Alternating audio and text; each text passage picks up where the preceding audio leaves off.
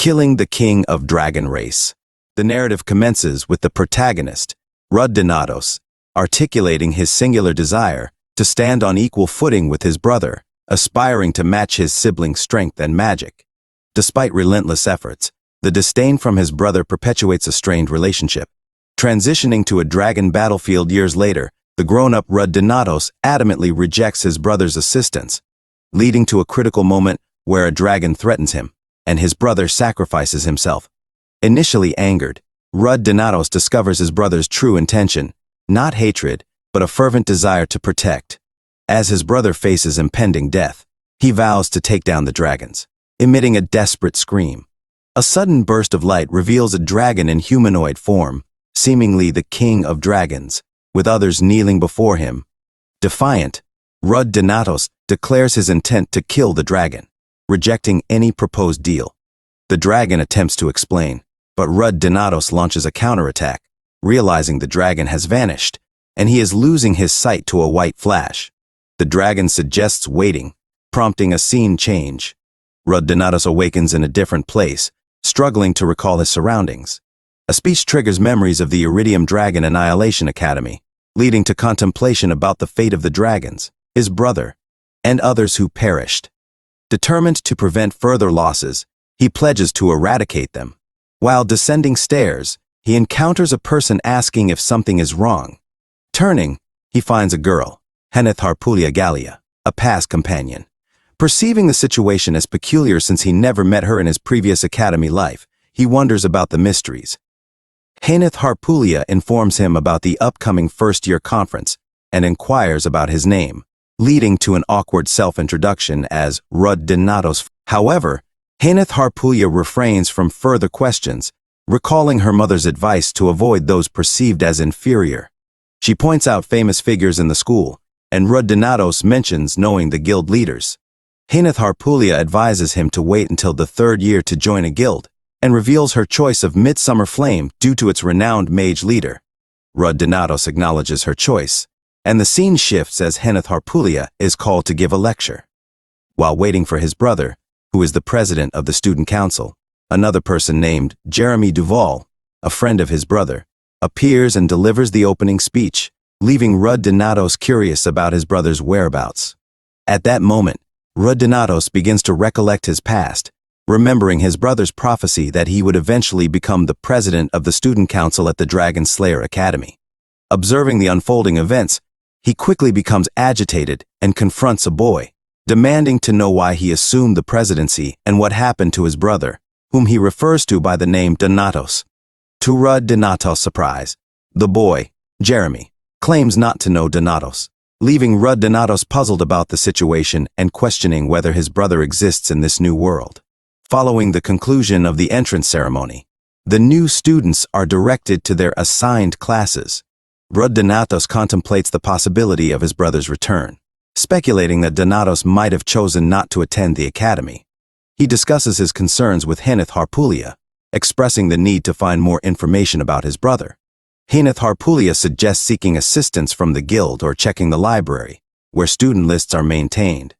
Opting for the latter, Donatos heads to the library, prompting Harpulia to remind him of the limited time before classes begin and the importance of punctuality on the first day. In the library, Donatos is surprised by its vastness, realizing he had never explored it in his previous life. They split up to search for information, with Donatos focused on finding the list of students. After hours of searching, he remains unsuccessful and contemplates whether the situation is influenced by the Dragon Sartan, responsible for controlling the demo and the void.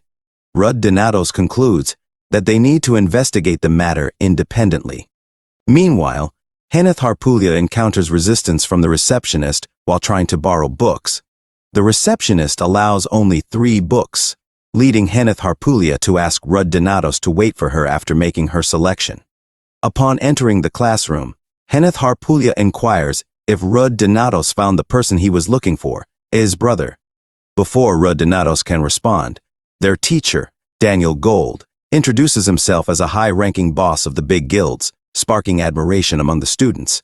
In the midst of the professor's speech, Donatos recalls his past struggles with Daniel Gold, skeptical of the professor's promises.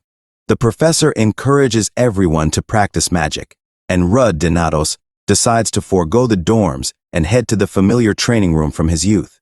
In the exercise room, he engages in push-ups, realizing that his past ally Balaksteros Asteros, now known as the King of the Fist, has entered.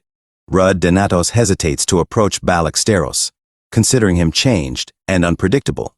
As they both perform push-ups, Rud Donatos questions Balaksteros' behavior and wonders why he seems to mimic everything Rud Donatos does. Balaksteros responds cryptically, mentioning how perfect he noticed things to be. In that moment, Rud Donatos realizes that Balaksteros is imitating his every move. Upon introducing himself, Rud Donatos becomes the object of admiration for Balaksteros, who insists on calling him master due to the perfect alignment of their postures. The narrative shifts to the fencing class during the third training camp at the Iridium Academy. The teacher instructs students to choose weapons, but Heneth Harpulia questions the necessity, expressing her desire to be a sorceress. The teacher emphasizes the importance of weapon mastery for magicians who might face close combat, providing Heneth Harpulia with a dagger for self-defense and recommending the use of mana for ranged attacks. Rud Donatos opts for a heavy sword, and Heneth Harpulia questions his choice, as no first-year student had mastered such a weapon. Rud Donatos explains his childhood experience with such a weapon. Seeking variety, Rud Donatos approaches the professor, inquiring about choosing multiple weapons. Professor Daniel, surprised, encourages him to focus on mastering one weapon, but Rud Donatos insists on selecting three: a heavy sword, a spear, and a larger sword. The professor acknowledges Rud Donatos' unique talent and questions his background. Rud Donatos reveals his past as a mercenary who lost his family to a dragon. Heneth Harpulia joins the conversation, expressing sympathy for Rud Donatos' loss. As they discuss personal matters, they notice an argument in Class B between Balaksteros Asteros and his teacher. Balaksteros argues that his family only uses force, not weapons, but the teacher insists on adherence to the curriculum. Alex, a classmate of Rud Donatos, claims friendship with Balaksteros, who denies knowing him. The teacher, Professor Daniel, warns Balaksteros to make a choice, use a weapon or face consequences. Balaksteros defiantly claims he can defeat any dragon with his body alone. Rud Donatos, aware of Balaksteros' future potential, attempts to persuade the teachers to make an exception, but they remain adamant. In a creative move, Rud Donatos throws gloves at Balaksteros, explaining that they are a gift and not weapons. He suggests that steel gloves are being forged for use as weapons. The teachers decide to give Balaksteros a chance, accepting the unconventional approach. Rud Donatos feels relieved, recognizing the importance of Balaksteros as a strong ally against dragons and understanding the potential impact of his actions on the future. Later, as Rud Donatos walks calmly, he reflects on the theoretical nature of the first day for first-year students and considers the attention he has garnered. Heneth Harpulia and Balaksteros talk behind him. A new student named Wilhelm Parte approaches Heneth Harpulia, expressing interest in her and insulting Rud Donatos and Balaksteros. In the midst of their confrontation, Rud Donatos recalls similar situations in his previous stint at the academy. Despite past experiences, he chooses not to engage in conflict. During the argument, Wilhelm Parte throws a punch at Rud Donatos, but Rud Donatos effortlessly dodges and incapacitates him.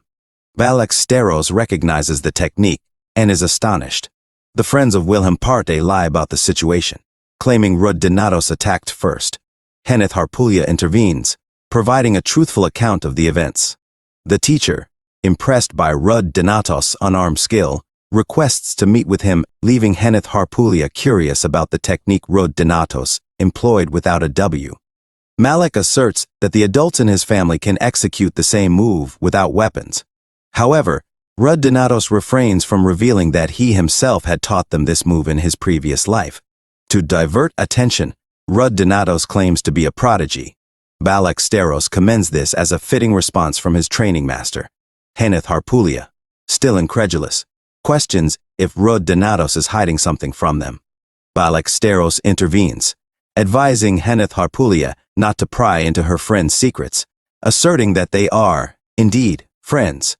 The two continue to argue, mirroring their past disagreements. Shifting scenes. Donatos approaches the teacher to narrate the incident, emphasizing that he didn't intend to fight, but defended his friends against insults. The boy drew his sword and attacked, and Donatos, attempting to block, inadvertently knocked him unconscious. The teacher, amazed by Donatos' kindness and concern for his classmates, perceives him as an exceptional talent. The narrative transitions to a meeting among the teachers, Professor Daniel, Professor Arthur Winston, and Professor Damian Grace. They discuss unnecessary expenses and express varying opinions about their students. When Donatos is mentioned, the teachers hold divergent views. The teacher from Donatos' class commends him for being strong, respectful, and defeating a fellow student. Professor Daniel proposes taking Donatos as his disciple, but the other teacher rejects the idea due to their ongoing argument. Professor Arthur Winston intervenes, emphasizing that students cannot choose their teachers. He breaks the table to restore order and explains that the teacher selects the student, not vice versa. The teachers become intrigued by Donatos' origin from the dissolved city, destroyed by a dragon named Channel. As one of the survivors, Donatos becomes an object of interest due to a potential grudge against dragons. Another powerful student is also identified as important. The scene shifts to the training room, where the teacher urges students to exert more effort. Meanwhile, Donatos notices Balaksteros' strenuous breathing and cautions him about potential harm. Heneth Harpulia arrives, questioning their 3-hour exercise session without rest. Balaksteros attributes it to growing stronger, complimenting Heneth Harpulia on her physique. A new argument ensues between Heneth Harpulia and Balaksteros. Donatos decides to leave and purchases a drink, accompanied by Heneth Harpulia. Along the way, they encounter a female student who had severely beaten Donatos in the past. She turns out to be a 3-sword swordsman and initiates an attack on Donatos. Dodging effortlessly, Donatos explains he just wants a drink and asks her to move. The girl, mistaking him for an instructor, continues her attacks. Donatos easily evades her moves, and she realizes he is not an ordinary student. After introducing himself, the girl leaves, and Heneth Harpulia chides Donatos for not apologizing. Despite this, Donatos considers the girl to be formidable due to their past encounter. Heneth Harpulia suggests visiting the infirmary, and Donatos recounts the incident to the teacher, downplaying it as a minor occurrence. Heneth Harpulia adds that the girl was a first year with white hair and yellow eyes. The teacher becomes angry and intends to reprimand.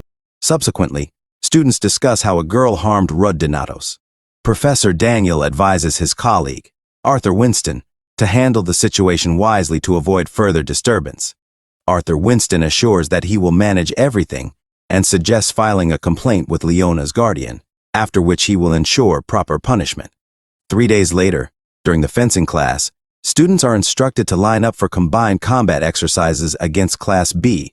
Professor Daniel explains that each student can choose opponents, and they will be graded with many teachers observing. Kenneth selects a swordsman from Class A, opting for a melee fight. Donatos is surprised by her audacity as a sorceress. The fight commences, with Heneth Harpulia using fireballs against the swordsman. Despite her efforts, the swordsman shields himself effectively. Heneth Harpulia distracts him, and, when he looks forward, she surprises him with a dagger at his throat, winning the fight.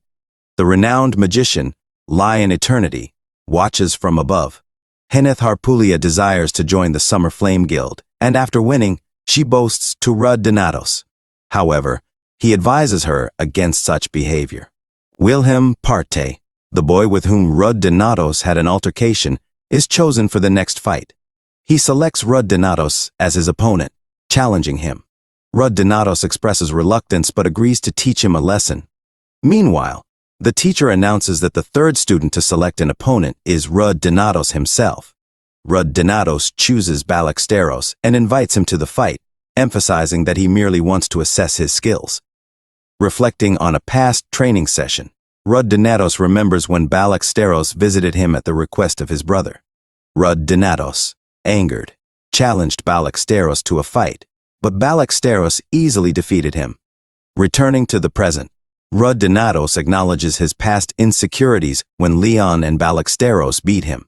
The fight with Ballesteros begins, with Ballesteros activating his attack mode and Donatos recalling the talented members of Ballesteros' family.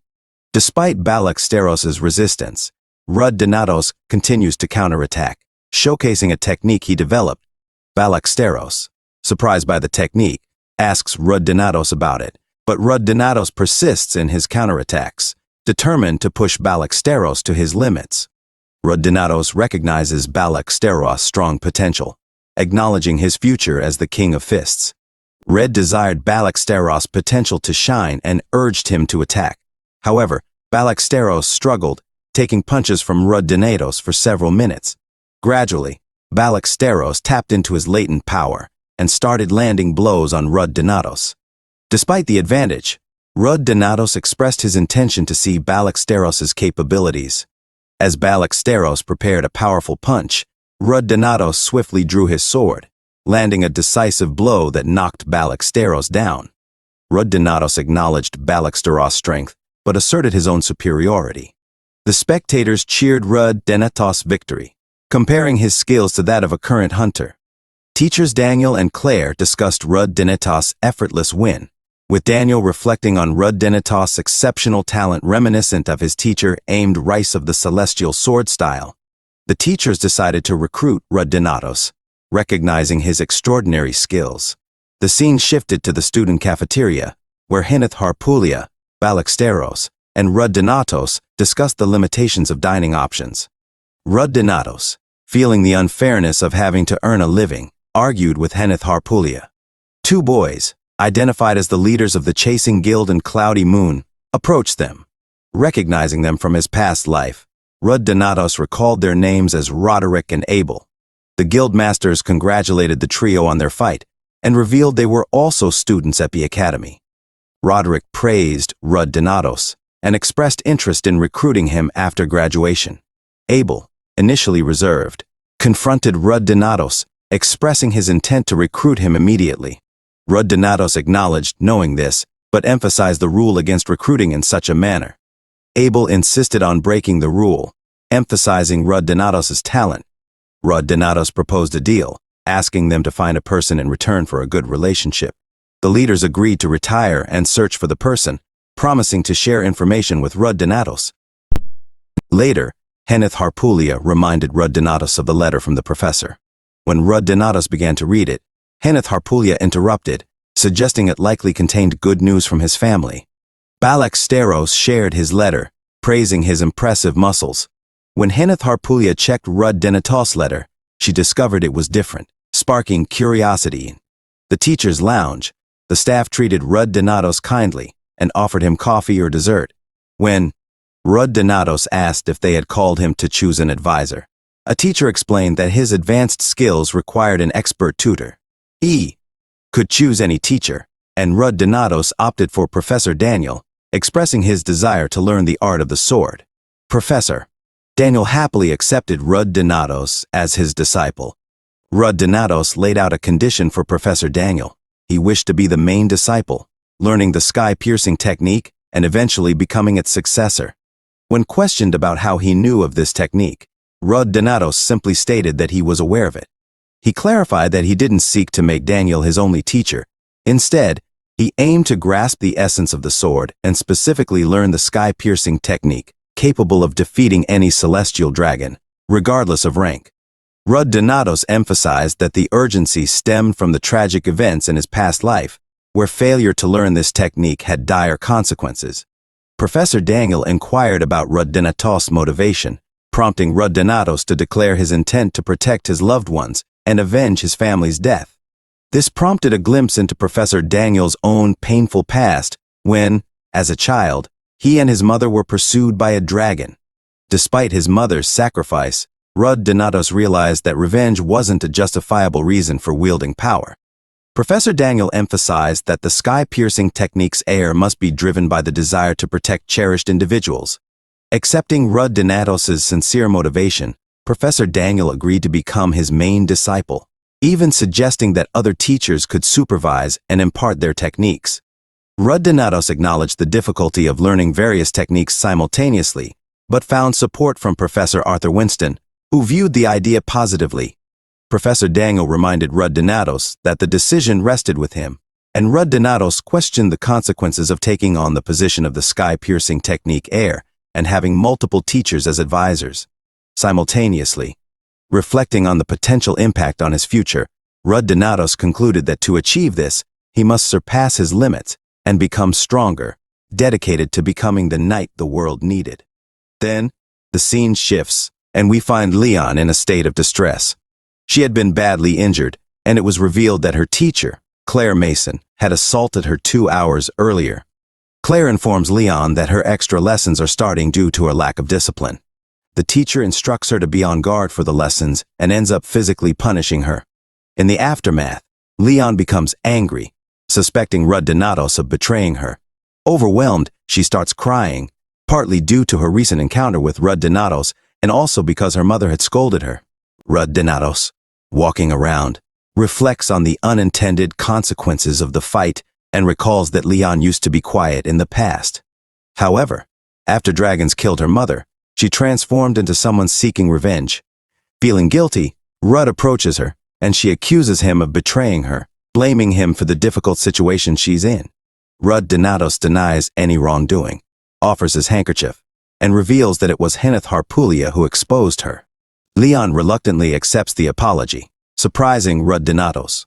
She suggests occasional greetings, and Rudinatos, feeling awkward, realizes he has been following her. When questioned, he claims they are going the same way. Leon asks about his destination, and he mentions going to the teacher's private exercise room, prompting her to wonder if it's just a coincidence. Later, Rudinatos discovers the teacher Daniel Gold in the exercise room. The teacher explains that he will now be teaching Leon as well. Rudinatos suggests she learns grappling techniques, leading to tension as she uses only one sword. The teacher proposes sparring to strengthen self-control, frightening both students. After a challenging session, the teacher leaves, and Rudinatos complains about the beating. He questions why Leon didn't complain, and she explains they are still weak, needing the teacher's guidance. Rudinatos compares Professor Daniel Gold favorably to Professor Claire Mason. Leon mentions her interest in close combat techniques, leading Rudinatos to reluctantly agree to help, motivated by a sense of obligation. Later, the boys, including Henneth, are outside, and Henneth has bought several magic books. Rudinatos contemplates resting, but Henneth hands the books to him. Balak questions why Henneth is giving them to Rudinatos instead of keeping them, and Rudinatos reminds them of the lunch promise Hannah made. The boys arrive at the dining room, and Rudinatos is surprised by Leon's wealth when looking at the expensive menu. Henneth Harpulia becomes upset when she sees Balak eating voraciously.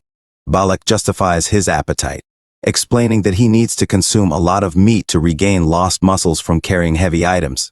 Despite Henneth's irritation, Balak continues eating.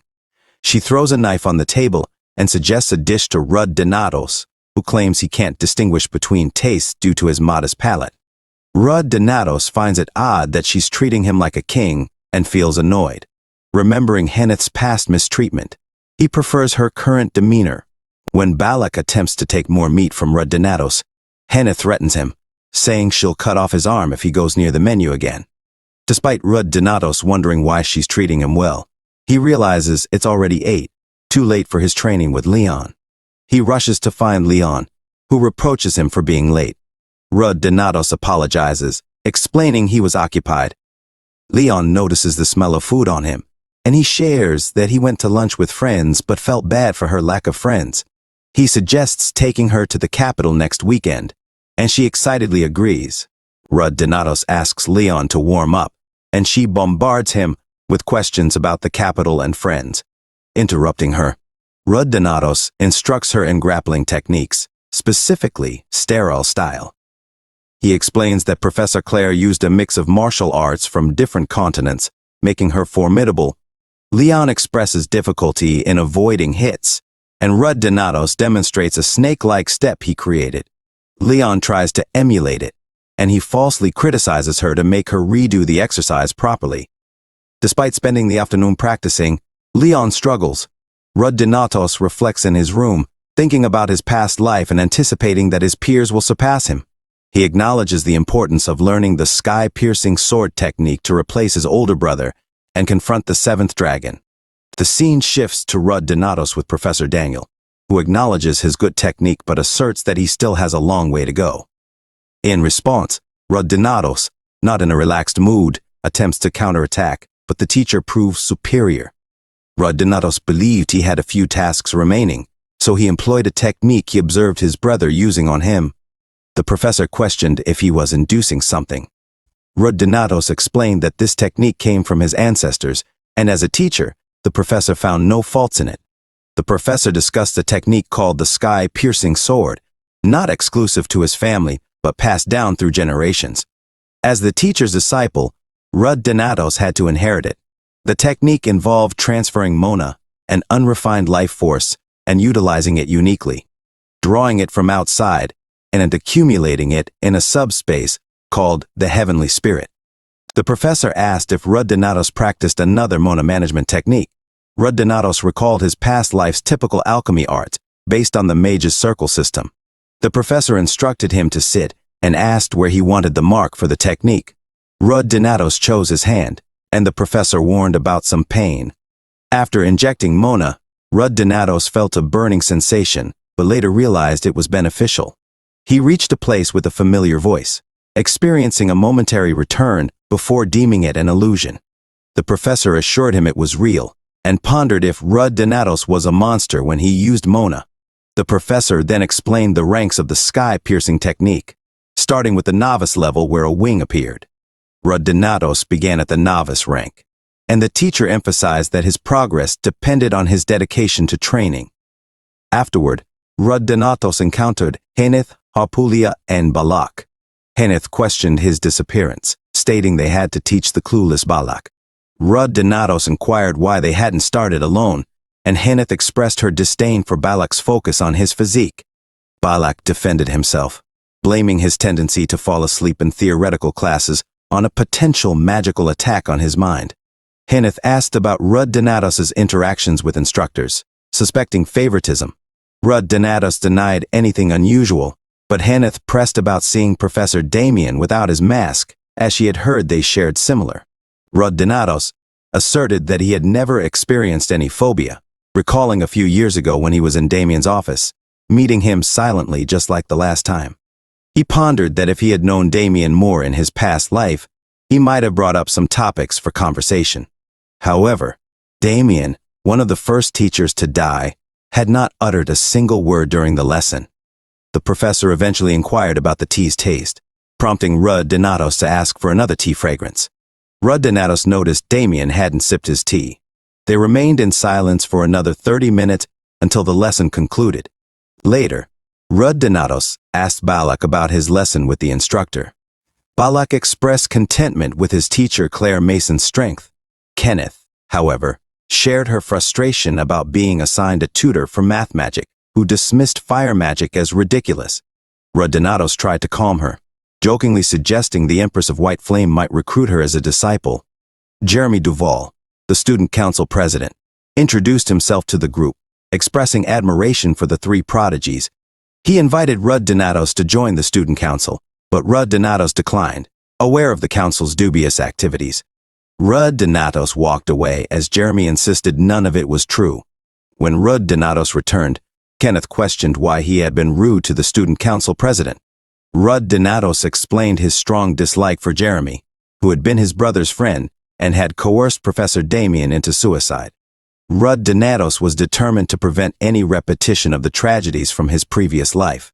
Moving on to where Rud Donatos and Leon Creer were, Leon questioned his constant tardiness and sense of time. Rud Donatos insisted he was not late this time. As they argued, Leon Creer realized they had arrived in the capital and ran off for her first impression.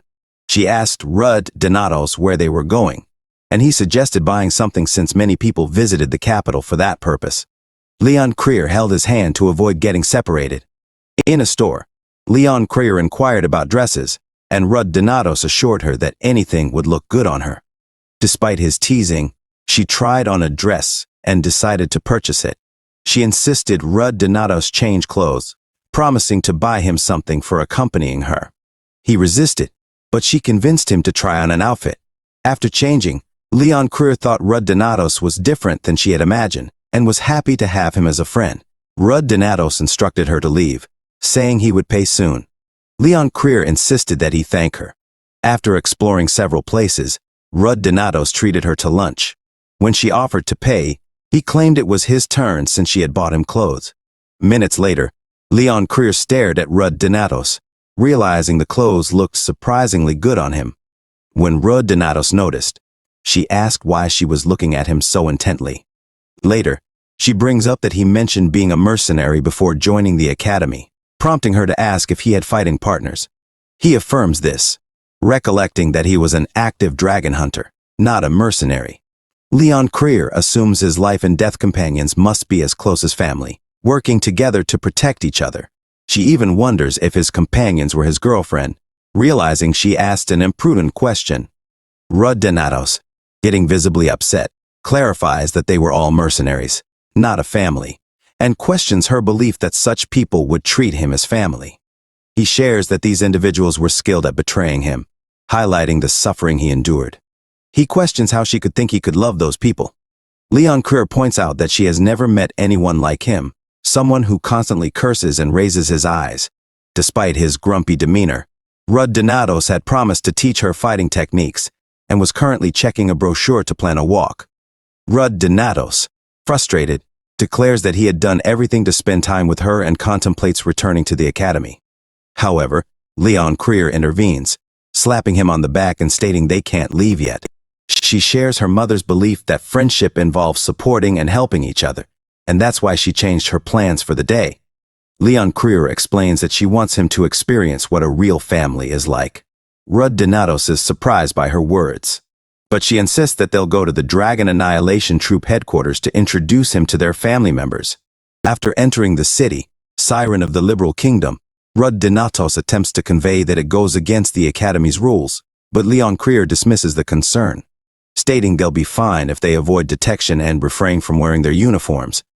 Rud Donatos is dismayed at spending 6 million riddles for a single use of the warped gate, but Leon Krier asserts that her mother allowed her to spend the money as she pleases.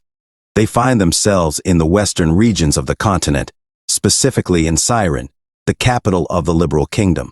However, the Dragon Annihilation Troop's headquarters isn't situated in the kingdom's capital. Siren, once a lively and fancy city, became a memory for Rud Donatos as it was destroyed by the 7 dragons a few years later, along with the annihilation of the Dragon Annihilation Troop around that time. Leon Krier shows Rud Donatos her home, which he perceives more like an aristocratic mansion than the guild headquarters. While there, a gardener spots them and inquires about Leon's presence, wondering if she's on vacation. Leon explains they are just stopping by to introduce her friend to the guild members. Uncle Harold, surprised that she made a friend outside the Dragon Annihilation Troop, excitedly plans a party, but Leon stops him, finding it embarrassing. Inside, the kids bombard Rud Donatos with questions about his life and if Leon hit him. Witnessing the faces of the Dragon Annihilation Troop members, Rud Donatos feels an oddly familiar fear, understanding why Leon's personality changed after Siren was destroyed. Uncle Harold summons them to the reception room, where the leader awaits. In the room, the leader of the Dragon Annihilation Troop, who happens to be Leon's mother, greets them. She questions their visit in the middle of the semester and wonders if Leon got suspended for another fight. Leon explains she just wanted to see her and introduce her friend. Leon's mother is shocked when she hears the friend's name, recognizing him as the student involved in the previous incident. Guildmaster Liana, present in the room, expresses her surprise that Leon, with 0 sociability skills, has made a friend.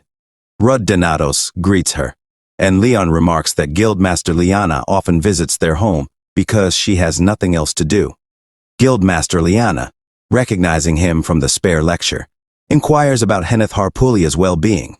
Rud Donatos mentions she is stressed due to dissatisfaction with the magic teacher. Leon's mother, moved by Rud Donatos being Leon's friend, thanks him and acknowledges her daughter's strength. Leon discloses to her mother that Rud Donatos is the same student as the one in the previous incident, and her mother scolds her, asking if she taught her martial arts to bully others. Rudd Donatos clarifies that he wasn't bullied, and he was the one who said thoughtless things, leading to the fight. Despite Leon's mother's scolding, she asks Leon to apologize to Rudd Donatos. After Leon apologizes, her mother advises her to be cautious with regular students. Next, another person in the room points out that Rudd Donatos is not a normal student, having seen him fight and heard about the offer from Abel Leon. Leon's mother is intrigued and expresses a desire to witness Rudd Donatos' strength. Eager for a sparring opportunity against an active top-level dragon slayer, Rudd Donatos agrees immediately. News spreads around the guild about the sparring match between the leader and the first friend Leon brought home, with many expecting Rudd Donatos to last only a few seconds.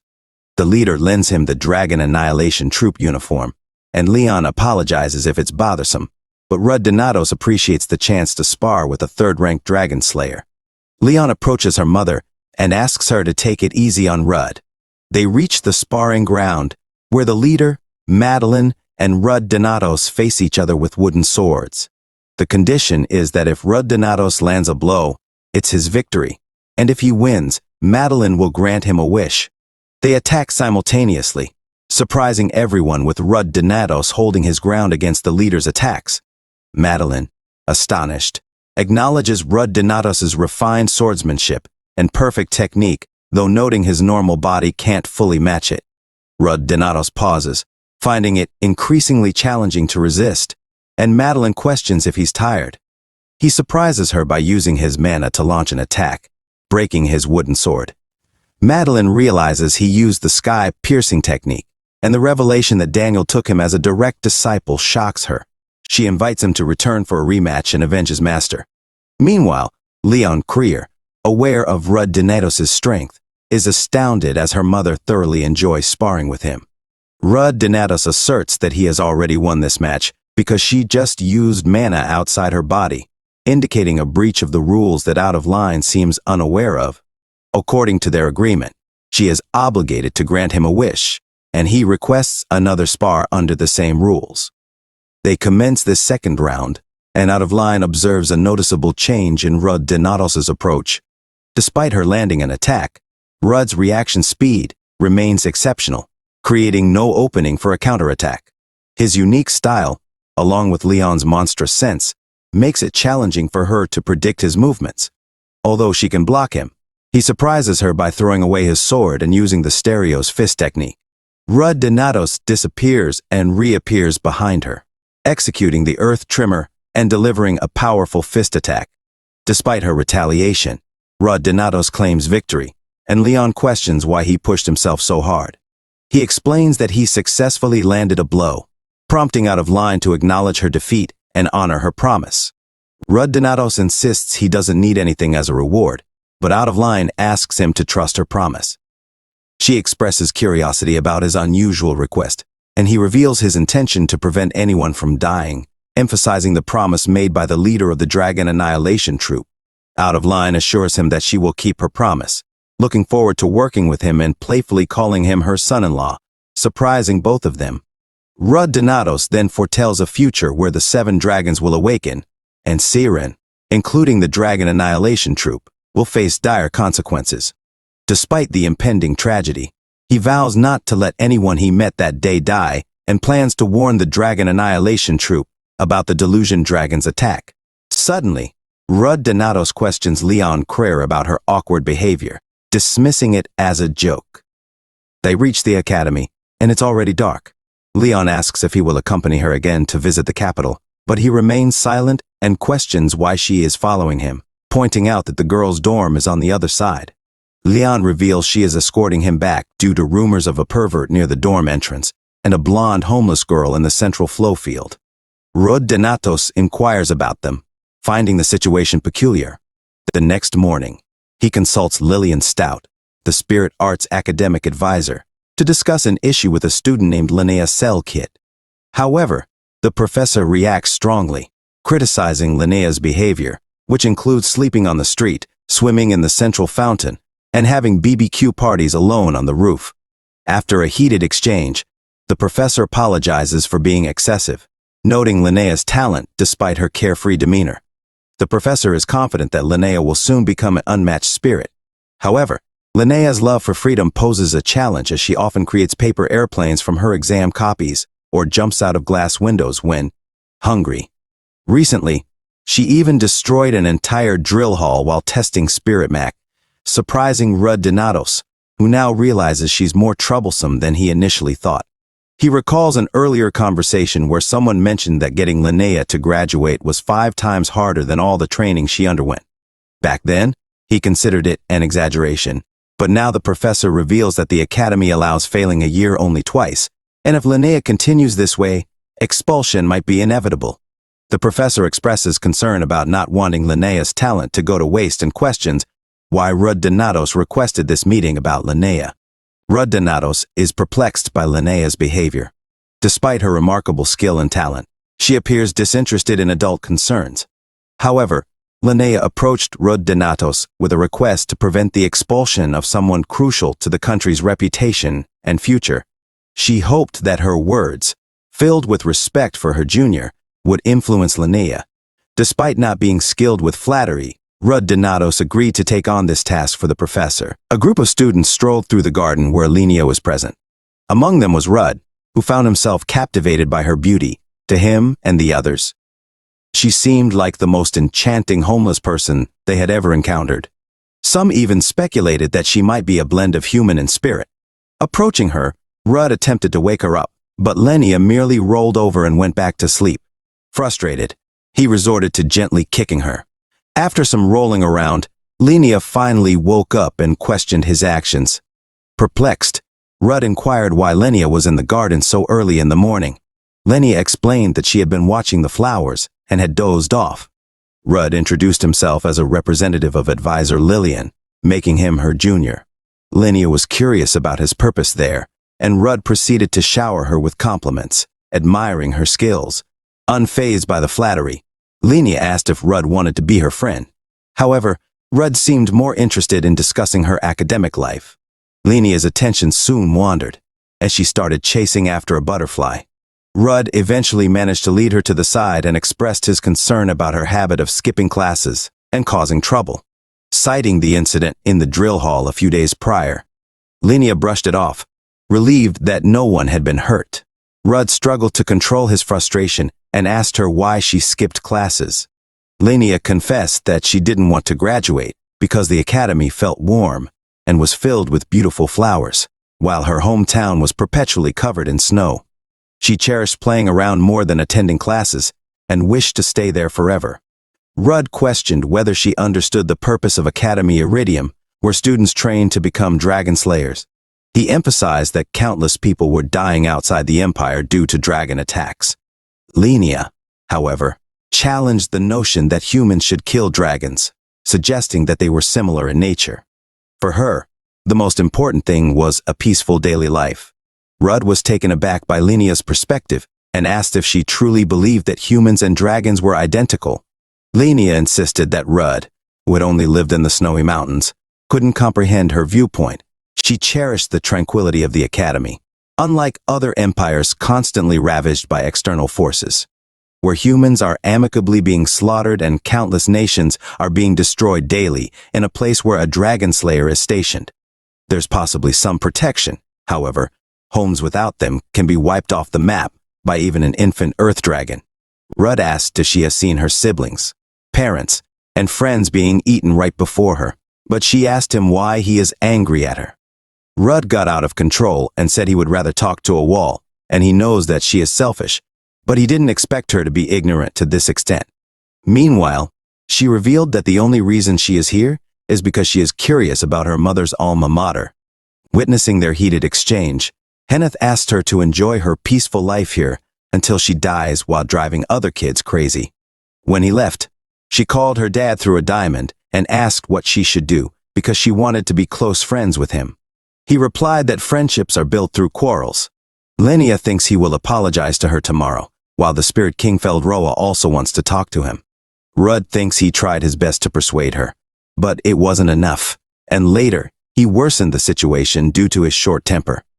She has lived with spirits in a remote, snowy mountain all her life, so it is reasonable for her not to empathize with the situation of humans and dragons. Rudd realizes he vented out all his anger on a child, and might have succeeded in persuading her because he was born with innate kindness. But what should he do as he goes toward the class? He sees Henneth and Leon fighting. Henneth is shouting at her about why she came there after breaking his wrist and asks her to get lost. Henneth has seen her wandering around the dorm, and sure, she came there to get revenge for her punishment. While Leon is trying to tell her that it was just a misunderstanding. She had come to visit and brought a food basket. Henneth Harpulia reacted violently, and Rudd Donatos assured them that it was nothing serious, mentioning his minor injury during a spar at Leon Creer's house. Henneth Harpulia expressed anger over Rudd Donatos and Leon Creer violating school laws by visiting each other's houses, and the skirmish resulting in injuries. Henneth Harpulia walked away, stating she would report it to the professors. Rudd Donatos requested her to stop, but Balaksteros grabbed her shirt. Leon Creer tried to explain and apologize sincerely to Rudd Donatos. Henneth Harpulia remained upset, asking Balaksteros to release her and questioning why Leon Creer wouldn't befriend them. Henneth Harpulia suggested making friends and even engaging in grappling techniques. She and Balaksteros were willing to endure wrist and rig injuries from Leon Creer. Balaksteros cautioned Henneth Harpulia not to go overboard. Leon Creer decided to leave, prompting Rudd Donatos to question why Henneth Harpulia said those things. Henneth Harpulia suggested Rudd follow Leon Creer, making her his only friend. Rudd Donatos asked why Henneth Harpulia was suddenly angry, but Balaksteros mentioned Rudd's volunteer activities. The scene shifted as the class ended, and Senior Lania approached Rudd Donatos, inviting him to lunch. They had steak and ribs on the rooftop, with Senior Lania apologizing for her previous behavior. She acknowledged Rudd's pain from the dragon and his efforts to be a dragon slayer. Rudd expressed appreciation and admitted his admiration for Senior Lania. Rudd Donatos seized the opportunity to confess his feelings, emphasizing Senior Lania's perfection. He predicted that in a few years, everyone would admire and want to be friends with her.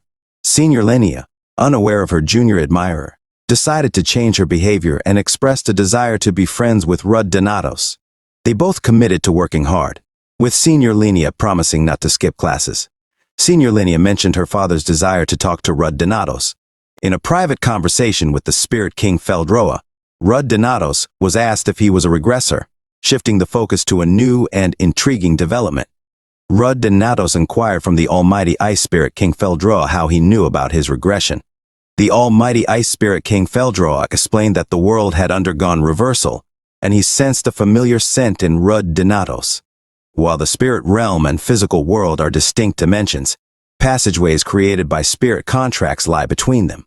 Due to recent events, spirits in these passageways began experiencing nostalgia due to the physical world's influence.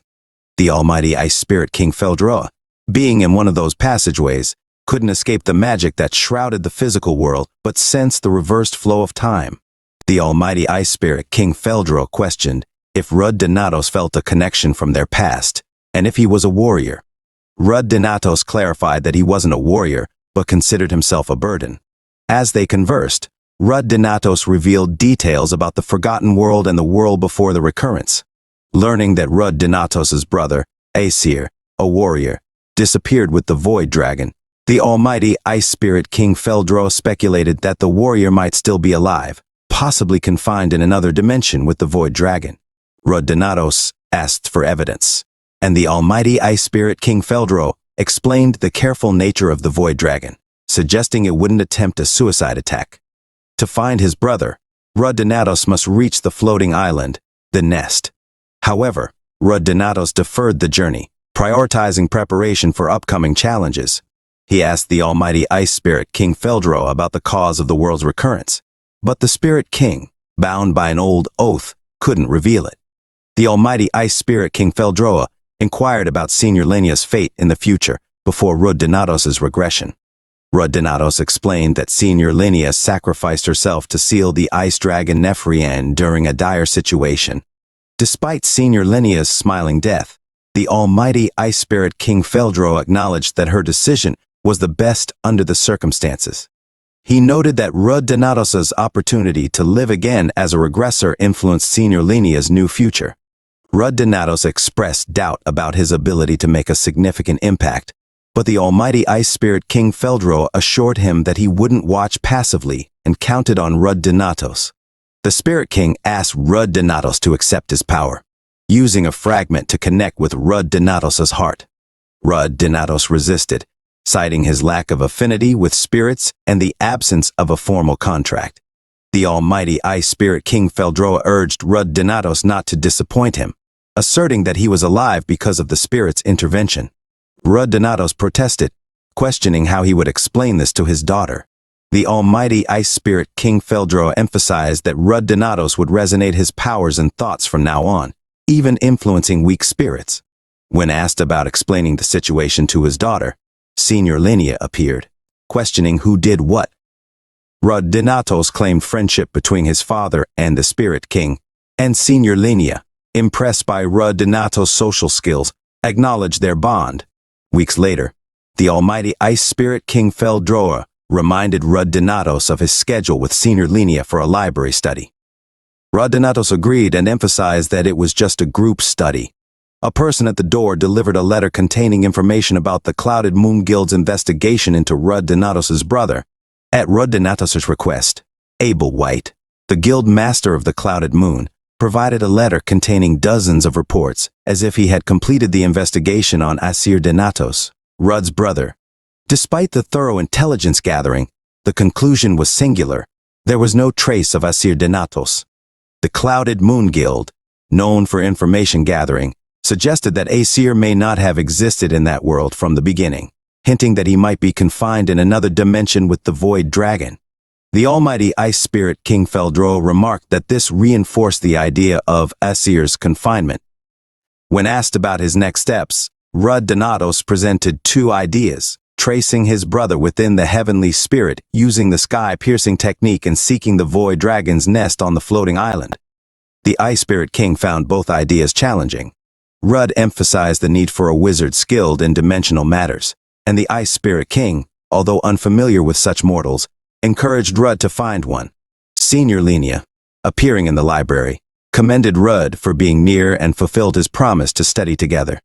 Haneth Harpulia grew annoyed at their noise, questioning Rudd's tardiness and his role in mentoring two fools, referring to Balak Steros and Senior Linnea.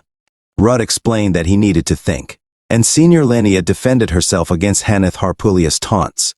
Daniel Gold contacted Rudd through his heavenly spirit, requesting him to visit his office. In the office, Daniel Gold welcomed Rudd and introduced him to Sky Sword Immortal Ain Bryce, his grandmaster. Ain Bryce acknowledged Rudd's potential and mentioned the need for a cake. Meanwhile, Rudd thought about Ain Bryce's achievements, especially her victory over the thousand-form dragon. Ain Bryce conversed with Rudd, mentioning her purpose in visiting and hinting at a secret related to Damian Grace, who had a connection with the thousand-form dragon. Ain Bryce reveals that Damian Grace, a professor at Iradium, houses the heart of the thousand-form dragon.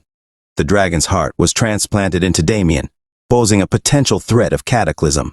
In a past life, Jeremy induced Damian's suicide to prevent the dragon heart's manifestation.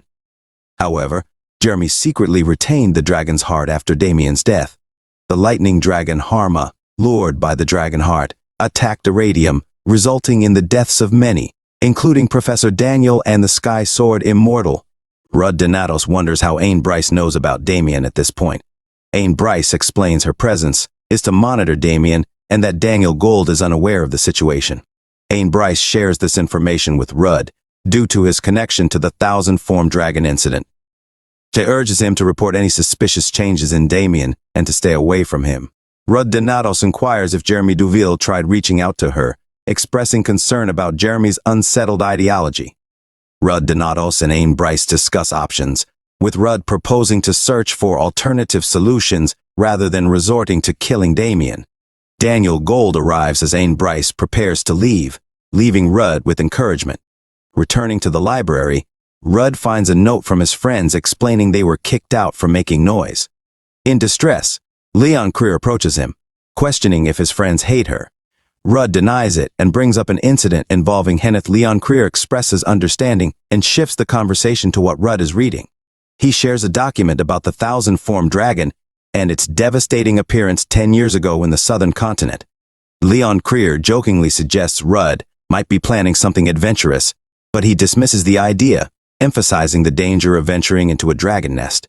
Rudd reassures Leon Creer that his past remarks about killing dragons were mere jokes, and his current goal is to accumulate power to eventually defeat the 7 dragons and erase their existence from the world.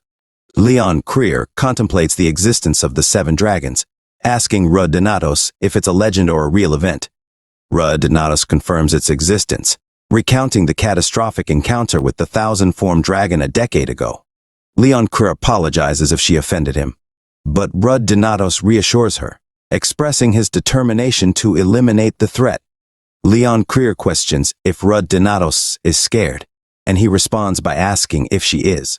She explains her fear of harm coming to those around her. Rudd Donatos notes that it's unusual for Leon Creer to express such sentiments.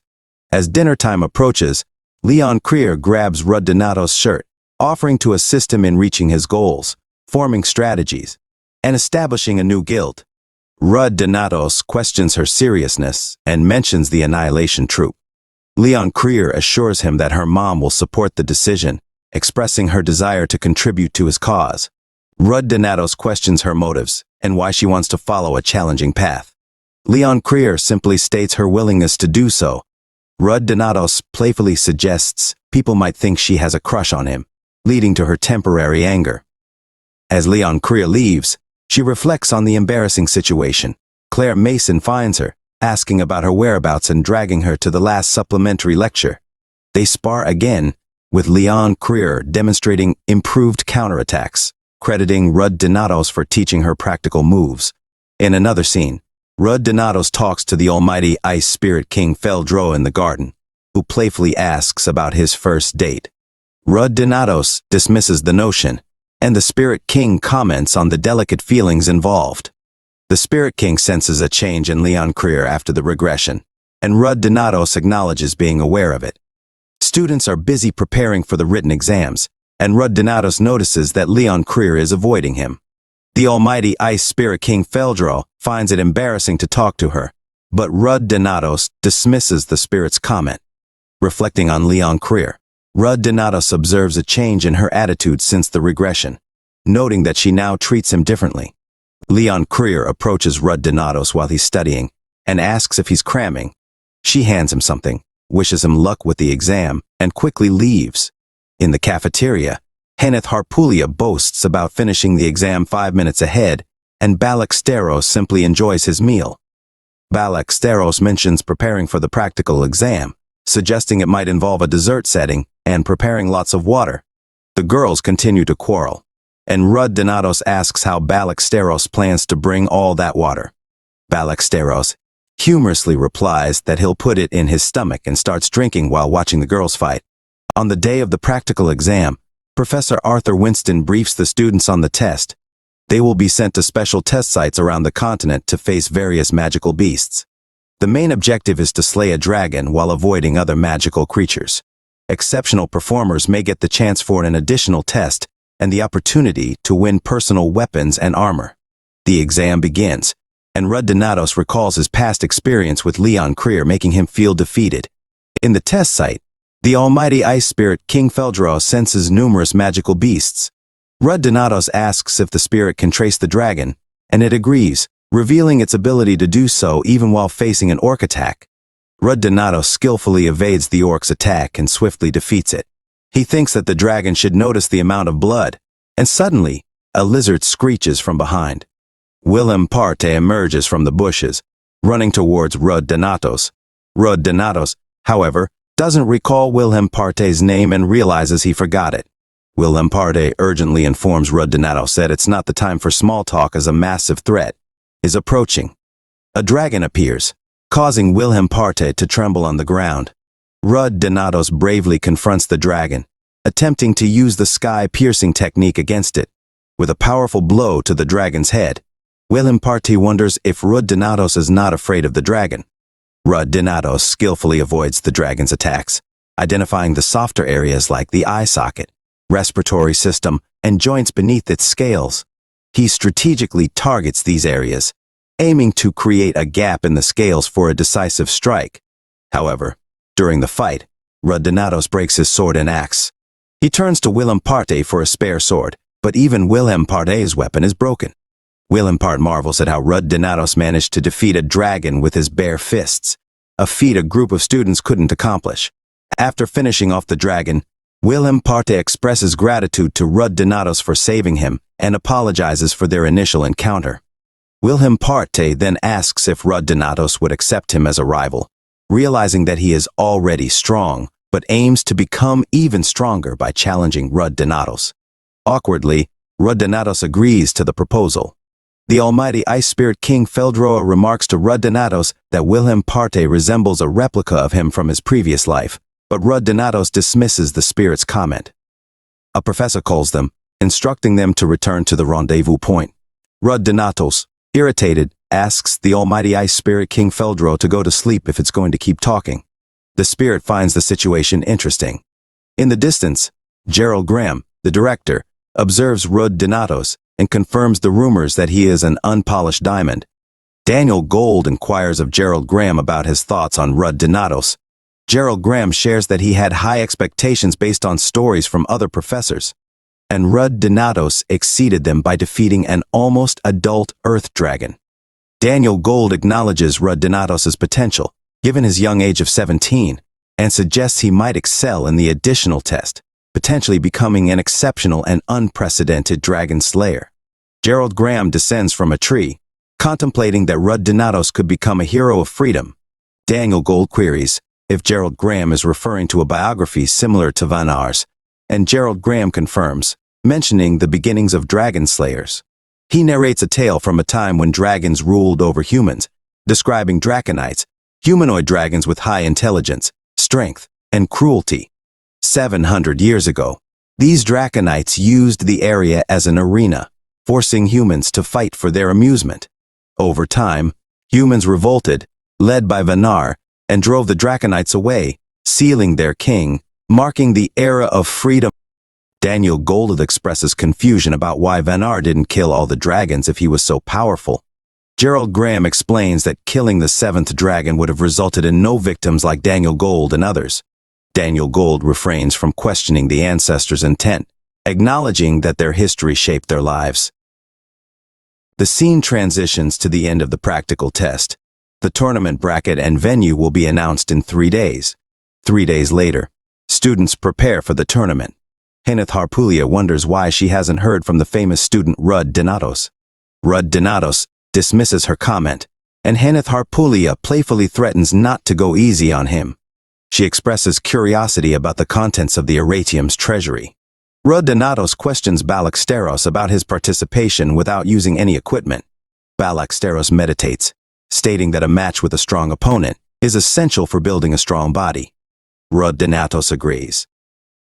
In the tournament, Rudd Donatos notices Balaksteros preparing to fight Leon Krar, realizing she is no ordinary student. Henneth Harpulia vows to kill Balaksteros if he loses to Leon Krar. Balaksteros asks Rudd Donatos if Leon Krar is genuinely strong, to which Rudd Donatos sarcastically praises her as the most outstanding among all. At the arena, Leon Krar arrives late, introduces herself curtly, and challenges Balaksteros. The fight begins, and Leon Krar strikes Balaksteros, realizing he blocked her attack with his physical muscles. Balaksteros boasts about his enormous muscles. Leon Krar observes that Balaksteros blocked her sword aura with his bare muscles. Balaksteros swiftly attempts to strike her, but Leon Krar deflects his fist with her sword. She aims for an opening, realizing he isn't even attempting to dodge. Leon Krar dodges Balaksteros' fist and counterattacks with a punch. She questions if he combines his mana with his muscles and acknowledges his physical prowess. Balaksteros flexes his massive muscles, tearing his shirt off. He tries to punch Leon Krar head-on, but she swiftly moves and counters, labeling Balaksteros as an exhibitionist. Leon Krar's rapid attacks impress Balaksteros, who finds her very strong. As Balaksteros' trousers shred, the referee disqualifies him, escorting him out. Balaksteros comments on his sculpted naked body, prompting the referee to instruct him to stop talking. The winner, Leon Krar, glares at Heneth Harpulia in the bleachers. Heneth Harpulia tells Rud Donatos not to disclose that Balaksteros is their friend. Wondering why Rud Donatos is looking at Leon Creer like that, she urges him to fight Heneth Harpulia properly. Rud Donatos recalls Heneth Harpulia from his past life, acknowledging her as a late blooming talent who later became a formidable pyromancer. Despite Rud Donatos easily defeating her, she vows to be different next time. Rud Donatos, announced as the winner, shares feedback on Heneth Harpulia's fight and agrees to teach her dagger arts later. In the background, Leon Creer watches as Rud Donatos helps Heneth Harpulia stand up. Leon Creer abruptly leaves the arena. Heneth Harpulia questions why Rud Donatos has to guide Leon Creer with her mixed martial arts instead of training her. Rud Donatos, noticing Leon Creer's absence, informs Heneth Harpulia that he has somewhere else to go.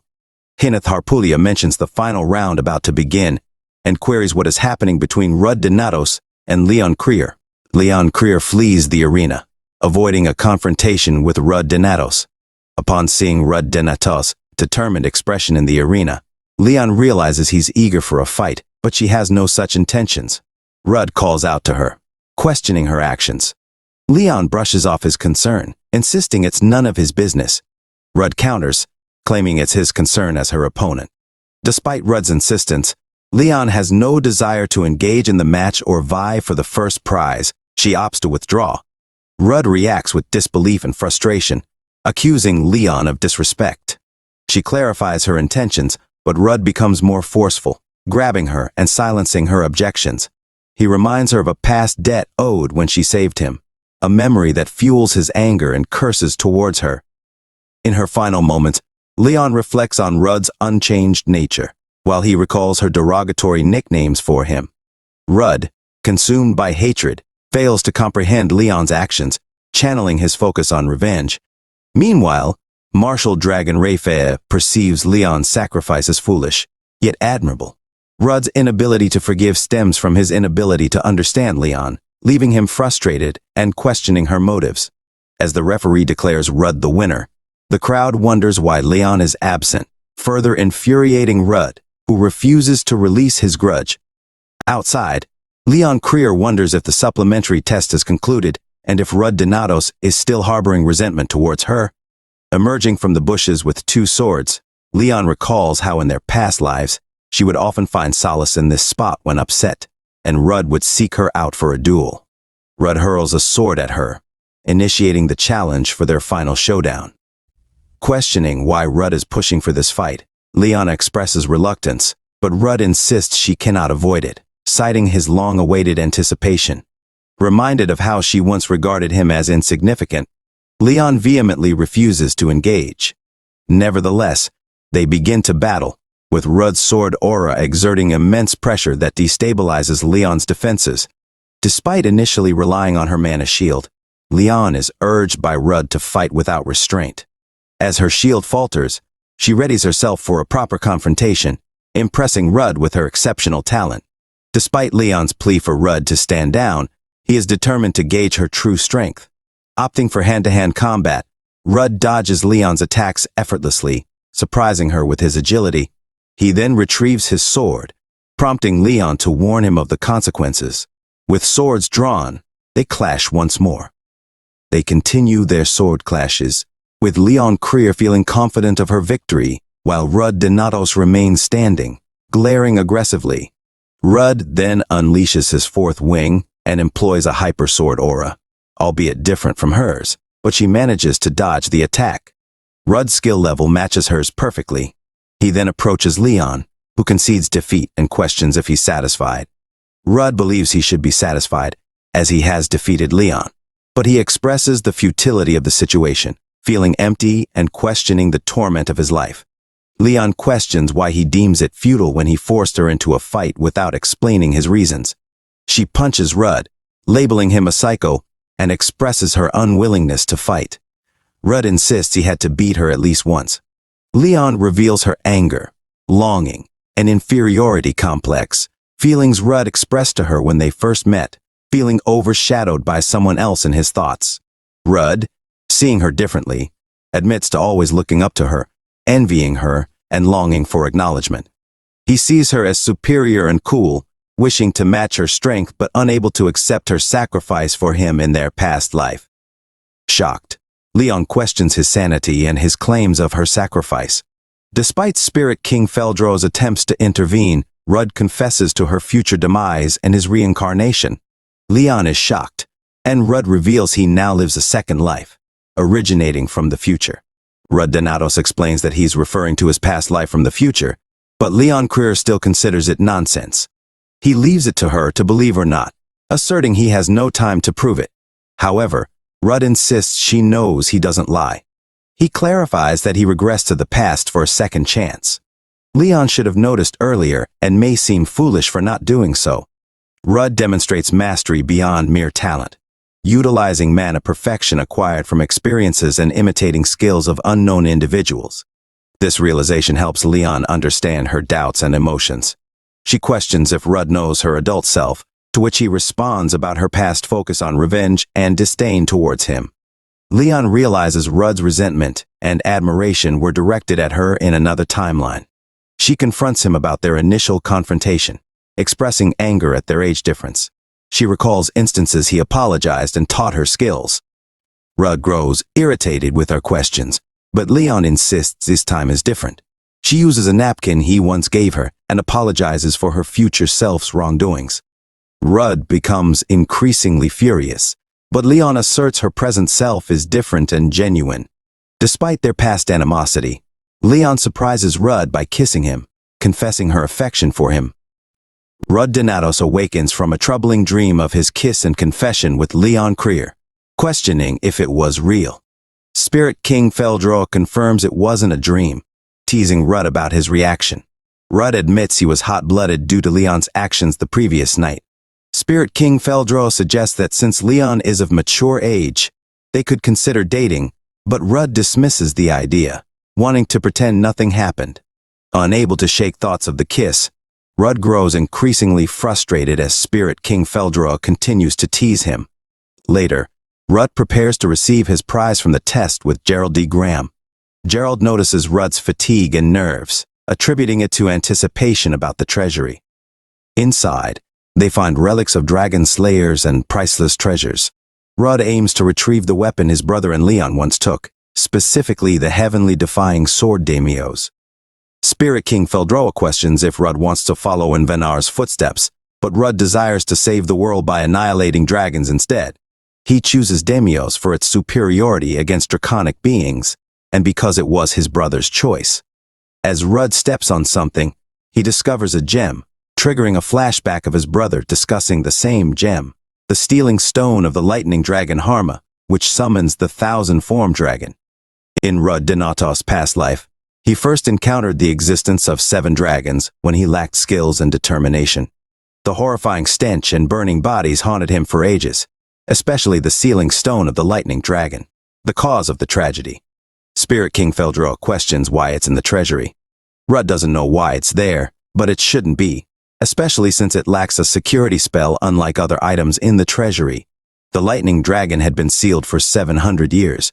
Rudd recalls from his previous life that the lightning dragon appeared around 1.5 years into their timeline, shortly after Professor Damien's death. Likely spurred by Jeremy stealing the 1,000-form dragon's heart. Spirit King Feldro asks if he plans to take the gem. Rudd insists he must as it's a seed of disaster and he needs to act preemptively. When asked about killing good dragons, Rudd believes any such dragon would already be dead. He realizes he can't tamper with the sealing stone, which will deteriorate in half a year or two, so he must prepare for an impending incident. Rudd seeks guidance from Professor Damien, who notices his troubled demeanor. Rudd deflects, praising Damien's coffee, but Damien sees through it, understanding Rudd's connection to Desoul and the devastation caused by the dragon there. Rudd leaves, feeling overwhelmed by guilt. Spirit King Feldro questions what if Damien is indifferent or wicked, but Rudd believes Damien shares his burden, as evidenced by their emotional exchange. Several days have elapsed, and Rudd Donatos contemplates Professor Damien, realizing they haven't spoken since he shared his story. He anticipates Damien will soon provide some information so he can devise a plan. Currently, his powers are at their peak with 4 wings, enabling the use of the Sword River in subspace, albeit linked to the reverse side of the Brain Light Dragon. Spirit King Feldro inquires about Chang Chun's 6th report. Rudd explains that part of the heavenly spirit comprises an individual space reserved for the heir, which his older brother utilized freely in their past life. This ability includes defensive capabilities. However, his conversation is abruptly halted by Leon Krur scolding Balak Steros for exercising naked. Rudd questions why they're arguing again, while both girls complain about Balak's odor. Using his magic, Rudd dispels the smell, surprising Haneth Harpulia, who questions when he learned spirit magic. Rudd dismisses them, indicating he's known for some time, and urges them to focus on their tasks. Leon asks Rudd for help, but he declines, citing the need for individual training. Unbeknownst to them, Haneth overhears Leon confessing her feelings for Rudd. Shocked, Haneth learns about the confession and asks them to wait as they hear noise outside. They discover Willem Part being attacked by thugs defending Rudd's name. Rudd intervenes, stopping the thugs and protecting Wilhelm. As he subdues the attackers, Leon perceives Rudd as the real threat. Meanwhile, Jeremy, the student council president, awaits Rudd in his office. Assisted to Jeremy's office after the earlier altercation with other thugs, Rudd Donatos was instructed by Jeremy to leave Rudd Donatos to him for a conversation. Despite being asked to sit by Jeremy, Rudd Donatos defiantly kicks the chair and questions why the thug named Brett cursed him. Jeremy denies any involvement, claiming misunderstanding and asserts he'd never instigate a fight between juniors and seniors. Rudd Donatos presses for Jeremy's intentions, to which Jeremy mentions his frequent contact with Damien lately, reiterating Damien's perceived danger. Rudd Donatos claims ignorance of this warning, prompting Jeremy's shock. Rudd Donatos reveals knowledge of Damien possessing the heart of the thousand-form dragon, leaving Jeremy puzzled about how Rudd Donatos learned this information. Assuming Rudd Donatos was tasked by the Sky Sword Immortal to monitor Damien, Jeremy insists on keeping an eye on Damien. Feeling Jeremy's scrutiny, Rudd Donatos assures Damien's safety, vowing to ensure it personally. In Damien's office, while making coffee, Damien reminisces about his childhood, recalling his grandparents, particularly his grandfather Gerald D. Graham, who nurtured his love for dragon-slaying literature.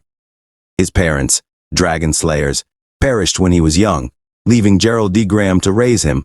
Despite his aspirations, Damien fell ill with mana hypersensitivity, confining him to bed for years with no improvement. One stormy night, Gerald D. Graham offered Damien a chance at life by forcing him to ingest the heart of the thousand-form dragon, an act Damien sees as a desperate attempt to save him. In the present, Damien reflects on Gerald D. Graham's actions with forgiveness, wishing to absolve him of guilt and seeking Rudd Donatos' forgiveness for the consequences of consuming the dragon's heart. In the Alchemy Club room within the Magic Research Building, Haneth Harpulia, feeling fatigued, recalls Leon Krier's confession to Rudd Donatos about her feelings. She's awakened by another student informing her of a training lecture, a routine she follows to meet Leona 30 minutes early.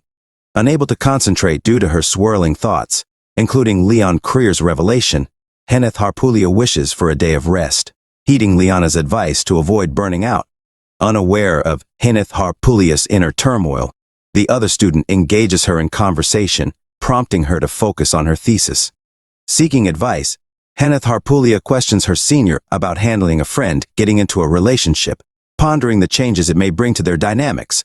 Her senior, sensing jealousy in Haneth Harpulia, teases her about her feelings. Suddenly, Rudd Donatos appears, seeking Haneth Harpulia. Surprised by his presence, she questions his purpose there, to which he explains his desire to join the club, despite not being a wizard. The senior realizes Haneth Harpulia's thoughts were about Rudd Donatos, and leaves them alone to sort out their issues. After Rudd Donatos completes the application form, Haneth Harpulia notices his interest in manufacturing medicines. She provides him with relevant books and documents, including research on heatstroke symptoms and mana hypersensitivity, topics familiar to Rudd Donatos from his past life. Particularly, Haneth Harpulia's efforts to cure her sister Lila's heatstroke. Reflecting on Haneth Harpulia's dedication, Rudd Donatos is interrupted by Balak Steros, who informs him about the vacant Midsummer Flame Guild leader position and rising dissent within the guild. Rud Donatos confronts Heneth Harpulia about her excessive grieving, urging her to fulfill her responsibilities. Despite his attempts to reason with her, Heneth Harpulia becomes angrier and lashes out, striking Rud Donatos with flames. As Balaksteros and Senior Lenia observe, Rud Donatos persists in encouraging Heneth Harpulia to rejoin their activities. Frustrated, she punches him, labeling him as crazy. In their timeline, Heneth Harpulia questions Rud Donatos about his interest in others' research papers, to which he explains their widespread availability. She shares her struggles in finding a cure for an intractable disease, prompting Rud Donatos to reveal knowledge of someone who cured it. Excited, Heneth Harpulia seeks more information, leading Rud Donatos to offer his assistance in obtaining the necessary ingredients for a cure. Grateful, she hugs him tightly, thanking him. Rud Donatos reassures her, and Heneth Harpulia resolves to ensure he doesn't miss their next appointment. The Aratium holds an annual festival in late spring, a significant event not only for Aratium but nationally, marking the era of humans after the first dragon slayer sealed the 7 dragons. As a result, outsiders are allowed onto the Aratium campus, attracting numerous tourists from within and outside the Alpia Empire, leading to massive crowds. During the festival, Leon Creer invited Rud Donatos to go sightseeing with her, but Rud Donatos was too busy, and she rarely saw him those days. Meanwhile, on the other side of the fountain, Heneth Harpulia also thought about Rud Donatos. They both glanced at each other in shock. Leon Creer asked Heneth Harpulia why she was alone during the festival, causing Heneth Harpulia to stutter, recalling the time she hugged Rud Donatos. Frustrated, she asked Leon Creer if she had no friends with her. Leon Creer mentioned an appointment, but Heneth Harpulia, feeling annoyed, confessed that all her guy friends ditched her, leaving her alone. This candid admission led to laughter and teasing between them, until Senior Lenia arrived, questioning why they were alone. Tensions rose as the 3 girls argued, with Heneth Harpulia adding fuel by mentioning rumors circulating on campus about them being a group of eccentric students. Senior Lenia warned Heneth Harpulia to watch her language. As others were listening, Balaksteros arrived, asking about the commotion and urging them to lower their voices. The attention then turned to Balaksteros's eye-catching costume, with Wilhelm Partey joining in, praising Balaksteros's physique. Leon Creer warned Wilhelm Part not to come near her. Heneth Harpulia questioned Balaksteros's association with Wilhelm Partey, leading to an explanation about muscle training.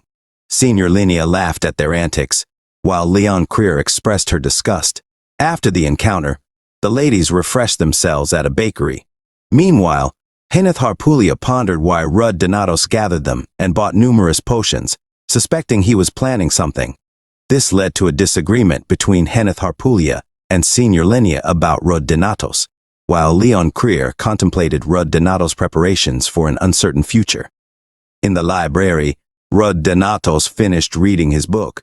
Rud Donatos completes the book he had been reading, and Spirit King Feldroa taunts him for taking too long to absorb so little knowledge. Feldroa points out Donatos' human frailty, emphasizing that no matter how much mana he infuses into his body, there will always be limits to its durability. Feldroa then inquires how Donatos copes with this limitation.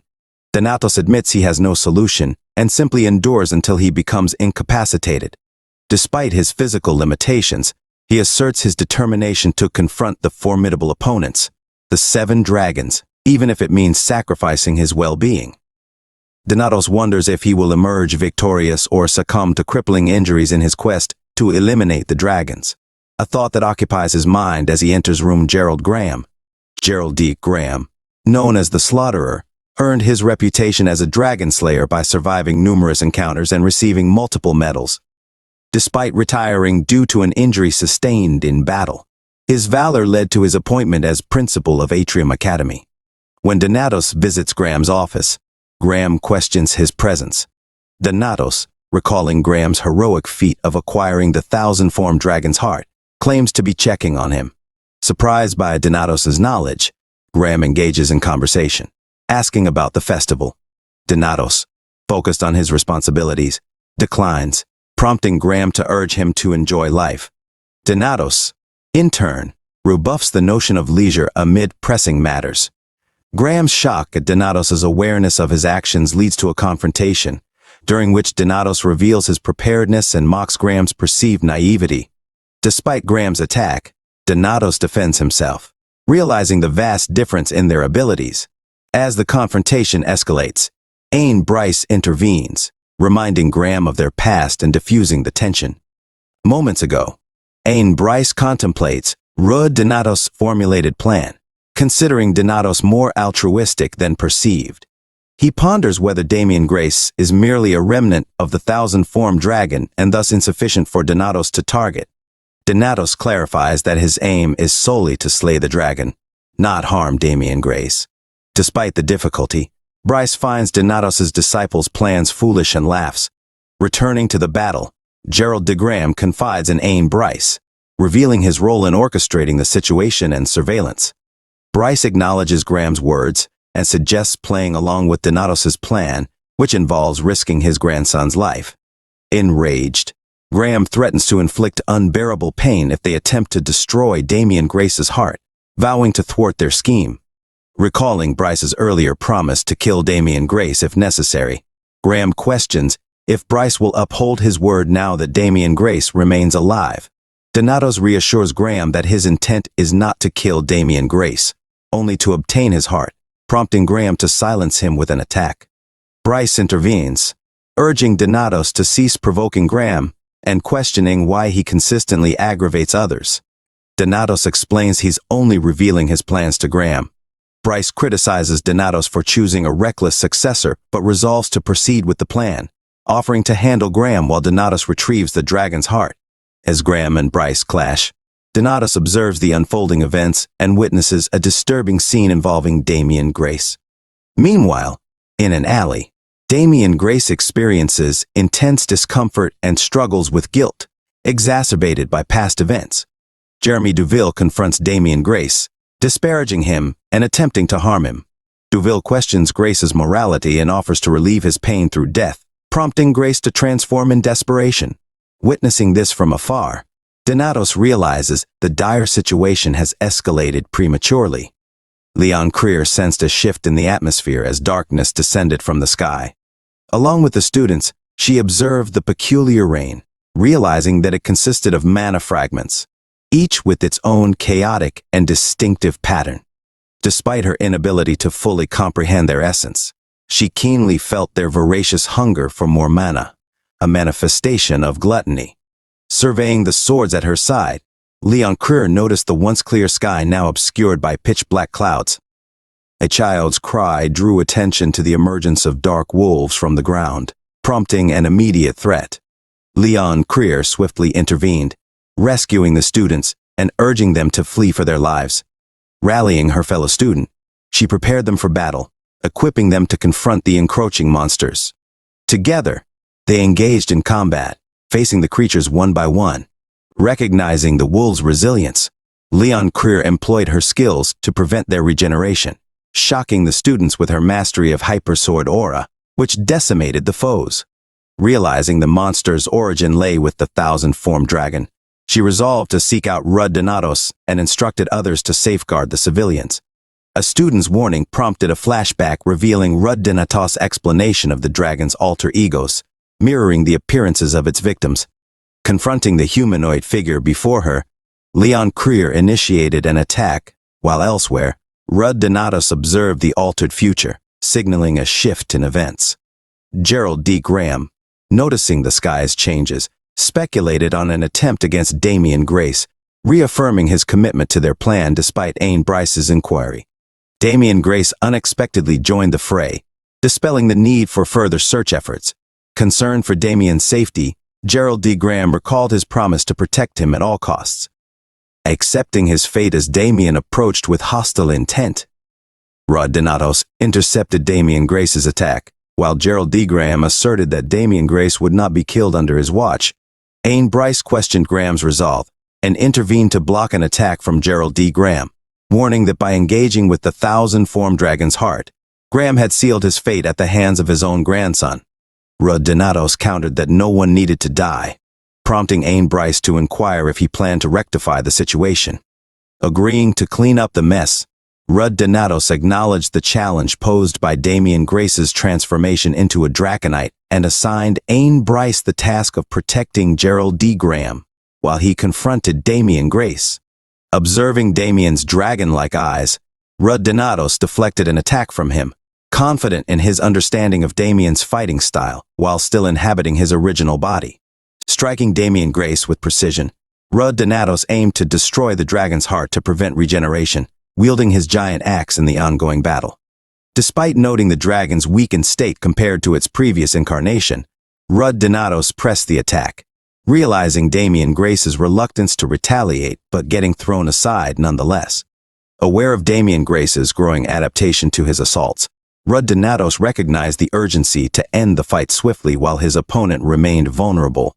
Damian Grace, replenishing his mana, viewed Rudd Donatos as a delectable meal and launched another assault.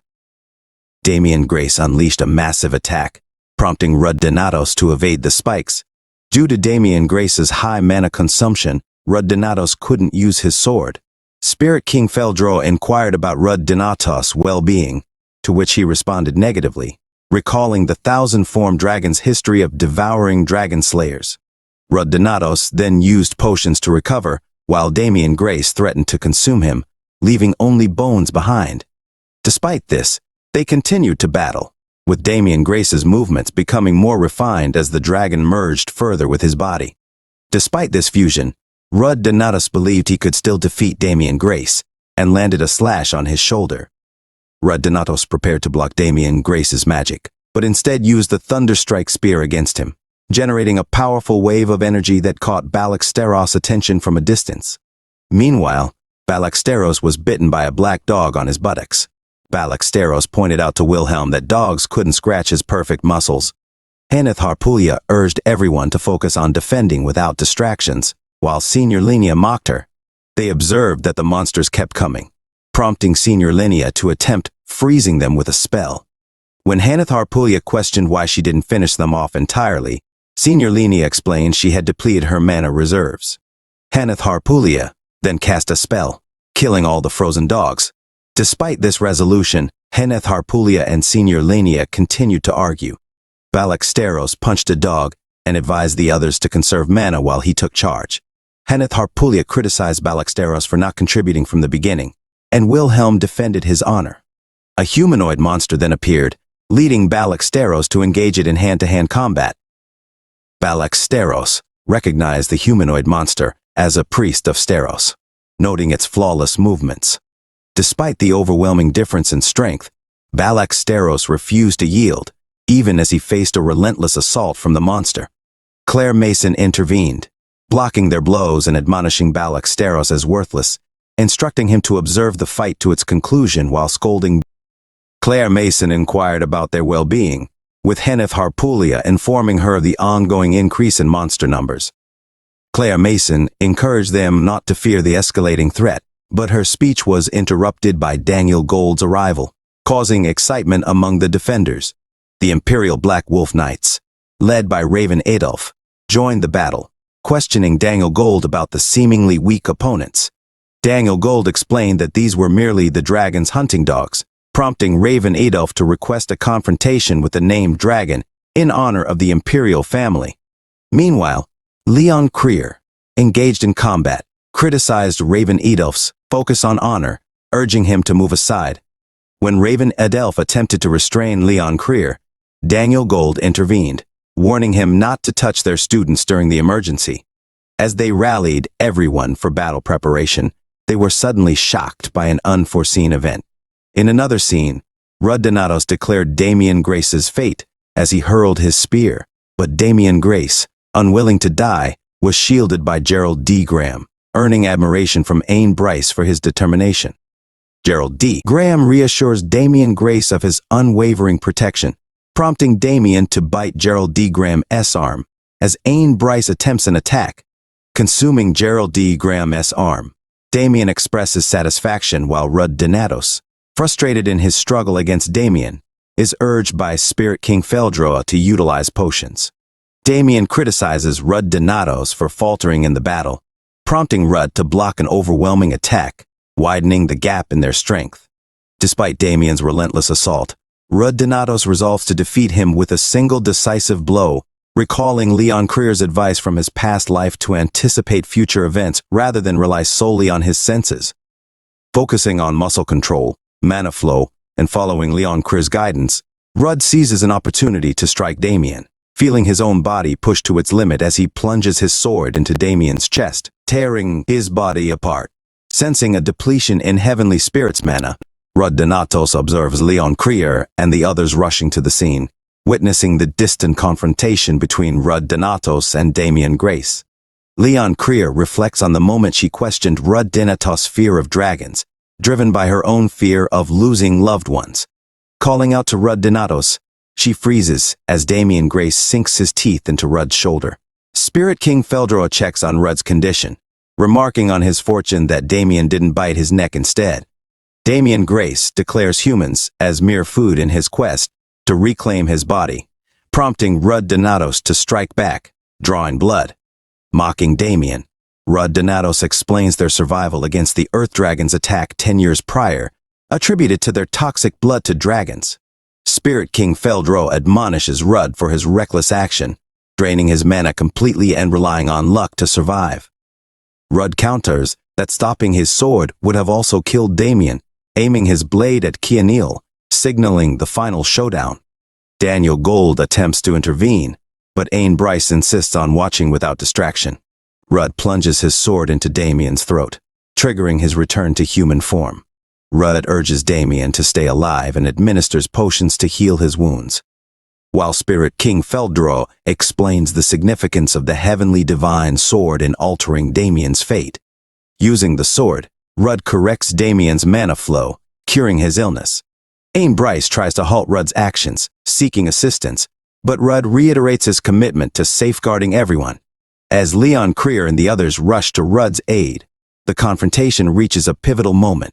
His Majesty has decreed that the disaster from a decade ago has resurfaced, with Gerald D. Graham deemed responsible for treason and slated for immediate execution alongside his grandson, Damien Grace. Ain Bryce is to be temporarily imprisoned. His Majesty seeks input from Rudd Donatos, the victor over the thousand-formed dragon. Ain Bryce seeks out Rudd Donatos and finds Leon Creer tending to him in bed, amusingly noting their blossoming relationship. Rudd Donatos jests with Leon Creer about her vision. Ain Bryce interrupts their moment and requests privacy to speak with Rudd. Leon Creer departs, urging Rudd to rest for a month. Ain Bryce playfully teases Rudd about his youthful energy, but Rudd clarifies they haven't been up to what Ain Bryce implies, and Rudd muses about finding a new apprentice. Meanwhile, outside, Leon Creer reflects on her perceived weaknesses and resolves to grow stronger. Bryce advises Rudd to prioritize his health, and Rudd reflects on the favorable outcome of their battle against the dragon. Ain Bryce praises Rudd's achievements, prompting Rudd to question Ain Bryce's unusual behavior. Ain Bryce warns Rudd of the consequences of crossing boundaries in the royal family. Rudd reassures Ain Bryce of his sanity, but remains suspicious of Ain Bryce's sudden niceties. Ain Bryce asserts that Gerald D. Graham and Damien Grace have crossed lines, to which Rudd responds with determination to push further. 4 weeks later, Rudd ponders his narrow victory over the dragon fragment and his brother's heroism. Arriving at the palace, Rudd converses with Spirit King Feldro about his palace experiences before entering the throne room for a meeting with guild leaders and Gleam Bernstein, heir to the Elpia Empire. Gleam Bernstein commends Rudd for slaying the thousand-formed dragon and offers him a reward. Rudd, however, shocks everyone by requesting clemency for Gerald D. Graham and Damien Grace. Despite the uproar, Rudd proposes another solution, revealing the seal of the lightning dragon. The lightning dragon Hanma stands out among the 7 dragons for its unique ability to polymorph, making it exceptionally formidable. In Rudd Donatos' past life, countless dragon slayers perished battling this relentless foe, eventually succeeding in its demise. Presenting the stone, Rudd Donatos is met with Raven Adolf's hostility, who views it as a greater threat than a mere ticking time bomb. Gleam Bernstein intervenes, urging everyone to lower their weapons and inquire about Rudd Donatos' findings and intentions. Rudd Donatos explains he discovered it in the treasury and brought it to aid in his proposal, dispelling notions of blackmail. He insists on their examination of the fragile stone, warning of imminent breakage if mishandled. Emphasizing the urgency of his proposal, Rudd-Donatos unveils his plan to eradicate the 7 dragons, starting with the lightning dragon. Raven Edelf scoffs at the ambitious plan, prompting Rudd to challenge his courage. Gleam Bernstein questions Rudd's confidence, citing the formidable history of the dragons and Venar's limitations. Rudd clarifies his need for both a battlefield and unified participation in the war. He proposes utilizing a wide space magic owned by Iris Halfleah and suggests a preparation period of 18 months. Stressing the importance of quality over quantity, Rudd invites those hesitant to join the battle, mocking Raven Edelf's fear.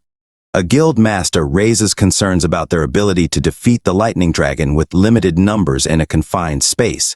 Rudd contends that their strength surpasses all others, and asserts there is no alternative but to confront the dragon head-on. Gleam Bernstein acknowledges the gravity of the decision, questioning Rudd's capacity to deliver and potentially rectify the devastation in the southern continent. Ultimately, Gleam Bernstein pardons Gerald D. Graham and Damian Grace, appointing Rudd as the leader of the Lightning Dragon Subjugation Force. In prison, Damian Grace is released, greeted by Gerald D. Graham, who expresses remorse and emphasizes the importance of living and atoning for their sins, recalling Rudd-Donatos' words of forgiveness for those who strive to save others. 1 month after the attack of the 1,000-formed dragon on Iradium, the discovery of the Lightning Dragon seal in Iradium's treasury was officially acknowledged. Rudd-Donatos, the young hero and successor of the sky-piercing technique, was credited for single-handedly defeating the 1,000-formed dragon. Heneth Harpoulia, reading a newspaper, continued on as she said, "The Emperor appointed Rudd-Donatos as the main organizer for the Lightning Dragon Subjugation team, and despite strong opposition from neighboring countries, he did not. He has decided to make an unprecedented move. Not only did he officially acknowledge the return of the 7 dragons, but he is also planning to unseal them and make the first move," Heneth Harpoulia mentioned, noting the Crown Prince's acknowledgement of Rudd-Donatos by bestowing upon him the title of a hero. It seems he wants to fulfill the long-cherished dream of the previous convention by consolidating the continent. Balaxteros looked at Heneth Harpoulia, confused. She continued, "The southern continent has been a forbidden land ever since the 1,000-formed dragon incident 10 years ago, and things are snowballing. And it's annoying." Balaxteros asked, "What is?" While Senior Lenia Peaceful sat next to him. Heneth Harpoulia expressed, "Rudd-Donatos is taking everything into his hands. He should ask for some help. If something happens to him, he should let us know." She was then interrupted by Senior Lenia, who remarked that Heneth Harpoulia didn't have the skills for that. Putting down the bread knife, she added, "Rudd-Donatos was about to die that day, and they were struggling to fight off the small fries. Weren't you tired after conjuring one big fireball?" Heneth Harpoulia slammed the table in frustration, saying, "I know." A flashback showed Heneth Harpoulia asking Leon Creer, "Where is Rudd?" Leon Creer responded aloud, "Pathetic." Heneth Harpoulia remembered feeling pathetic, the sadness evident on her face. She recalled how Rudd-Donatos had helped her, and thanks to him, she found a cure to save her sister. She felt indebted to Rudd-Donatos, but she just couldn't seem to repay him. Balaxteros and Heneth Harpoulia, with their food on the table, waited for Heneth Harpoulia to finish her speech and rants. Both looked bored. Balaxteros told Heneth Harpoulia not to overthink it, suggesting it was pretty simple. They were still very weak, and they should learn from this experience, doing everything they could to get stronger so they could help Rudd-Donatos when he needed it most.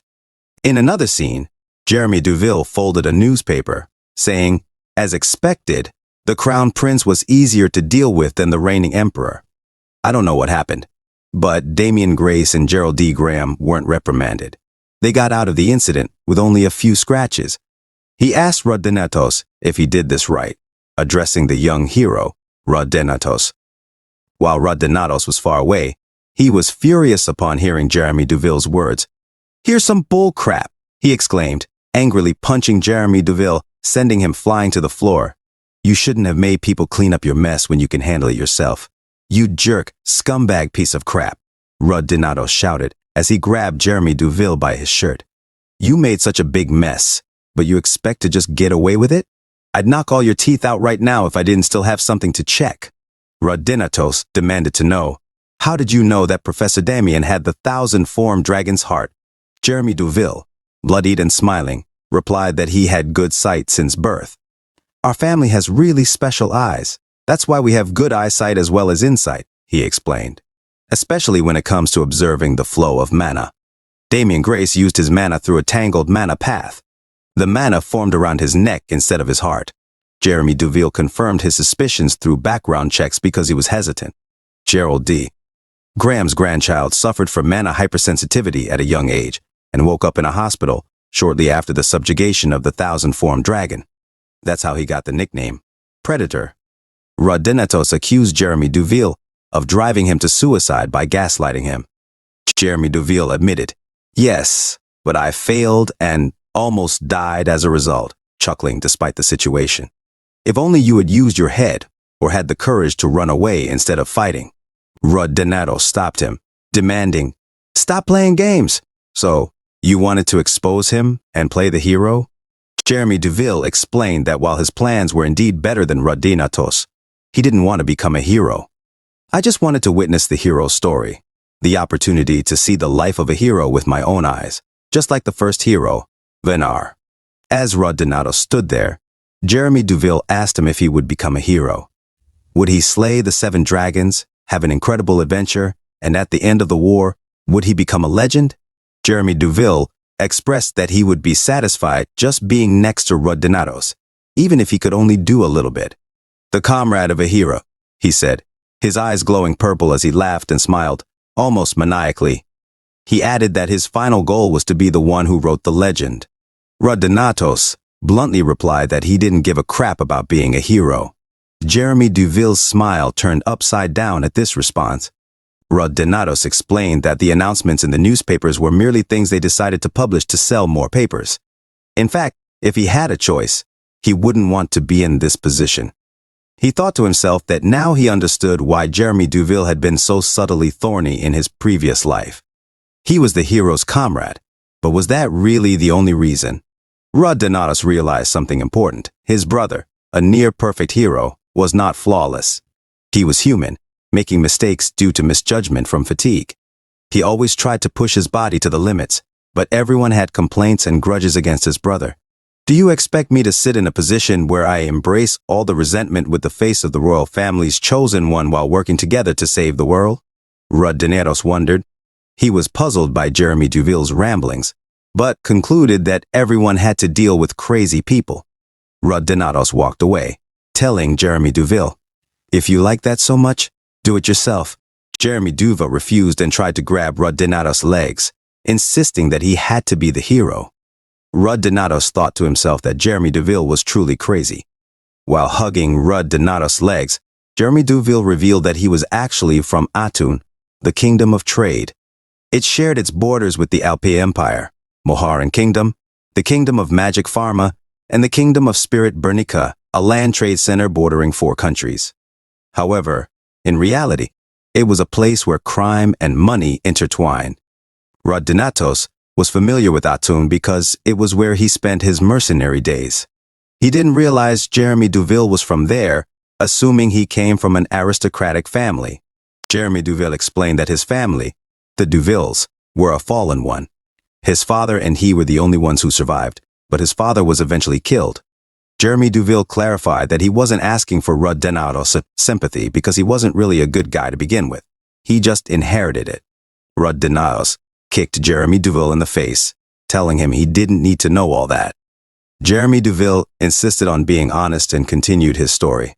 After his father passed away, while organizing his assets in the basement, he found an old chest with preservation magic. It must have seemed like junk to his father, who wasted all his money on alcohol and entertainment. However, the chest appeared to be a few hundred years old. Inside, Jeremy found a very old book, paintings, musical scores, manuscripts, and even the diary of the chest's owner. He was shocked to discover that the owner of the diary was Alan Duville. The almighty ice spirit King Feldraw then interjected, informing Rudinatos that Alan Duville was the name of the guy who kept following Vanar around. Donatos was shocked by this revelation. Jeremy Duville explained that the diary his ancestors had written 700 years ago was about the greatest hero, Vanar. Jeremy Duville explained that the diary in their basement was the documentation of the first dragon slayer, Alain Duville, Jeremy Duville's family ancestor. Alain Duville was a wandering minstrel who had followed the first dragon slayer, Vanar, around. Jeremy Duville smiled in joy, describing how the diary contained every last detail of their incredible journey. Donatos, skeptical, asked the almighty ice spirit, King Feldraw, if this nonsense was real. Sadly, the ice spirit confirmed that it was indeed true. Jeremy Duville looked at Donatos, stating that the hero who saved the world and the minstrel who sang about it were happening again right in front of him. A descendant of the writer of the diary, was this not his destiny? Furthermore, the sealed lightning dragon being hidden in Aratium added to the sense of destiny. He turned to Donatos, questioning whether it hadn't crossed his mind that the lightning dragon seal would be in the treasury. Was it Gerald D. Graham's insurance to hide his grandson's secret? Jeremy Duville declared that it was destiny, and he would be of help to Donatos. He claimed to have trained hard enough to have the knowledge to be a hero's comrade, offering his eyes, his heart, anything. Donatos snapped, telling him to shut up. He thought to himself that this situation was spiraling out of control. This quick-witted, crazy guy knew nothing about the seal stone. Then who was responsible? Which crazy person had placed the lightning dragon seal stone in Aratium's treasury? The location of the seal stone wasn't mentioned in any records. If anyone had tried to take it, they would have surely been exposed by the triple spell security system. If a new artifact had appeared in Aratium's treasure vault, it would have certainly been noticed, unless it had been placed there when the treasury was initially formed. Turning to Jeremy Duville, Donatos asked if the diary contained any specific details about the lightning dragon. How it was sealed, where it was sealed, or how it was handled. Jeremy Duville admitted that he didn't know the specifics. The diary didn't mention battles or sealings, as those things were too dangerous for a minstrel to witness. Donatos looked confused and his face darkened. Really? He asked. Jeremy Duville replied, yes, the diary is at home. I can't show it to you right now. If you don't believe me, you should see it for yourself. I live alone in an empty house anyways. The diary is in the basement, so I'll just give you the keys. Just please acknowledge Jeremy Duville as one of your hero's comrades. Donatos stepped closer to Jeremy Duville, telling him this was the last time he would say this. He wasn't interested in being a hero. The acknowledgement of a hero was under the jurisdiction of the Papal See, and those without credentials could not be granted permission. Stepping on Jeremy Duville's shoulder, he stated that the only reason he was letting Jeremy Duville live was that his stupid eyes might help him kill the dragon.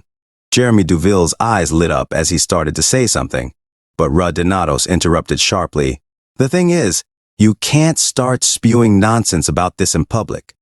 He told Jeremy Duville that if he wanted to live, he needed to listen, as he tried to get the key from him. In another scene, Donatos and Ain Bryce were eating outside. Ain Bryce asked if the person who sealed the lightning dragon left it there.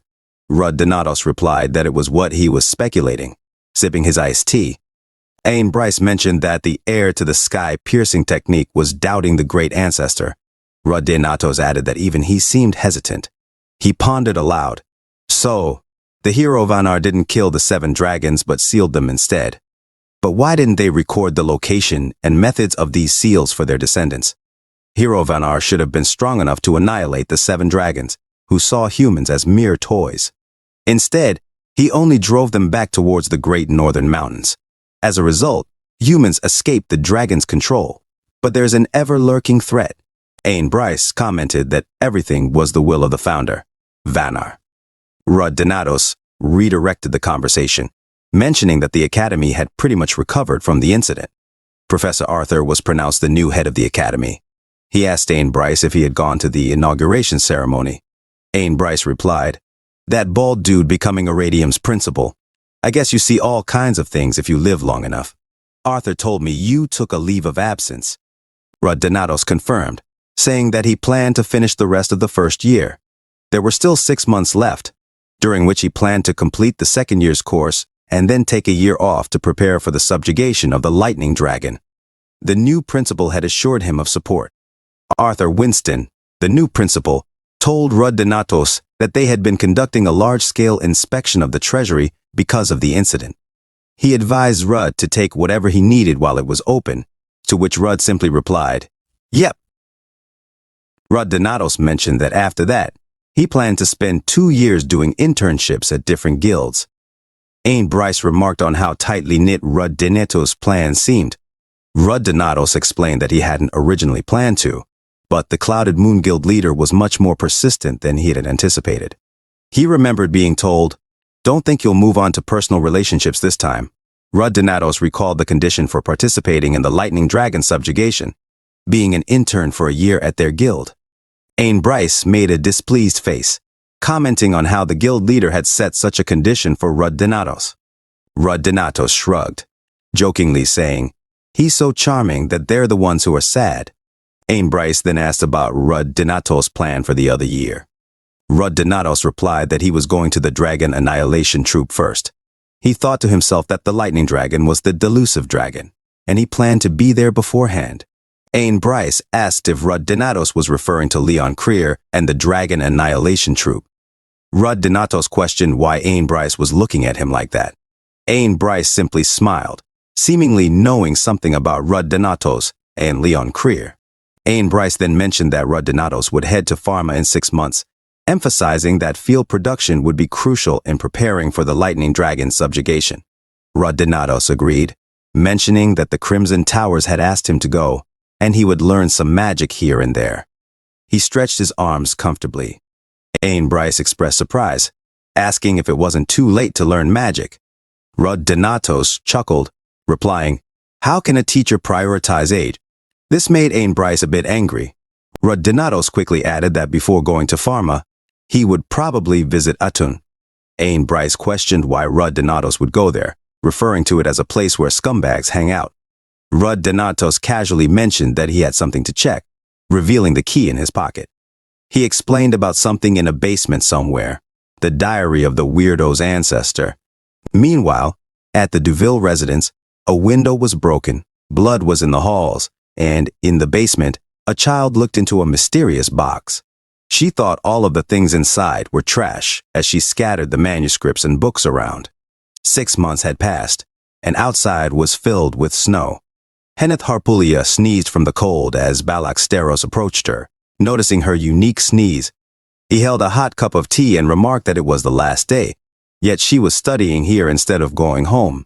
Henneth Harpulia asked why Balaxteros was interested, and he simply handed her the cup, suggesting she drink it while she studied. She questioned when Balak had become so thoughtful and what the tea was. Balaxteros explained that it was a buzzing egg tea, revitalizing one's body instantly. He mentioned that if she drank it and exercised, her sickness would, but he was cut off as Henneth Harpulia firmly stated she didn't need it. Balak sadly walked away with the cup, now getting cold. Resuming her study and research on the disease, Henneth Harpulia found it was going smoothly, following Rudinatos' instructions with the alchemy professor's help. She was sure she would be cured with time and effort. However, she wondered if that would be enough. Rudinatos had said he had things to do during the celebration. He had helped her find the cure for the disease, almost as if he intentionally brought up the topic because he knew her sister.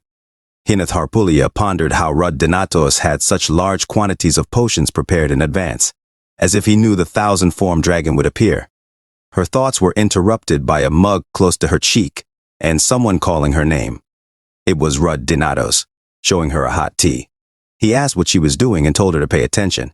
Surprised, Henneth Harpulia asked if the tea was for her, but Rudinatos informed her it was his drink and took a sip.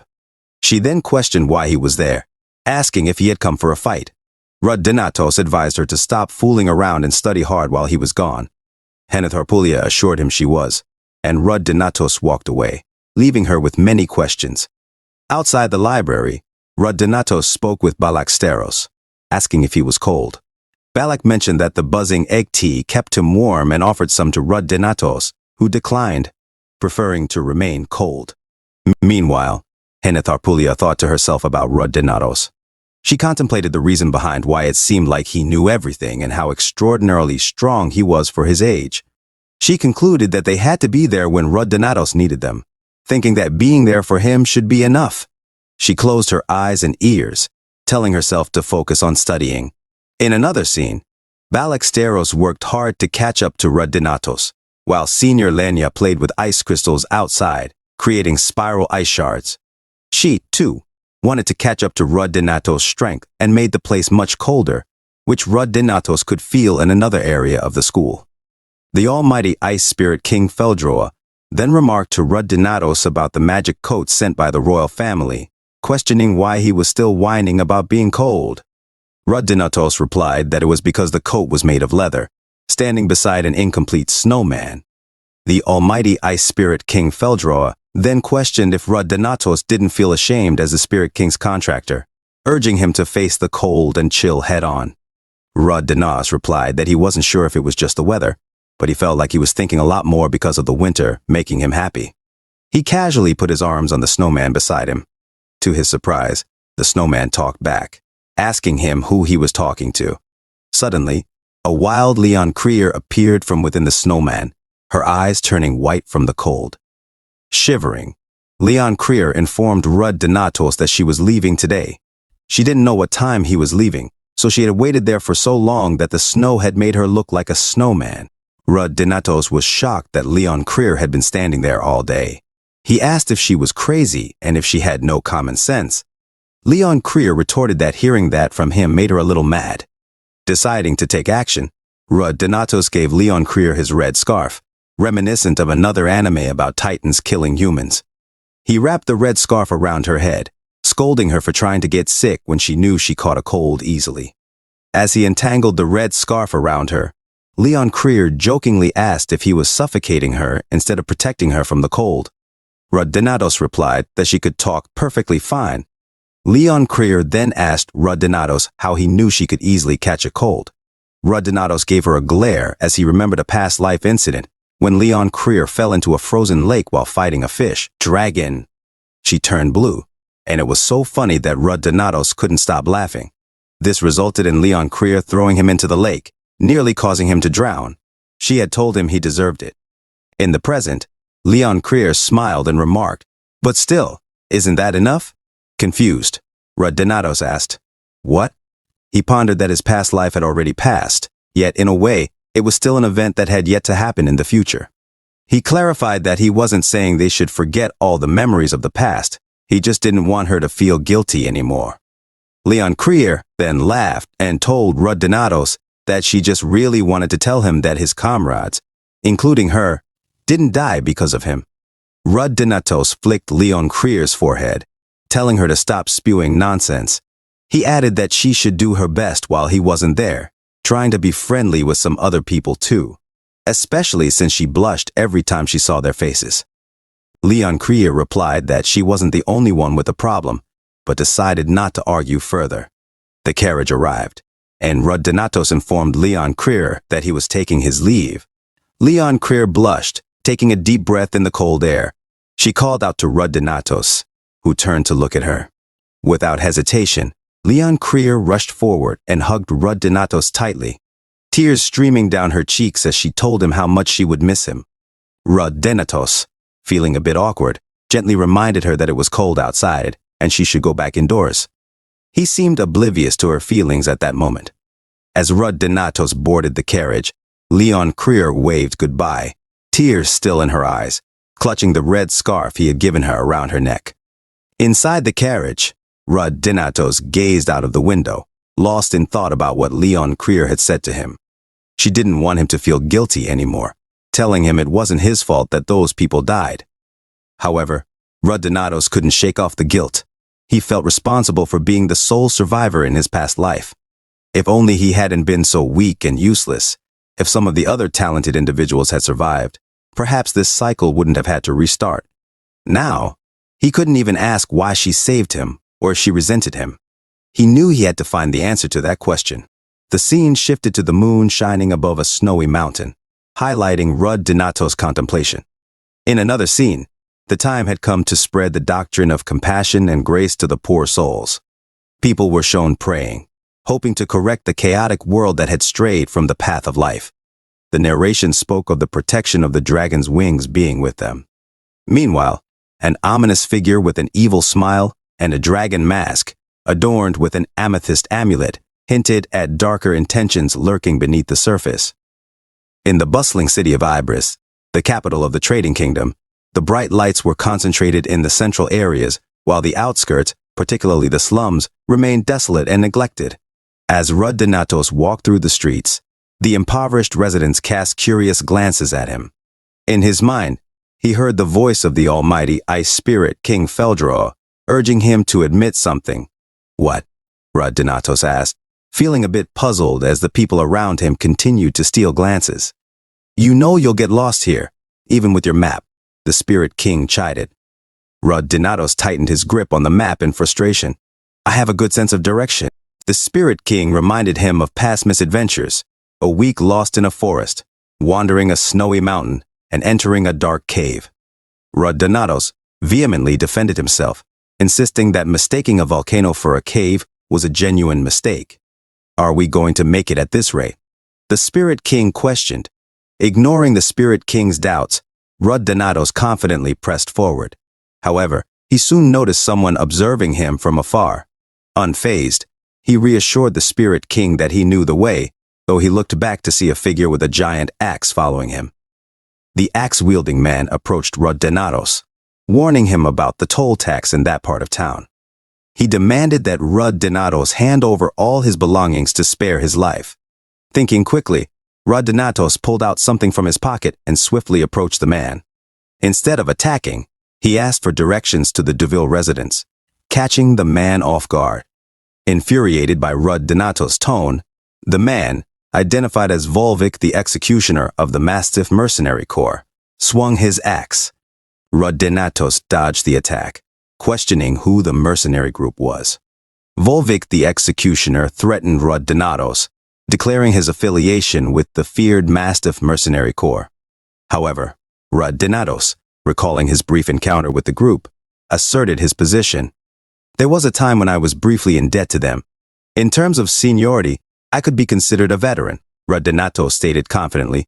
Volvic the executioner, realizing his mistake, paled at the realization that he had antagonized the wrong person. Rud Donatos then demanded that Volvic guide him to his destination, leading to a comical scene of them going in circles. Meanwhile, the almighty ice spirit King Feldroa questioned Rud Donatos about the mercenary group, to which Rud Donatos explained his past as a mercenary before coming to Aratium, referring to them as just a bunch of horny bastards. As Volvic ran in the background, Rud Donatos and the Spirit King continued their banter. Rud Donatos, holding onto the gate of the Duville residence, pondered if the head bastard was still alive. He noticed the broken glass in the blood-stained floor, realizing he didn't need a key to enter. Gripping his sword, he descended into the basement, where he was shocked to find the body of an injured elven lady on a table. The almighty ice spirit King Feldroa explained that she was on the brink of death but still alive. He mentioned the dark practice of enslaving elves in secret within Ibris. Rud Donatos observed the decaying leg, likely due to a curse, realizing it was too late for him to intervene.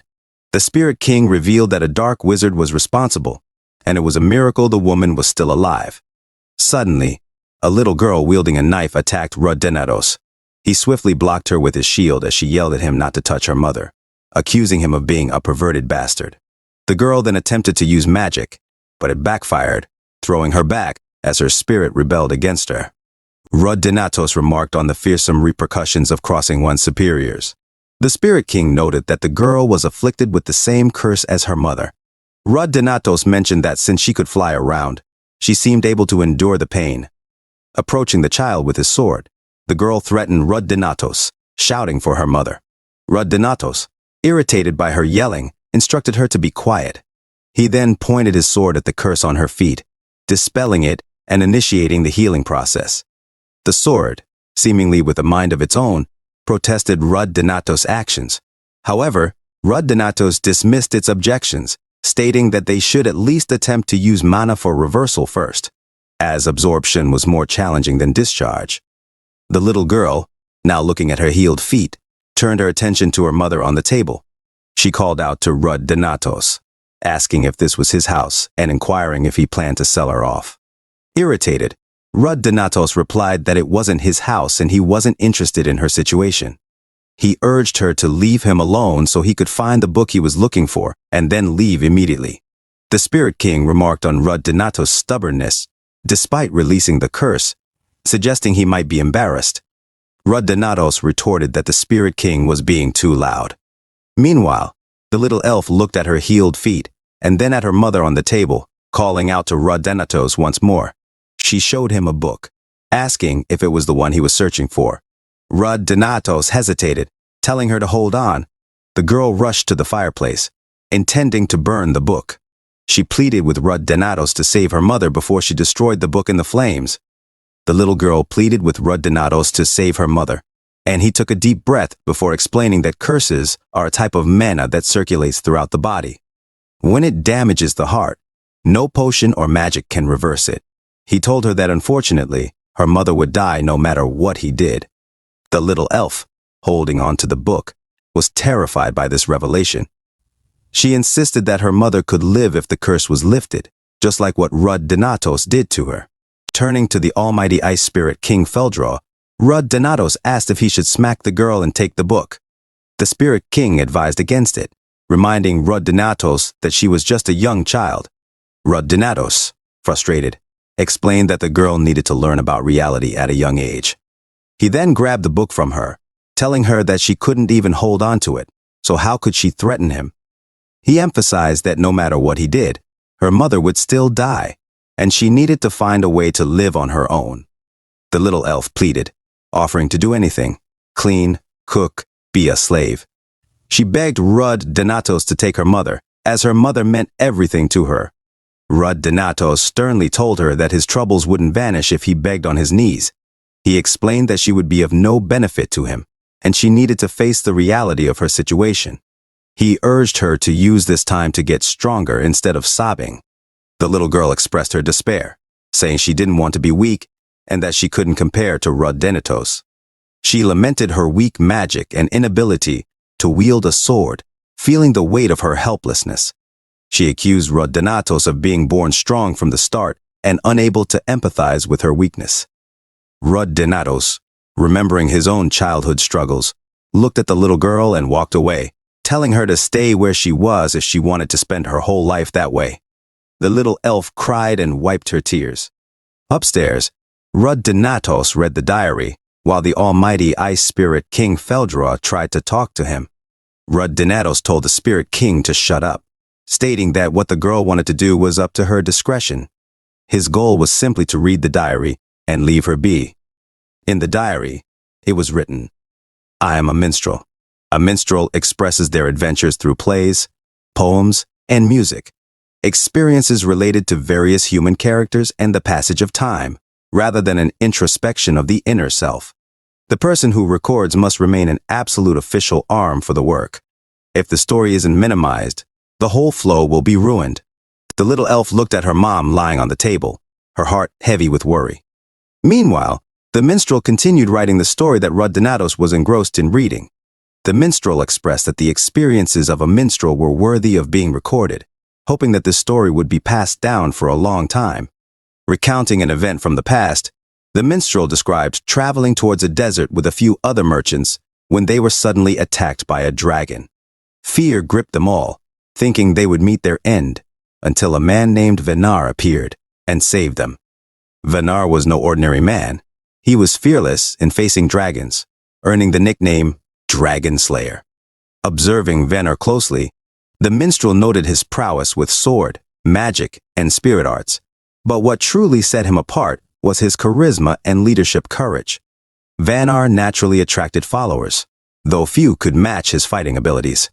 The minstrel lamented his own inability to fight and be called a comrade, longing to be among the select few considered close to Venar. Among these chosen companions were Denaharpulla, Killian Steros, Reynold Bernstein, Arcania. Rud Donatos noticed that most of these names sounded familiar to him, but it was the last one, Arcania, that piqued his interest. Perhaps there would be more information about her in the following pages of the diary. As he continued reading, he discovered that all of them were described as insane in some way. Deanna, with her fiery temper. Killian, addicted to muscle. Reynold, with ambitions of establishing an empire. Arcania, lost in her own world. Of them all, the minstrel seemed to regard Arcania as the most intriguing. Despite her cryptic intentions and strange behavior, she didn't commit any particularly evil deeds. However, the minstrel wondered if these individuals could truly lead humanity. In another entry, it was mentioned that they were successful in sealing the lightning dragon. Reynold, in particular, was described as laughing with one eye crushed, expressing his desire for a world where dragons were extinct. Another passage spoke of the remaining dragon kings, the martial dragon and the void dragon. Even among the 7 dragons, these 2 were exceptionally strong. The minstrel mentioned an unknown ruin at the end of the great forest, chosen as the battleground to confront them. There was talk of a passage to the floating island. Is it real? The minstrel pondered, leaving Rud Denatos intrigued by the mysteries unfolding in the diary. In another time, weariness pervaded everyone as the relentless fighting continued. Only Vanar and Arcania seemed unaffected by the fatigue, appearing relatively normal amidst the struggle. The final showdown eventually arrived, with the other dragon slayers tackling the formidable force of the dragons. However, the group of warriors decided to venture into the dragon's sacred sanctuary. Many pleaded with Vanar to let them accompany him, but only a select few were granted permission to proceed. After the heroic return, humanity emerged victorious. The war was finally over, and the time had come to sow the seeds of peace across the continent. However, some lingering questions haunted Rud Denatos. Vanar's choice to seal the dragons instead of slaying them perplexed him. Despite lacking the power to end their lives, Rud Denatos couldn't comprehend why Vanar opted to merely banish the remaining dragons. What puzzled him even more was the absence of any dissenting voices regarding Vanar's decision. Rud Denatos wondered what transpired at the dragon's sacred place to necessitate this course of action. As the party disbanded, Killian started a family in the northern snowfield. Deanna returned to the Crimson Tower. Reynold founded an empire and became its emperor. Vanar established an academy to train future dragon slayers. Arcania, Elaine, and Belian's whereabouts remained unknown. Now, it was time for Alan Duville to return to his place. Vanar eventually sought him out, prompting Rud Denatos to inquire about Alan Duville, the 7 dragons, and the unnamed white dragon. As Rud Denatos questioned, the almighty ice spirit King Feldraw remained silent.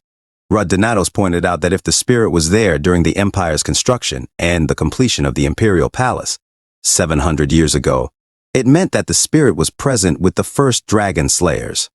Could Vanar have been the hero, the one with whom the spirit was contracted at that time? Rud Denatos speculated that the ancient pact, which risked their very existence, might have been made at the sacred place of the dragons. However, the almighty ice spirit King Feldraw remained reticent, unable to divulge further information to Rud Denatos. Frustrated, Rud Denatos slammed the table, demanding answers about what happened 700 years ago. Just then, the little girl interrupted, apologizing for her earlier actions and pleading for one last favor. She tearfully asked Rud Denatos to move her somewhere she could see the forest, revealing that her mother was fading away in the basement. It was a heart-wrenching plea from a child facing the impending loss of her mother. Rud Denatos said, although the continent officially abolished slavery a long time ago, the fairy species' beautiful features and voices are in high demand, making them easy targets for illegal slave hunters. They live hidden deep in the forest without interaction with other races, pursuing an idyllic life. They live a long and slow life, reaching adulthood only after the age of 150. This fairy species originated from the spirit world, which they left long ago to settle in this world instead. Perhaps that is why, the moment a fairy stops breathing, her mother said, "Rename my beloved Renee." "It's okay, Mom will always." Rud Denatos said, both their bodies and souls return to the spirit world without a trace. "Stay by your side." As she looked at her mother fading away in the forest, Renee said, "If we had been able to get out of that hellish place just a bit faster, if I had become an adult quickly." Mom protected me all her life, but in the end I couldn't even protect her once. But it's fine. Since Mom said she'd stay by my side forever, I can't just keep crying, Donato said to himself. In my previous life, the fairy species chose to escape and remain silent rather than fight against the dragons. They perished after insisting on remaining peaceful until the end. Frankly speaking, I don't like their species, but Donato said to Renee, you'll have to survive alone now. You can't keep whining and waiting for someone's help. But still, there are times when you overcome something by crying your heart out. Renee began to cry. A few moments later, she followed Donatos. Donatos looked at her, and she said, she. My name is Renee Nastia, Renee of the Nastia tribe. I apologize, but I have nowhere to go at the moment, and I must avoid the hunter's eyes. May I stay here a bit longer? I'll make sure not to inconvenience you at all. I'll do anything I can, so. Donato said to himself, there's no way the hunters would let go of runaway slaves that easily. I guess that's the only place this girl can go anyway. Donatos told Renee Nastia, come to think of it, you used a magic spell when you attacked me. Teach me some magic. Renee Nastia said, it's not impossible, but I'm only a second circle magician, and you look pretty strong even without it. Donatos said, because it's better to have a lot of cards in your hands. Since I have to learn from the basics, 1 or 2 days won't be enough. Just teach me the basics to some extent. In return, I'll look for a place for you to stay. And I'm not an Ayusi. My body is only 17 years old, you know? Renee Nastia looked at Donatos and thought. Then she caught up to him and said, then, what should I call you? Donatos said, Donatos. Call me by my name. Renee Nastia replied, yes, Ayusi. And Donatos was silent. The next day, Renee Nastia said to Donatos in the forest, then, let's begin the first class. From now on, I'll be your teacher, so please show me the appropriate courtesy. Donatos said to himself, there's no way she's fine after a single night. Is she pretending to act fine on purpose? Donato said to Renee Nastia. Okay, Renee Nastia said. Simply speaking, magic is like painting. You have to use mana instead of paint. You create a spell by determining the nature and attributes of the mana. It's like choosing a color to paint with. No. However, the difference between magic and painting is that you can modify it as many times as you desire even after completing it. Of course, as the level of the magic increases, the arrangement of spells becomes more complex, and modifications become difficult, but it's said that archmages at the 8th circle can handle them freely. Come to think of it, how many mana rings do you have, Ayusi? Donato said, I don't have anything like that. Renee Nastia said, pardon? Donato showed off his hands and said, because my mana is here. Renee Nastia was shocked and said, isn't that the sky-piercing technique that is said to have been passed down by the first hero? How did you get that? Donato said, I'm quite an incredible man. Is a teacher allowed to talk nonsense, though? Renee Nastia said, right. Anyway, it seems like you have enough mana. You don't seem to have any problems controlling and managing it either, so let's get straight to real practice. The 3 elements of magic are mana, technique, and casting. Simply put, draw out the necessary mana, create a spell technique, and manifest it through casting.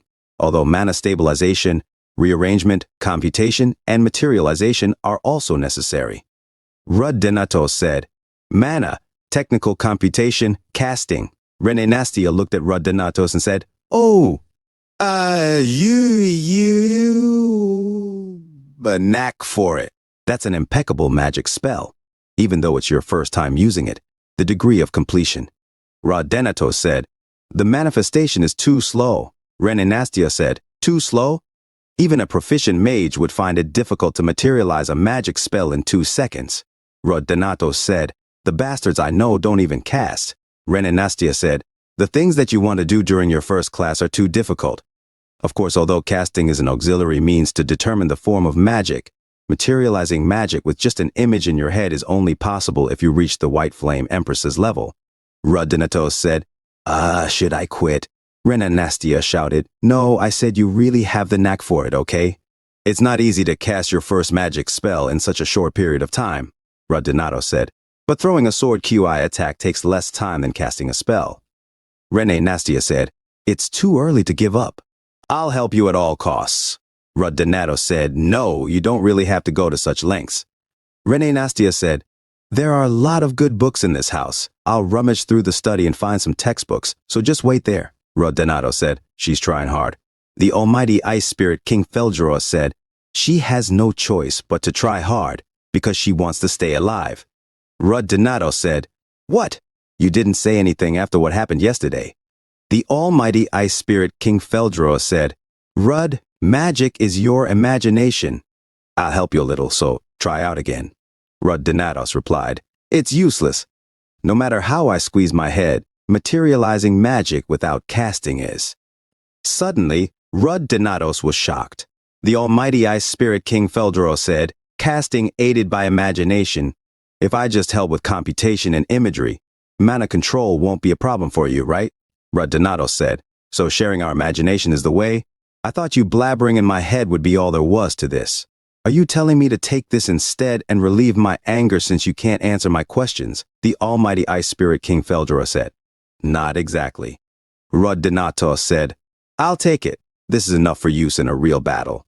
Rene Nastia came back and said, Rud, as you see, this is a magic textbook. Rodinatos, while making a huge magic circle, said, oh, teach, you're here? Rene Nastia was shocked. Her eyes went wide, and she said, what? What in the world happened while I was gone? What are you doing right now? Rodinatos said, I'm repeating the techniques over and over. I thought it would be possible to make the diagram three-dimensional instead of flat.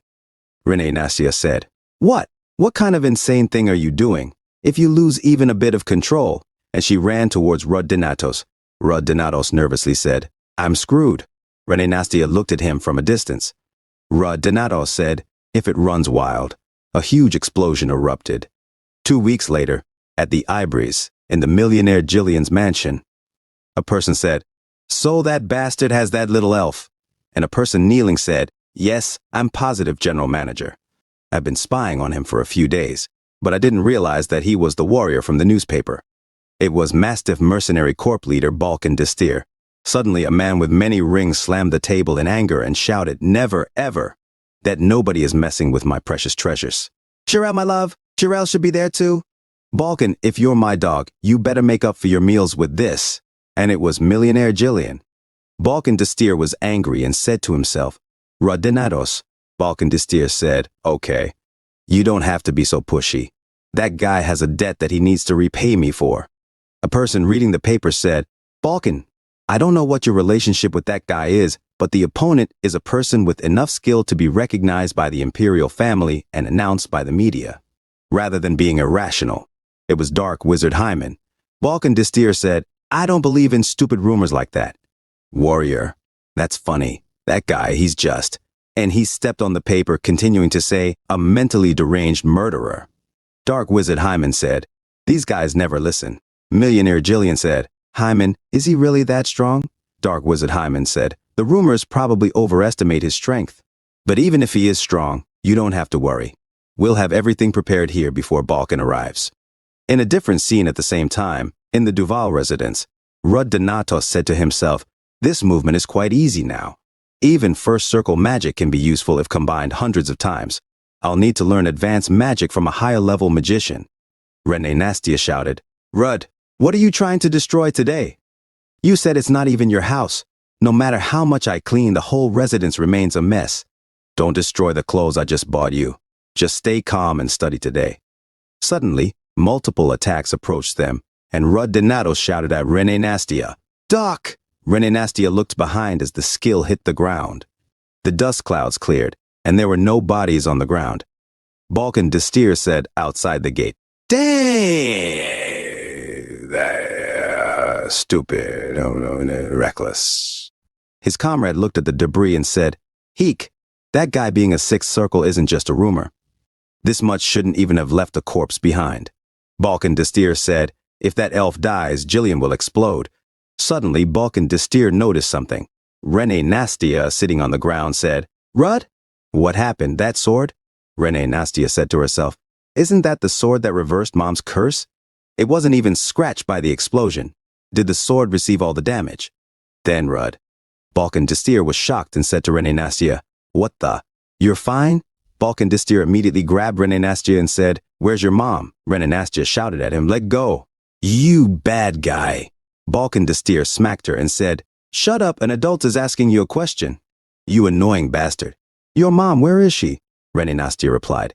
"You guys will never get to my mom. She returned to the forest." Balkan the steer slammed her to the ground and said, "What bullshit?" "Damn it, you're annoying me," he continued. "Ha, then that's that. Let me ask you something else. Ak, where is Rud Donatos? Is he dead? Why aren't you answering? Did that bastard return to the forest too?" Suddenly, from behind, Rud Donatos moved to attack Balkan the steer, hitting him in the back and pushing him away. Balkan the steer said, "So now you're crawling out, you traitor," Rene Nastia said to Rud Donatos. "Sir," Rud Donatos said to Rene Nastia, "don't come out and stay calm." The almighty ice spirit King Feldroa said, "It's the flesh-eating curse that the dead elf was infected with." "Do you need a potion?" Rud Donatos thought to himself. Thanks to the overlapping artifacts, it only tore off a little. But since it stopped, it's fine. Rud Donatos said, "You just barged in and started barking." "Yo, sent a simple assholes with no roots." Renastia thought to herself, "Oh, his sword is still here." She shouted at Rud Donatos, "Rud, here." Then she noticed, he's already holding it. I couldn't even see when. The goons started to attack Rud Donatos, and one of them shouted, "No roots." "What? How dare you say that about the Mastiff Mercenary Corps?" Suddenly, he exploded. Balkan the steer thought to himself, "An explosion? A bomb? It's not magic for sure." The dust cleared, and Rud Donatos remained standing, his sword sparking as it dripped with strawberry juice. Goons attacked Rud Donatos from behind, shouting, "He's this way." And they all exploded. Balkan the steer thought to himself, "Aha, so everything was a lie. How dare he act like that in front of an elite unit?" One of his goons dropped, burnt to a crisp. Balkan the steer shouted, "Biggs!" A goon shouted at Balkan the steer, "Leader!" "Behind you," Rud Donatos said. "This time it's magic. Don't be scared. It's only a first circle magic missile." Multiple magic attacks shot at them. Balkan the steer said, "But why are there so many? On top of that, the explosions overlap, so the trajectories are unpredictable." "Ack! You dumb bastards, open your eyes," Rud Donatos told him. "You should be the one opening your eyes." "Long time, right?" "Balkan the steer." Rud Donatos managed to take out all the goons and pointed his sword at Balkan the steer's neck. Rene Nastia thought to herself, "He took out everyone all alone. What is Ajusi's true identity?" That bright red sword exploded each time it came in contact with blood. He also had that cursed nullification sword. How many special swords does he have? Rud Donatos said to Balkan the steer, "I should have just cut you guys up instead of using this explosive blood sword. No matter how much I think about it, I can't understand. Why are you the one who's angry after blindsiding me 5 years ago?" Balkan the steer said, "Blindsiding? You stupid, ungrateful monkey. I treated you like my own son. You dare step back into Ibris after killing half the mercenary corps? You are a monster disguised as a human," Rud Donatos said. "What kind of bullshit is that? For a nameless refugee kid, you killed your colleague just because he did some dirty deeds and destroyed my handsome face." Rud Donatos was shocked and thought to himself, "Something isn't adding up. In my past life, I wasn't the one who killed half the mercenary corps, nor was I ever treated like a son. I was the nameless refugee kid. At the time, the mercenary corps was made up of weak guys going around street fighting. Of course, there were some shitty people and perverts in the mix. After losing our family and wandering aimlessly, when we arrived in Ibris, the Mastiff Mercenary Corps was no different from any other mercenary corps. Fortunately, at that time, my brother was strong enough to earn their respect. On the contrary, I was perceived as a leech living off of my brother. When we were together, my brother often protected me. However, he had also received Balkan's favor and was frequently called on missions. That day happened to be a day when my brother was away on a mission. Tired of being pushed around, I rebelled against them and was beaten to the brink of death. My brother coincidentally witnessed that scene and killed half of the Mastiff Mercenary Corps. Yes, the one who killed half of the Mercenary Corps and left the scar on Balkan's face wasn't me, but my brother, Aesir Donatos. Rud Donatos in the past asked, "Why? Why did you do that? You didn't have to kill everyone." His brother said, "Don't worry, Rud. They're all bastards who deserve to die. Even if I have to leave you behind because of this, it was all for you." Rud Donatos continued, "Soon, a warrant was issued throughout Atun, so my brother left after entrusting me to a certain man. That choice may have been the best choice at the time. However, after a series of events, I ended up living alone. I heard about my brother only after many years had passed. The fact that this guy is reacting this way in a world where my brother is missing. Does it mean everything my brother did in my past life is now my responsibility? Suddenly, Rud Donatos' sword sighs. Rud Donatos said, "Does it have to be a messed up situation like this every time?" Balkan Destier looked at Rud Donatos in shock. Suddenly, his back exploded, and he was thrown away. Balkan Destier said, "Wait! Now that I think about it, you must have had your reasons." Rud Donatos shouted and stabbed the ground near Balkan Destier, saying, "Shut up." Even after all this time, the Mastiff Mercenary Corps is still a shitty organization that does shitty stuff with kids. Balkan Destier, confused, said, "Time? What are you talking about?" Rud Donatos replied, "A guy who's about to die doesn't need to know." His sword sparked, and a huge explosion followed. Rud Donatos wiped away his sweat and said, "Damn it, I'm so fucking sore." Rene Nastia shouted, "Ajusi." Rud Donatos said, "Don't come here. Go somewhere safer." Rene Nastia grabbed Rud Donatos' shirt and said, "Run away. That guy is just Jillian's goon. He's the one who tormented me and my mother. He has many more mercenaries at his mansion. What's more, he even has a dark wizard there. Since I'm the one they're after, Ajusi you."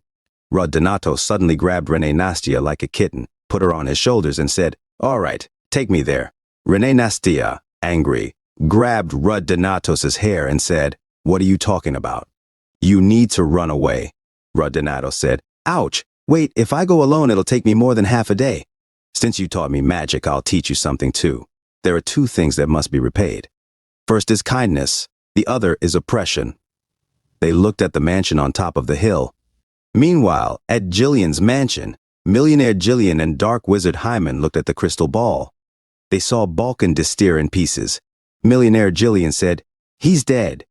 He trembled in fear and dropped to the ground as his heart beat loudly. Shaking, he said, "Balkan's dead. He was such a strong guy, yet he didn't even get to attack." Dark wizard Hyman said, "He's coming here." Millionaire Jillian ran away and said, "No, listen up. Gather all the elven slaves and lock them up. Don't leave a single one behind. Hyman, you know why I spent a lot of money to support you, who was exiled from the Magic Kingdom, right? Go kill that monster. And don't leave a single scratch on my treasure." Dark wizard Hyman said to himself, "I don't want to use my precious work to save that fat bastard, but I do need funding for my research." He told millionaire Jillian, "No need to worry, Sir Jillian. We possess that." Millionaire Jillian said, "Right! We have that. Hyman, your research is a masterpiece." A person shouted at Rud Donatos, "You son of a bitch! Do you even know where you are?" Another said, "Stop right there." Rud Donatos asked, "Is it here?" Rene Nastia said, "Yes, this is Jillian's mansion. He must be swimming in money. He has a bunch of guards." "Ajusi, are you all right?" Rud Donatos said. "Why do you ask?" Rene Nastia said, "Even though they are our enemies, they are still like humans." Rud Donatos said, "Despite my warnings, those bastards attacked me first." Rene Nastia said, "Well, that's true."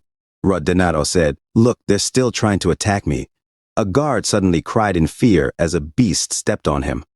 Rene Nastia said, "Those are mana beasts? No, I've never seen any mana beasts that look like that." Rud Donatos said to himself, "It's a chimera created by combining various creatures using magic.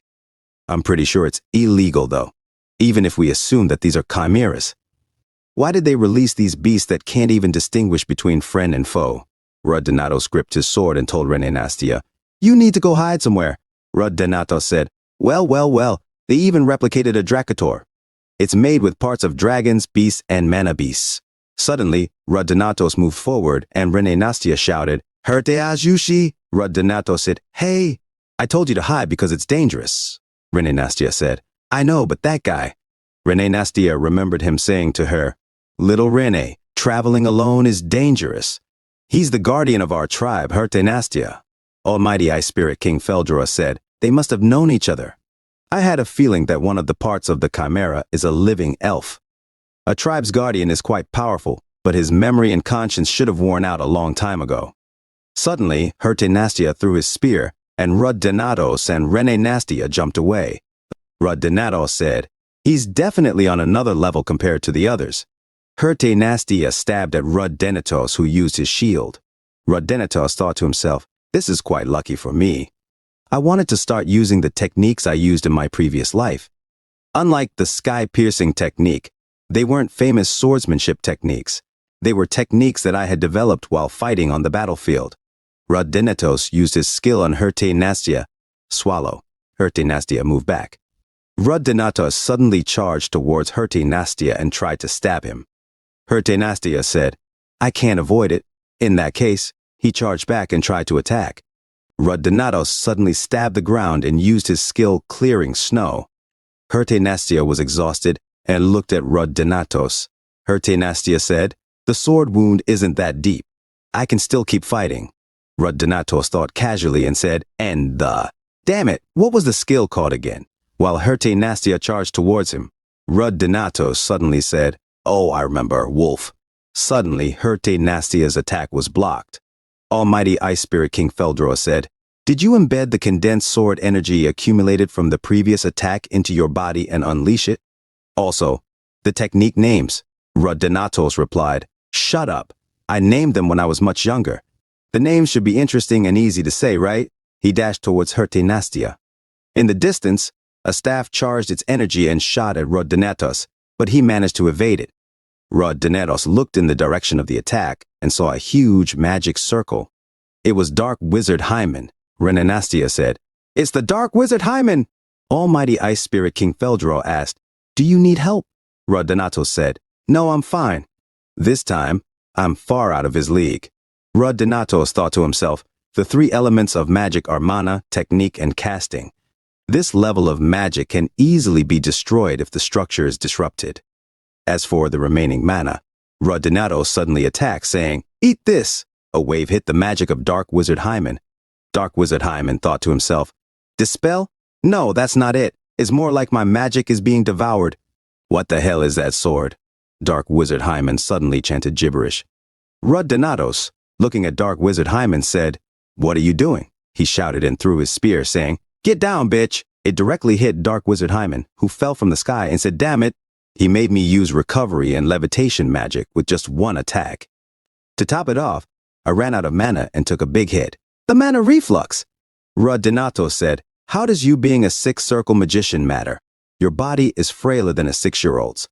Dark Wizard Hymen thought to himself, he dealt with that high-level 6-circle magic in an instant. Damn it all. Even if he's the next hero, how does this make sense? Thankfully, I have just enough mana left to use one teleportation spell. I have to escape now." Rud-Dinatos suddenly stepped on Dark Wizard Hymen's hands and said, "To where?" Dark Wizard Hymen shouted in pain like a baby. Rud-Dinatos said, "Let's keep it simple without any nonsense," and made him go to sleep. Rud-Nastia looked at Hurte-Nastia in the distance and shouted, "No, Hurte-Nastia." Dark Wizard Hymen thought to himself, "It's a chance. Finish the job, you failure." He pushed Hurte-Nastia and suddenly cast a spell, shouting gibberish again while Rud-Dinatos slashed through Hurte-Nastia. Rud-Dinatos grinned and thought to himself, the core has been destroyed.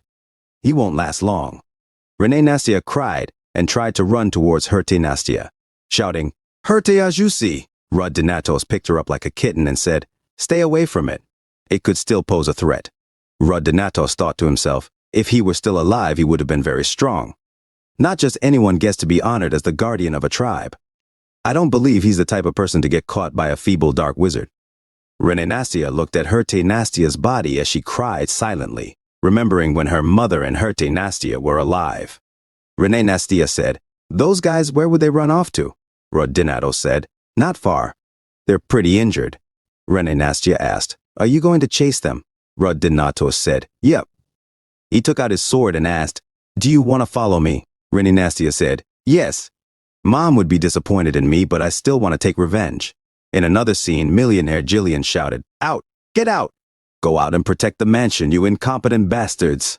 Don't let a single ant enter the underground bunker. Is Hymen here? Why isn't he coming?" Dark Wizard Hymen dropped to the ground. Millionaire Jillian said, "Hymen, what in the world happened to you?" Dark Wizard Hymen replied, "Shut up," and thought to himself, "I need to run away. Damn it. What the hell is that damn kid?" Millionaire Jillian said, "Are you trying to run away? You're leaving me and my treasures behind? Do you know how much I sacrificed for you?" Dark Wizard Hymen thought to himself, "Catalysts, materials. And all that support for research needed to manufacture chimeras. He said, why are you talking about research when we're about to die? I'm in this situation because of you, you fat-ass bitch. Is your head so full of fat that you can't comprehend anything? Give me the keys to the stable right now. I'm out of mana, so we need to ride horses. Suddenly, he was struck from behind. Rud said, where are you trying to go? Almighty Ice Spirit King Feldro said, what is that sword? It swept up the entire treasury. Rud said, Philia, the severing sword. It's the sword that cuts through space which Leon used in his past life. It uses up a lot of mana, so I didn't want to use it. Millionaire Jillian tried to run and said, monster! Someone save me! Save me! Save me! He tried to hide under the skirt of a lady elf and said, you useless. Suddenly, he was tied up and dropped to the ground. Rud said, hey, I have something to ask you. I'll finish it soon since there's a guy waiting for his turn. The elf you used to make the chimera was quite strong. There's no way you guys could have subdued it yourself. Where did you get it? Millionaire Jillian said, Ibris Black Market. Of Dragon's mask and white robes. Could it be the Church of the Dragon? A weird-ass organization that dreams of dragons ruling the world. If they obliterated the Nastias and captured the guardian of the tribe, then things make sense. Millionaire Jillian said, I told you everything I know. My treasure. No, those slaves. I'll let you do whatever you want to them. There may be a few rotting ones, but some of them are still fresh. Renee Nastia untied the other elves. Millionaire Jillian said, you can take all the money you want, so please. Rud Donatos was silent. Suddenly, he said happily, what the heck, is that true? But I don't know if the treasures behind you feel the same way. Try convincing them.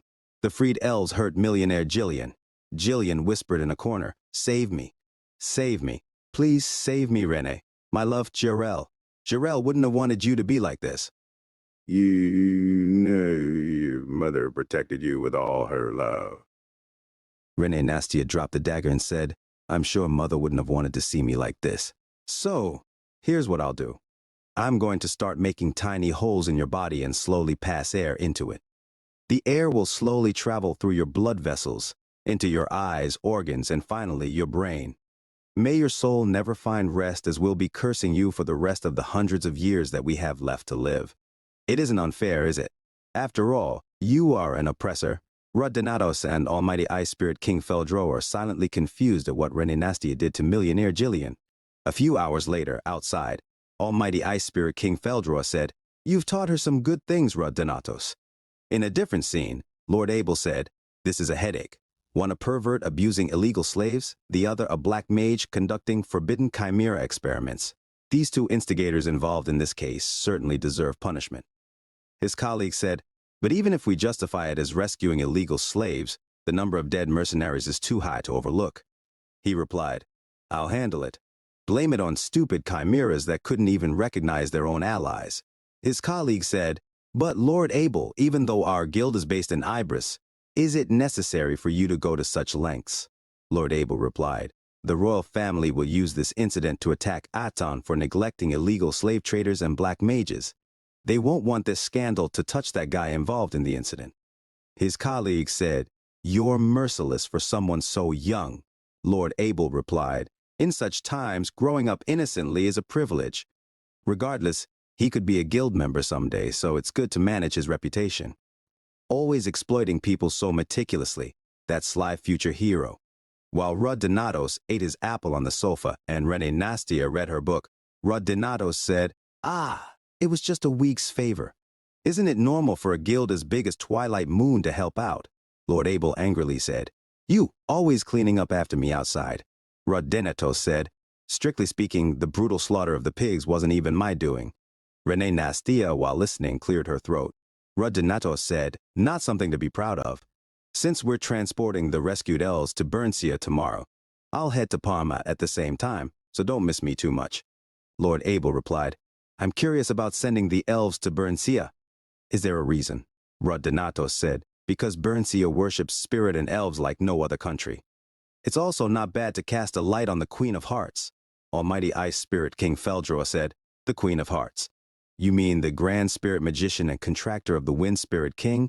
Rud Donatos said to Almighty Ice Spirit King Feldro. Right, I have to go to Bernsia anyway. so it's good to make my name known in advance. The journey to Burnsia might take a while even by magic-powered train, but think of it as a tour, right? Especially since this girl has no company. Take good care of her on the way, brother. Lord Abel was confused after Rudinatos called him brother. Rene Nastia called Rudinatos, who asked why. Rene Nastia said, well, nothing, and she ran away. Almighty Ice Spirit King Feldroa said, ungrateful kid.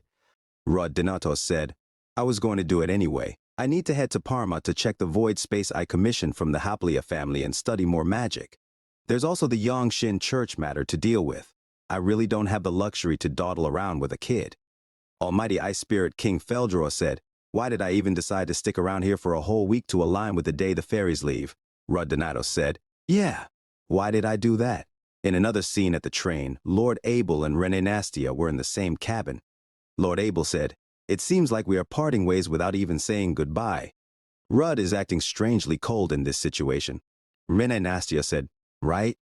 Even Grandpa thinks it's too harsh. Lord Abel was shocked after Rene Nastia called him Grandpa. Rene Nastia said, we've spent more than a month together learning and laughing. I want to be strong like you, Uncle. Strong enough to stand on my own and not be swayed by anyone. If I had been strong enough to be worth one person, would you have taken me with you? Stupid Uncle Rude, dummy, idiot, baldy. Rudinatos suddenly said, isn't that a bit harsh? After all I've done for you, feeding, clothing, teaching, and you talk about me being bald. Rene Nastia was shocked after hearing the voice of Rudinatos. Rene Nastia said, why are you even here, Uncle? Lord Abel was confused. Rudinatos said, well, too, I got lost. Rene Nastia said, how do you get so lost that you end up here? Rudinatos said, anyway, I was cool about letting you go. But now I see I can't. I hereby expel you. You'll pay back every penny I spent on you, even if it takes years. Lord Abel sweatingly smiled. Rudinatos continued, work or become a great mage, just to pay it back. And the other elves listened to Rudinatos scolding Rene Nastia. If you try to run away, I'll chase you to the ends of the continent. Got it? Now let's go. Rene Nastia said, what a meanie. You're going to end up bald for real. Stupid Uncle Rude. She pushed Rudinatos. Lord Abel said, I don't know what you're doing, but if you don't get off, you'll definitely end up in Bernica. Rene Nastia said, see? If you had been honest from the start, you wouldn't have to go the long way around. Rudinatos said, quiet. It's because you left without any loyalty. Lord Abel sighed and said, birds of a feather flock together. At the Parma Magic Kingdom, Haplia Mansion, Heneth Harpulia slept on her table and a butler knocked on her door. Suddenly, a person said, wait a moment. The butler asked, have you arrived, Countess? She replied, don't wake Heneth, she's probably still sleeping. That child, taking a hiatus after completing the second year's course during the winter break, returning home like this, and then immersing herself in the research of mabiotic fever without a day's rest. It was Iris Haplia, the owner of the Red Magic Tower. The butler said, the younger lady cherishes her elder sister so dearly. Iris Haplia said, it would be good if she took care of her body as much as she does her sister. Oh, by the way, what brings you to Heneth? He replied, well, I received a message through communication magic from the station. It seems like the lady has visitors. Outside, Rene Nastia enjoyed eating her gelato. She happily said, towers of magic sprouting everywhere, exquisite magical tools produced by cutting-edge magic, and ice cream. This sweetness truly symbolizes the majesty of the Mage Kingdom, the homeland of human magic. It's definitely Parma. Amazing. A whole different dimension compared to a village in the woods. Rudinatos said, you're a fairy, why would you like this place? Rene Nastia replied, I really love magic, and someday I'll become a great magician for Uncle Rude. Rudinatos said, now that you mention it, the magicians I know usually have terrible personalities. Don't end up like them. Rene Nastia said, which magician is Uncle Rude talking about? Suddenly, Heneth Harpulia said, surely not me, right? Heneth Harpulia waved at Rudinatos and said, Rude. Long time no see. Rudinatos said, why are you so late? Heneth Harpulia said, late? You're the one who showed up suddenly. I haven't heard from you since you took a break from school. Do you know how surprised I was to get your call this morning? And who is this little lady? Rene Nastia made a curtsy and said, nice to meet you. My name is Rene Nastia. I'm Uncle Rude's secret daughter. Please take good care of me, new mom. Rudinatos said, that's all wrong. Just a fairy child I met by chance in Atun. We got entangled in various ways, and to put it simply, we're in a creditor relationship. Renee Nastia told Heneth Harpulya, "Sit down, new mom." Heneth Harpulya was confused and said, Donato said, "Are you even listening to me?" Heneth Harpulya sat down beside Renee Nastia and said, Mom is a bit. Just call me Sister Renee. Renee Nastia said, "I love it. I've got a pretty and kind sister and tasted ice cream for the first time in my life. Today's the best day ever." Heneth Harpulya said, "My goodness, she's too cute." "Rude. Really? Buying ice cream on such a cold day? You should have at least bought her something warm like cocoa," Rud Donato said. "She chose it herself. Watching this is making me sick. Hey, that kid's age." In the distance, a person spied on them and said, "Eben, that's him, right?" "It has to be him, right?" Eben said, "Count, Miss Heneth is of age too, and perfectly capable of dating or being in a relationship." Iris Hapalea said, "Quiet, Eben. I've thought about it a lot as a mother. I know Heneth is focusing on Layla's recovery, but I hope she fully enjoys her life too. Not to mention, the house is already buzzing with talks about that future hero, and today she's all dolled up. My little daughter is all ready, so I've concluded that I have no choice but to kill him." Eben said, "You've deviated greatly from the path. Hand over that crossbow immediately. Let go. Even if he is the future hero, not with a kid in tow." Rud Donatos, Heneth Harpulya, and Rene Nastia heard the commotion and looked in the direction of the noise. Heneth Harpulya was shocked and said, "Mom?" Eben and Iris Hapalea fought over the crossbow. In another scene, they all drank their tea. Iris Hapalea said to Rud Donatos, "Yes, future hero," while sipping her cold tea.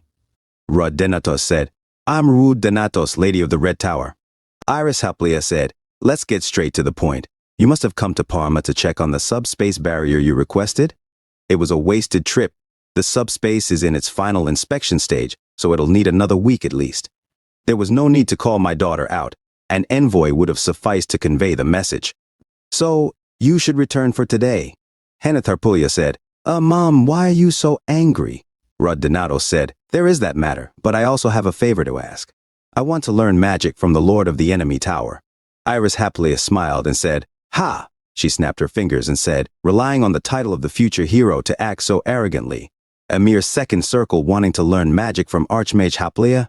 I refuse, Rud Donatos." Rene Nastia said, "Wow! Did you identify the opponent's magic circle with a single gesture without any incantation? Amazing! Such elegant manifestation, Count Iris Hapalea." Iris Hapalea said, "What?"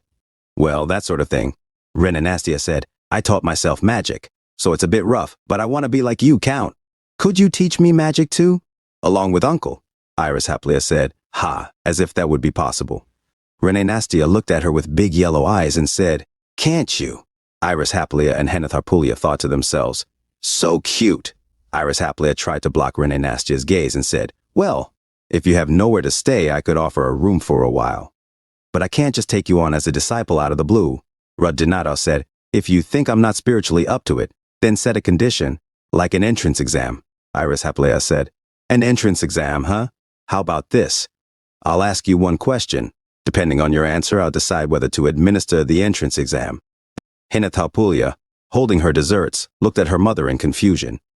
Iris Hapalea said, "What is magic?" Rud Donato said, "A miracle that realizes will through the use of mana. That's how it's defined in books. But in reality, it's a result of imitating the power of dragons to kill them." Heneth Harpulya was shocked after hearing Rud Donatos. Iris Hapalea said, "That's a bold answer. Not something a proud magician would typically say. But yes, ancient magic was the sole province of dragons. The magic of modern humanity is nothing but a degraded version of dragon speech magic, activated by will and spoken word alone, binding themselves to efficient formulas with limited mana and compensating for poor imagination with chance. Yet, human magic can surpass dragon speech magic. Growth sometimes starts from facing reality, not from reckless confidence. You're still presumptuous, but not entirely foolish, it seems." Rud Donatos thought to himself, to perform spatial translocation magic of that scale with a mere gesture. Iris Hapalea said, "Good answer, rookie. Then, as promised, let's start the entrance exam." Rud Donatos said, "Yes? Now? Here?" Iris Hapalea said, "We're both busy people, aren't we? I have no intention of feeding and sheltering someone who isn't even my disciple. Hurry up and go." Heneth Harpulia said, Mom, but at least give him some time to prepare. Iris Haplia said, Heneth Haplia. Oh, dear me. Haven't I always said, the dignity of a noble starts with their manner of speech? Heneth Harpulia said, Oh, mother. Rud Donato stood up and said, Well, all right, what's the test about? Iris Haplia said, The portal right in front of you leads to Elphael volcano in the eastern part of PA. RMA. As the name Divine Grace implies, a vast amount of mana overflows along the ley lines of Elphael Volk. Ano. It's the foundation of the Magic Kingdom, and a special research area full of countless resources and secrets yet to be uncoved. Red. However, where so much mana abounds, various life forms G. Aside from our research camp, this place has continuously suffered from attacks by dragons, especially wyvern species. Being a student of Aratum, you know, don't you? Now, as late winter ends, it's the breeding season for wyverns. Even if individual creatures are nothing special, as long as their leader isn't killed, they multiply endlessly like swarming flies. Your task is to capture the leader wyvern hiding somewhere in the Elphael volcano region. You have 1 week. Succeed in the hunt, and I'll take you as my disciple.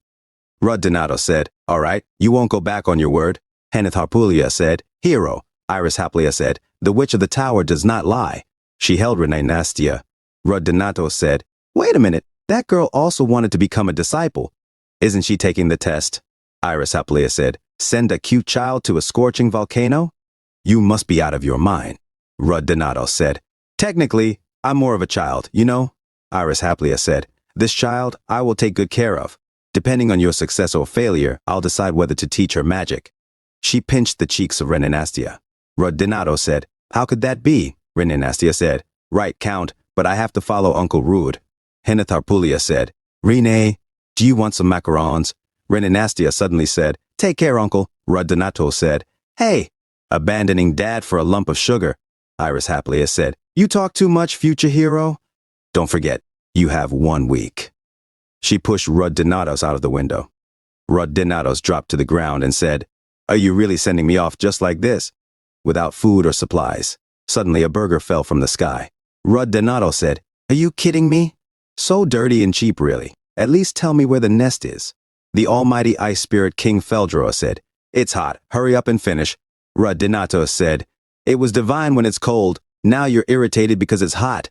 The almighty ice spirit King Feldroa said, Divine Grace is quite the name for such a desolate landscape. Rud Donato said, Grace, my foot. The source of the mana flowing here is something else. The volcanic dragon Amida. Deep within the crater, sealed away, from it flows the ley line. No, a dragon vein. The almighty ice spirit King Feldroa said, So coming to Parma wasn't just about the spatial anomaly.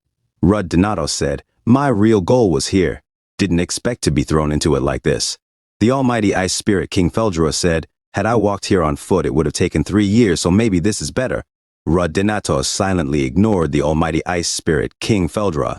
He thought to himself, The appearance of the explosive dragon is 3 years from now, but this is also the base of those guys, and considering the variability of the future, I must prepare in any way possible. Suddenly, a rock was thrown towards Rud Donatos. He said, Ah, shoot.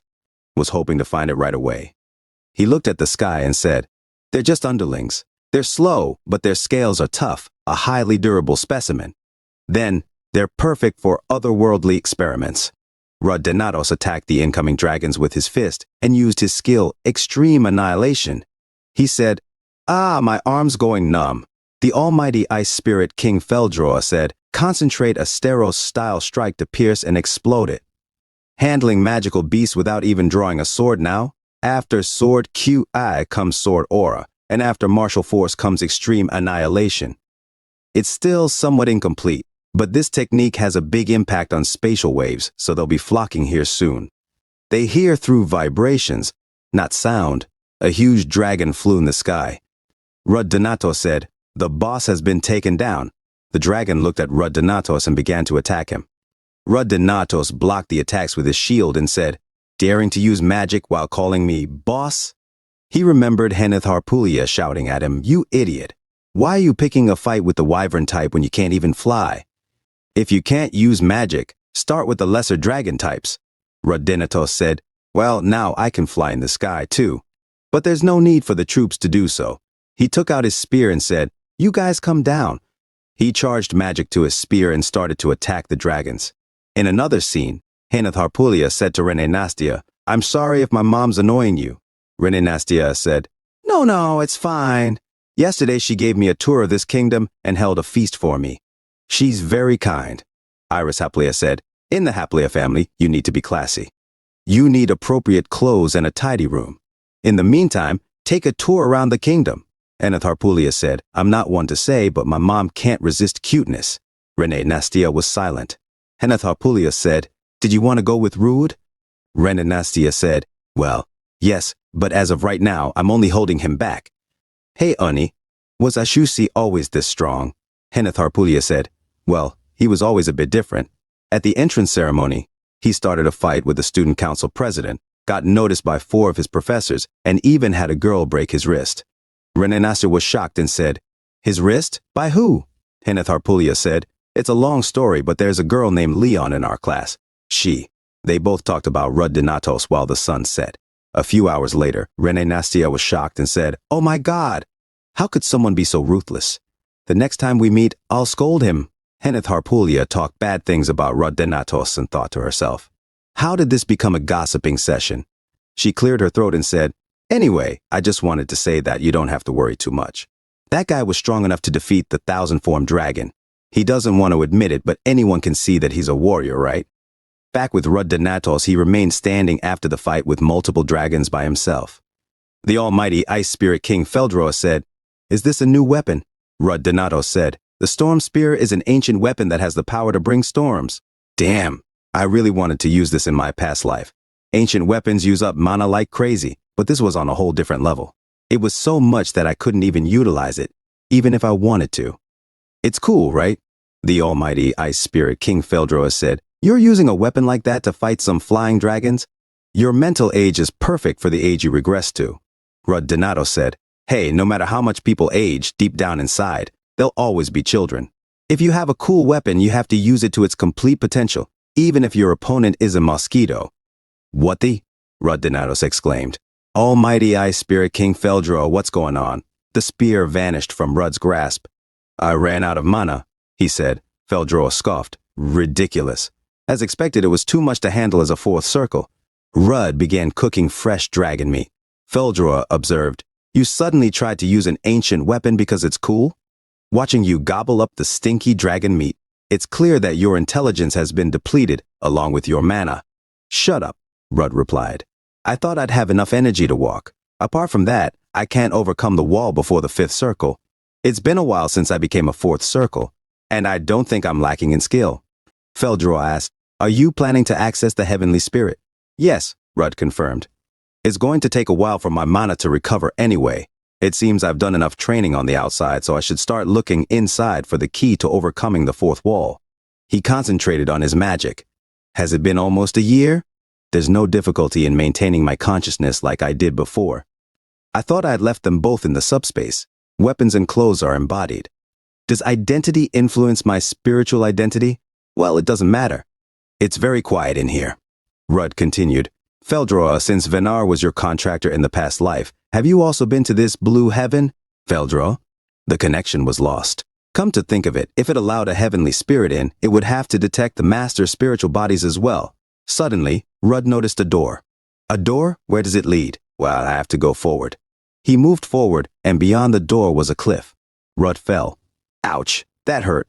A cliff beyond a door. How annoying. Wait, where did my sword go? It's pissing me off. Why is there a library underneath the cliff? He saw an open book. Rud Donatos' memory at age 6, he read. My name? As he scanned the book, he thought, magic? The images are flowing through my head. These are without a doubt the memories of my past life. Why are my memories here in the blue heavens? Is this a place where my inner self is reflected in the blue heavens? But it's not a place where only my memories are recorded. It's too vast. Rud noticed another bookshelf of a different color. Leon Creer's memory at age 24. He was shocked and ran towards the book. As he scanned the pages, he read, I can't hear. It hurts. I'm tired. Why is he screaming like that? He's the same till the very end. Rud, you really are a damn bastard. Rud threw the book. What is this? I don't get it.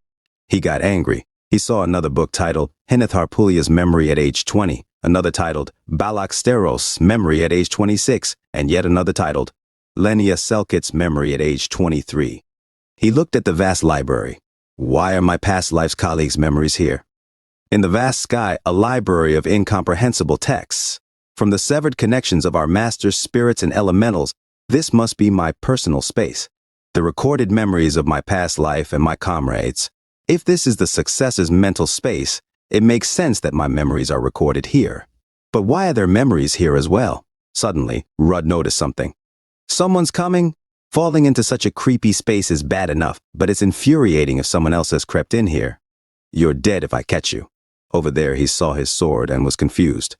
Why is this here? He looked at a shelf that read, The Memory of Rudd Donatos at 13. He asked, Why is this empty? A lady then spoke to him. Looks like someone's been rummaging around already. Welcome, Ninth. Rudd was shocked. She continued, My name is Charlotte Evry, the sixth sky successor of the heavenly immortal sword. Rudd was confused. What's with that reaction? Grand Master of the Heavens. You don't know of Charlotte Evriel, the Golden Rose, do you? I remember seeing you in historical texts, Rudd said. You were the master of the heavenly immortal sword. It's an honor to meet a predecessor-successor. But Charlotte Evriel interrupted, I know, I'm dead. You might think I'm a ghost, but do you know when a successor dies, their body and soul return to the celestial as an elemental? I am that thought body, the will of successors connected to the heavens, to offer a little help to the cute little Ninth. Huh? On closer look, you're not a kid. Seems something happened outside. Rudd introduced himself. I'm Rudd Donatos. Where is this? I've lost connection not only with elementals, but also with other masters. Is this inside the unending heavens? Charlotte Evriel replied. So prickly. Of course, connections are severed. This is my heavens. Rudd was shocked and thought to himself, my heavens. Charlotte Evriel explained that the celestial heaven is divided into a total of 8, encompassing both the outer and inner heavens. The outer heavens are the spatial void, and the inner heaven is the mental space. The heavens up to the 4th that you've been in are outer heavens. The skies from the 5th onwards are inner heaven, the body, the mental body, and the spirit. Among these, the spirit, where spiritual information is stored, is the inner heaven. Only the successor's spirit can enter, so of course the connection with elementals and mental bodies is severed. Simply put, this place is a personal space for the successor within the celestial. Until your death, all your memories and stories will be recorded in your celestial. Rudd Donatos said, Wait a minute. Then why are the memories of others, not just mine, recorded here? Charlotte Evriel said, Well, perhaps an external factor. Being just a thought body of the unending heavens, I have no way to know. Rudd Donatos said, Might this friend know something? Charlotte Evriel looked at the sword of Rudd Donatos and said, What a curious sword. Oh my, look at the temper. Even if it knows something, it won't tell. Rudd Donatos said to himself, A sword has a temper? Charlotte Evriel asked, Where did you get to use this? Rudd Donatos said, This is the Demios, the sword used by our founder. Don't you know? Charlotte Evriel said, It's the first I've heard, but as long as it has an edge, it's enough to fulfill my purpose here. Draw that sword, Ninth. Show if you are worthy to see beyond the 5th heaven. All your predecessors, including your master, underwent this test to transcend the 5th heaven. A single sword strike, poured with all your might. If that strike even grazes me, you pass, Charlotte Evriel instructed. Rudd Donatos said to himself, I anticipated there would be some conditions for achieving the 5th. Rudd Donatos said to her, Taking out the sword means you won't go easy, right? Charlotte Evriel said, Of course. This is my heaven, a place where dying doesn't mean death. You must pour out your maximum without holding back, otherwise, die. Rudd Donatos said, This speed, the nature of the sword strike, it's similar to or even surpasses that of the heavenly immortal sword. Charlotte Evriel said, Of course I'm joking. You won't die. It's just that the pain will be felt directly by the soul. But look at you, Ninth. I was going for your neck, but in that instant you twisted your body. Rudd Donatos said, That was a bit much for a taste test. Charlotte Evriel said, This is a tradition with a long history. In my lifetime, I died about 100 times trying to overcome this heaven. Opportunities to go all out in a single strike without tactics are rare, right? Think of it as training. Killing someone, moreover a great senior, might feel repulsive. But after dying 2 or 3 times, those feelings will fade. Rud Donato said to himself, without Feldrua, magic is useless, and the only weapon in hand is a Demios. As you said, the only option is a strike filled with all the mana of the body. Since it's come to this, I'll just pour everything into it. And he said, such things don't exist. Charlotte Evriel said, youth is indeed blissful, isn't it? But yes, and she shows off her aura, you need to show everything you have to overcome this barrier, Heaven. Rud Donato said, what I have? The heavenly immortal sword my brother possessed, the weapons my brother had. Blindly imitating what I admired, swallowing them whole until it became as murky as it could. A pitch-black darkness. And he attacked Charlotte Evriel, making the glass shatter. Charlotte Evriel said, I was shocked. You're really strong. I never expected you to break through the barrier in one go, let alone counterattack. Still looking unsatisfied after showing that much. But don't look at me with those eyes. It's a tradition after all. You've passed ninth, and she decapitates the head of Rud Donatos. A few moments later, Rud Donatos woke up and holds his neck and said, that tradition is filthy. Almighty Ice Spirit King Feldrua said, Rud, are you okay? I felt a strong wave of mental resonance the moment you returned. Rud Donatos said, I'm fine, it's manageable compared to the illusion of the misleading dragon. Almighty Ice Spirit King Feldrua said, so what did you do in the celestial realm? Rud Donato said, understanding the theme and leveling up. Besides that, I saw some disturbing things. It seems my memories from a previous life got mixed up during the regression. There are empty spots too. What does it mean by terrible personality? Feldrua, the sixth successor Charlotte Evriel, said she had never seen the reverse sword. Is this sword really the one Banar used? Almighty Ice Spirit King Feldrua said, yes, but the reverse sword I knew could only cut through mana flows. I've never seen it absorb powers like this. Perhaps some event added abilities to it. Something Banar sealed in the sword without my knowledge. Rud Donato said, a seal. Almighty Ice Spirit King Feldrua said, originally, the reverse sword had two powers, cutting mana and sealing. Banar mainly used the reverse sword to seal the Dragon King rather than for battle. Seeing the power has changed to absorption now, it's likely that the seal using the sword as a medium affected the power. Whatever it is, if Banar sealed it, it could be dangerous. Rud Donato said, if it seems dangerous, just throw it into the lava. Almighty Ice Spirit King Feldrua said, are we moving again? Rud Donato said, yes, reaching the 5th tier has replenished my mana. Since the entrance test is over, it's time to address the real reason I came here. I don't know the exact location, but I know the dragon cult was active around here in my previous life. In this dark and rugged terrain, they would use their own signs to navigate. They would also need to monitor to block intruders' access. Since it's impractical for me to search directly, if I destroy everything in sight, they'll come out on their own, right? In another scene, a Myrta shouted, Miles, sir. Miles said, what's the matter, Myrta? Myrta said, recently the unsettling movements of Elfale. The upcoming champion just destroyed one of our signs. Could he have noticed the true identity of the dragon cult? Miles said, don't worry. Even if he's the slayer of the Dragon King, he's just a year-old boy. He might have noticed the surveillance magic in the sign. Another person said, right, even if he noticed. Why not just kill him? The bishop said to avoid combat until that day, but eliminating a major threat to the dragon cult and soothing the soul of the slain Dragon King would surely please the cardinal. Meta said, right, brother. The cardinal also said, it's time to spread the doctrine of kindness and grace to the innocent lambs. So, immediately, the bishop said, how noisy, and all of them were startled and said, Bishop, Myrta said, I'm honored to think you'd come yourself, just as we were monitoring the upcoming champion for his disturbing activities. The bishop said, disturbing activities.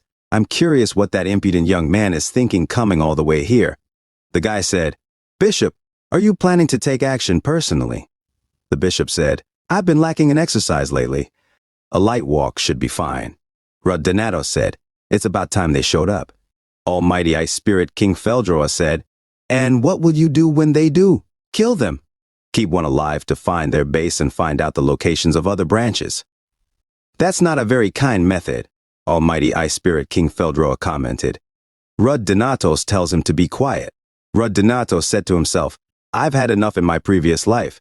Dragon cultists aren't the type to spill information over threats or torture. They were spread across the entire continent. Almighty Ice Spirit King Feldrua said, rude, What do you think is important in combat? An unyielding spirit?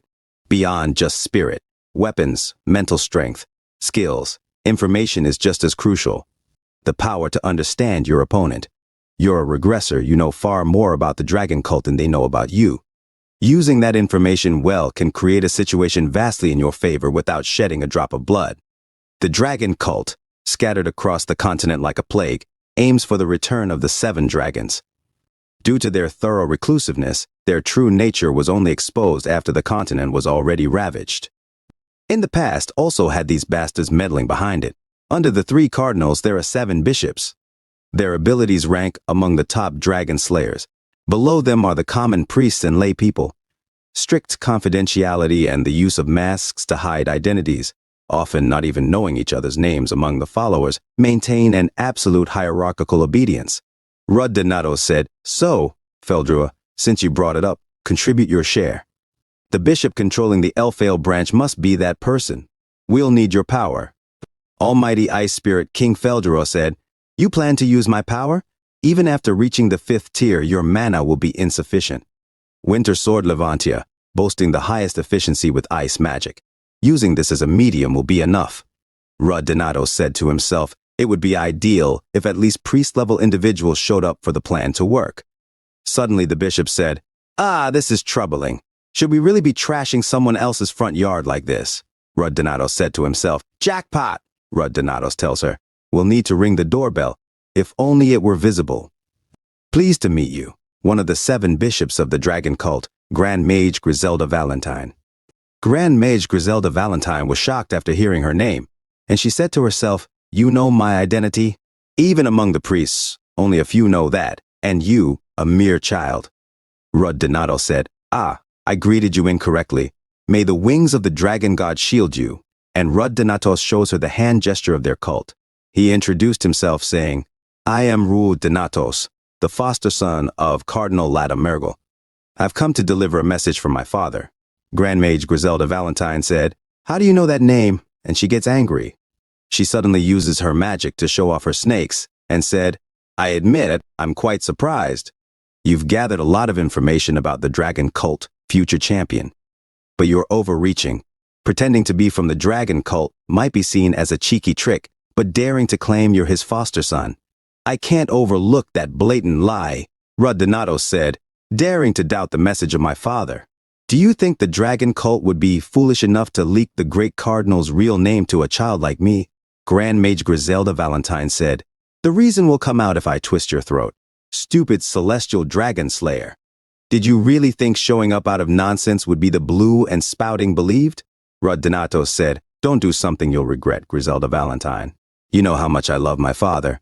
You've done everything to meet his expectations, haven't you?" As the snakes choke Rud Donatos, he continues, "A bishop who his son, father, threatened to kill. Won't be just disappointed." Grand Mage Griselda Valentine gets angry and said, "Shut your cunning mouth before I cut off your tongue. Thinking you wouldn't say anything to survive, will you believe?" Rud Donatos said, "The celestial calamity 10 years ago." Grand Mage Griselda Valentine was shocked after hearing this. And Rud Donatos continues to say, "That my father was directly involved in that incident is a top secret known only to a few within the dragon cult. Father picked me up from Dissol at that place." Grand Mage Griselda Valentine said, "How? Did you? Possibly, not really." Rud Donato said, "A house of the enlightened ones who serve the benevolent dragon divine. The judgment of a world astray from the path of life." And Grand Mage Griselda Valentine covers her eyes from the light. Rud Donato said, "The tuner of a defiled world, the executioner of non-believers, the 7 dragons. Let me say it one last time. I am the foster son of the Cardinal Adam Mergel, the seed of the anti-hero Rude Mergel. Understand?" And he shows off his ice magic. Grand Mage Griselda Valentine narrates saying, 10 years ago, during the 1,000-form dragon incident, the guild in charge of the Fev village was destroyed. There are no survivors. The southern part of the continent is devastated. At this rate, is this the power of the legendary 1,000-form dragon, 8th Circle Archmage Dragon Slayer, Black Star Griselda Valentine? I, who had mastered all things magic since childhood, realized it right before my death. A person talks to her saying, "Human magic is meaningless in front of dragons." "You're right, sister. This is all the will of the dragons. Humans shouldn't have gone against the dragon god's will to begin with. Blackstar Griselda, your pain comes from your delusion that humans are superior to dragons. Be saved by the truth and doctrine hidden from the world. Salvation alone is the only way for you to shine. Grand Mage Griselda Valentine said, my meaningless life was saved by his grace. For him to know what happened that day, he'd have to be Adam Murgle's adopted son.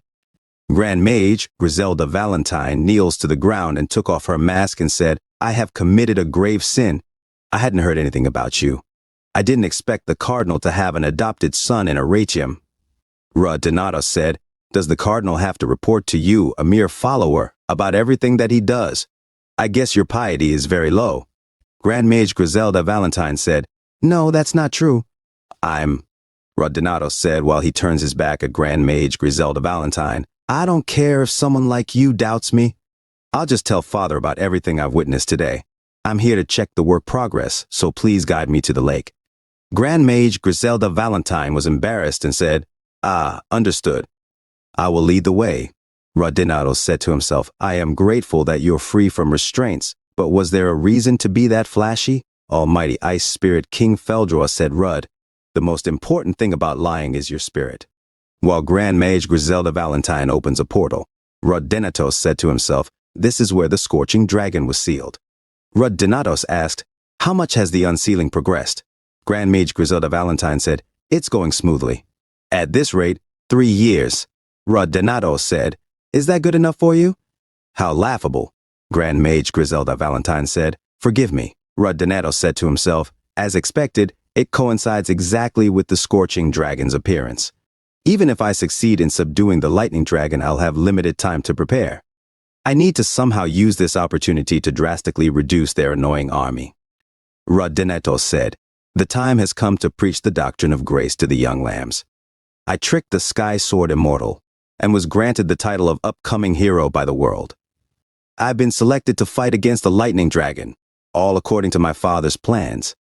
The goal of the conjugation battle is to gather strong dragon slayers into the subspace and eliminate them all at once. On the day of the subjugation battle, there will be troops outside the subspace prepared in case of an emergency. One of them will be the Crown Prince of Alpie. The royal bloodline that is hostile to the dragon god is an obstacle that must be removed at some point. While I kill the dragon slayers in the subspace, you need to lead all the believers and kill the prince. Those are my father's orders. Grand Mage Griselda Valentine said, does that mean we should reveal ourselves and start a war? Donato said, yes, a few dozen won't be enough to deal with the Crown Prince's guardian knights.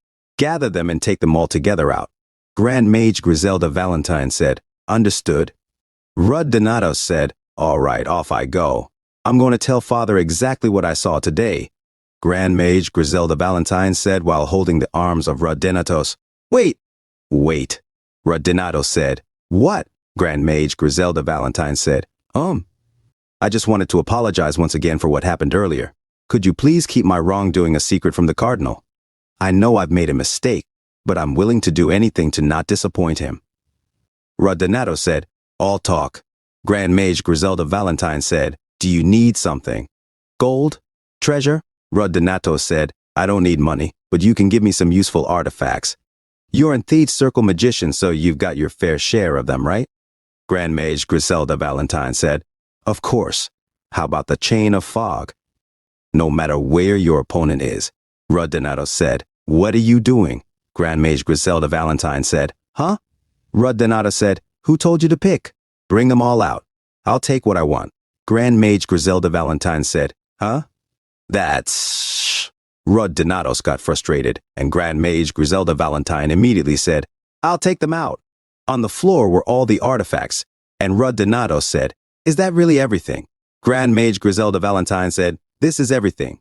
Donato said, don't try to play with me. Give me the thing in your hands. Wings of Darkness. Grand Mage Griselda Valentine said, anything but this. Wings of Darkness is a mana amplification staff.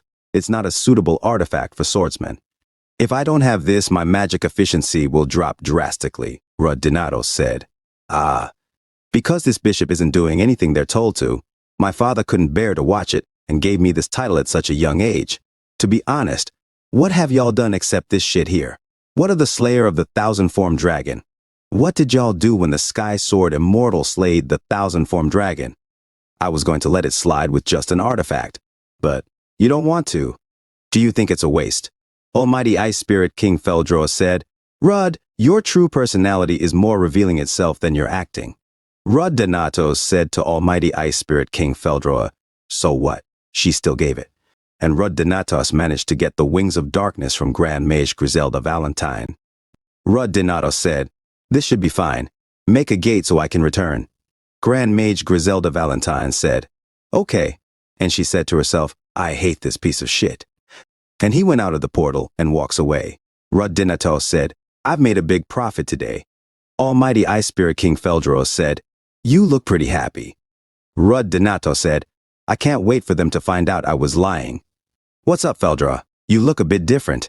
And Almighty Ice Spirit King Feldroa imitates the look of Rud Donatos. Almighty Ice Spirit King Feldroa said, you seeing my manifested form must have had some influence. Since spirits originate from their contractors' experiences, you must have been impressed by my majestic appearance. Rud Donatos said, maybe you're right. I just feel like you've gotten rounder.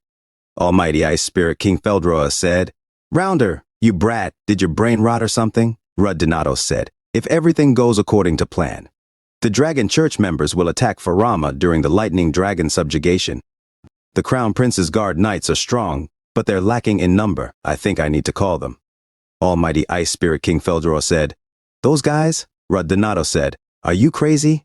Henneth Harpulia said in a distance to the gang, why are we here when we don't even know where he is? It's also your exam period.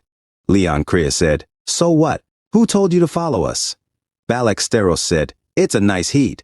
Training your muscles even turns lava lakes into mere hot springs. Senior Lenius said, really? Then go in and don't come out. Rud Donatos said, this is why I hate geniuses. Senior Lenius said, oh, we found him. Leon Krier bumps Balak Steros away and shouted, Rud Donatos. Rud Donatos said, damn, the timing is insane. Rud Donatos narrates, I want to contribute more to the subjugation battle. That was the only reason he had returned to the Harpulia residency with those guys. He became an official student of the Crimson Tower to learn magic. While working tirelessly with the loud bastards, a month passed. At the Lightning Dragon Subjugation Battle D, a Lightning Dragon Subjugation Battle inauguration ceremony. A guy said, how grand. It seems you want the whole continent to pay attention to the subjugation. And an old guy said, you could say that. The legendary second coming of one dragon of the 7 dragons. The 1000-form incident 10 years ago was a disaster, right? On top of that, a mere year-old boy is leading all of this. How could this not be big news? To be honest, I came here to see some of the high-ranking Dragon Slayer guild leaders, but I don't see any of them. I only see the one in charge of the subspace, the leader of the Crimson Tower. Maybe they're saving their energy for tomorrow. At least His Majesty, the Crown Prince, is here. Iris Harpulia walks away, and she said to Rud Donatos, you lazy bum of a student. Who do you think the main character of this ceremony is? Rud Donatos said, I'm a bit tired, and I also have to take care of her. While Renee Nastia sleeps. Iris Harpulia said, tired, someone's busy getting ready for the subspace. I had to feed and lodge your friends that followed you to my residency without notice. On top of that, you're making your teacher while Balak Steros Senior Lenia and Rud Donatos enjoyed the party outside. Rud Donatos said, I'm pretty sorry about that. Iris Harpulia said, whatever, I'll take care of the girl. You go show yourselves to some of the annoying authors over there. It's amazing how much the Imperial family is supporting you. Rud Donatos said, I never directly asked for anything. You're pretty impressive to have become a TH Circle magician in just a month. However, Renee is talented too. Whatever I teach, she doesn't forget. She has great perseverance and is hardworking. It feels like looking at my daughters when they were younger. Anyways, go on ahead. Go show your face. Oh, also your friends are looking for you. And she carries Renee Nastia away. Rud Donatos said to himself, in my past life, 5 years from today, Lila Harpulia died. Now that I've regressed, even if I tell Henneth about the ingredients needed for the cure, just like in the previous life, only Henneth will be able to obtain the detailed formula. I believe that Henneth will figure out everything in time. The problem is, the last ingredient for curing mana fever is a part of the ice dragon's body. Rud Donatos said, the schedule is packed. Kenneth Harpulia shouted, "Here he is." "Hey, do you know how many times I've circled this place trying to find you?" Rud Donato said. "Why were you looking for me?" Kenneth Harpulia said. "The main character of the event isn't showing himself. That's why. I also have something to tell you before tomorrow's." Rud Donato suddenly grabs her wrist and said, "Look at this." Kenneth Harpulia was shocked and said, "What?" Rud Donato said, "Why is someone as clumsy as you drinking wine?" Kenneth Harpulia shouted at Rud Donato, saying, "What did you say? Wine isn't even alcohol." Rud Donato said, "Do you want me to repeat what you said to your mom?" Kenneth Harpulia said, "Damn it, you're so annoying." Rud Donato said to himself, "I was wondering who she resembled to have become such an alcoholic in my past life, but she seems to have been rotten from the start. This girl." Rud Donato said, "So, what do you have to give me? Hand it over." Kenneth Harpulia took off her gloves and threw it hard at the face of Rud Donato. And she shouted at Rud Donato, saying, "Shh, you meanie." Rud Donato looks at the gloves and said, "What is this?" Kenneth Harpulia said, "It's an artifact I made. I enchanted it with lightning resistance. I don't know how long it'll last against the lightning dragon, but..." Rud Donato said, "Oh, it's pretty useful, but the design is pretty trash." Kenneth Harpulia thinks to herself, "The fact that this guy makes my heart skip a beat is starting to annoy me. As expected, this is nonsense. Romantic feelings. I just simply didn't want to lose a friend. This guy doesn't have any feelings like that." Rud Donato said, "Oh, that reminds me, I have something for you." And Rud Donato took out the wings of darkness and said, "Take it." Kenneth Harpulia said, "It's an earring," and she took it, and it shined. Suddenly, it became a staff. Kenneth Harpulia said in amazement, "A transforming staff. Aren't these really rare? Wait, on top of that, in addition to enchantment enhancement, it even has mana enhancement. These are all top-level enchantments. It's a completely legendary artifact." "Hey, where did you get this?" Rud Donato said. "I scammed it off someone. Don't worry about the source. It can transform into that earring, so it'll be convenient for you." "I know you hate holding heavy staffs," Kenneth Harpulia excitedly said. "Really? Don't ask for it back." And she puts the earrings in her ears and said, "Thanks." "You're the best," Rud Donato said. "No problem. It looks great on you." And she savors the moment. And suddenly she remembered something and said, "I'm gonna go brag to my mom about this." Rud Donato said, "Why is she acting like that all of a sudden?" Balaksteros suddenly called Rud, and he said, "There are a lot of people looking for you." Rud Donato sat down and said, "So what? I don't know any of them." Balaksteros said, "Isn't this a good time to get acquainted with prestigious people?" Rud Donato said, "You can do that." Balaksteros said, "I'm already well known thanks to my beautiful muscles." Rud Donato said, "Well, anyways, you keep this." And he gives Balaksteros a ring. Balaksteros was confused and said, "Rud, I really respect and love you as a friend. But sadly, the way you feel about me is different from the way I feel about you." Rud Donato gets annoyed and said, "I know what you're saying. It's not like that, you dumbass. It's the Ring of Protection, a consumable totem that can protect the wearer from fatal wounds once. Since you do a lot of crazy things regardless, wear it. I have no intention of criticizing your fighting style. I also know that fighters have their own pride, so it's not a defensive spell but an artifact that can give you a second chance." Rud Donato said to himself, "This should be enough for this guy." Balaksteros looks at the ring in amazement and said, "So it's like a friendship ring?" And he became emotional. Balaksteros said, "The Steros don't wear armor, but if a close friend like you insists." Rud Donato gets angrier and said, "If you keep spouting nonsense, I'll put that in your nose." Suddenly, Senior Lenia shouted, "Wait, this wedding is invalid." Rud Donato said, "Fuck my life." Senior Lenia said, "If you two insist on getting married, it'll have to be over my dead body." Rud Donato said, "What are you on about?" Balaksteros said, "This is just a friendship ring. It symbolizes how much Rud cares about me." Rud Donato said, "That's not it, dimwit." Senior Lenia said, "Ah, so that's the case. As expected, Rud wouldn't date a lump like you." "Oh yeah, lump Balak. I mean, your dad was looking for you." Rud Donato said, "You saw everything that happened, so why did you make a joke like that?" Senior Lenia said, "Oh, how did you know? Concealing presence is my specialty." Rud Donato said, "I could smell you." Senior Lenia asked, "Is Rud a dog?" Rud Donato said, "No." Senior Lenia pets Rud Donato's head and said, "Of course not." Rudd isn't a dog, but a spiky porcupine. What a good boy. Rudd Donato said, what the hell? Senior Lenia said, since you're a good boy, I've got a present for you. And she took out a necklace. Rudd Donatos asked, is that a spirit stone? Senior Lenia said, bingo. It's a stone where spirits reside. It's empty right now, so it's nothing more than a pretty stone. Rudd Donatos said, so is this like a charm? Senior Lenia said, no. Who knows? Maybe you could die during this battle. I don't want us to be separated like that. So in case you die, you can become a spirit and go inside that stone so we can live happily ever after together. Oh my gosh, look at that reaction. Of course, I'm half joking. Rudd Donatos became silent. Rudd Donatos said, I'll decline. I know that this is important to you. Senior Lenia said, how do you know that? Did my dad tell you? Rudd Donatos said, oh yeah. Yep, Rudd Donatos said to himself. In my past life, she mentioned that it was her mother's keepsake. Senior Lenia said, it's all right. You can take it. This is my decision. And she remembered what she said before to Rudd Donatos, saying, now it's time for me to come out of my peaceful garden. Senior Lenia continues to say, still, if it isn't too much to ask, could you do me a favor? Rudd Donatos asked. Favor? Senior Lenia said, I know I'm someone that you respect, but I want to become a reliable friend just like Hineth, Balak, and Leon. Rudd Donatos said, you're a reliable friend already. Senior Lenia said, more than I am now, and I want you to speak comfortably.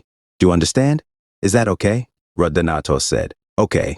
Speaking more freely is easier for me anyway. Senior Lenia said, oh yeah. The balcony has a very pretty garden. Do you want to go see it with me? Rudd Donatos said, I'm fine with that, but don't you have to go to the banquet? It's almost dinner time.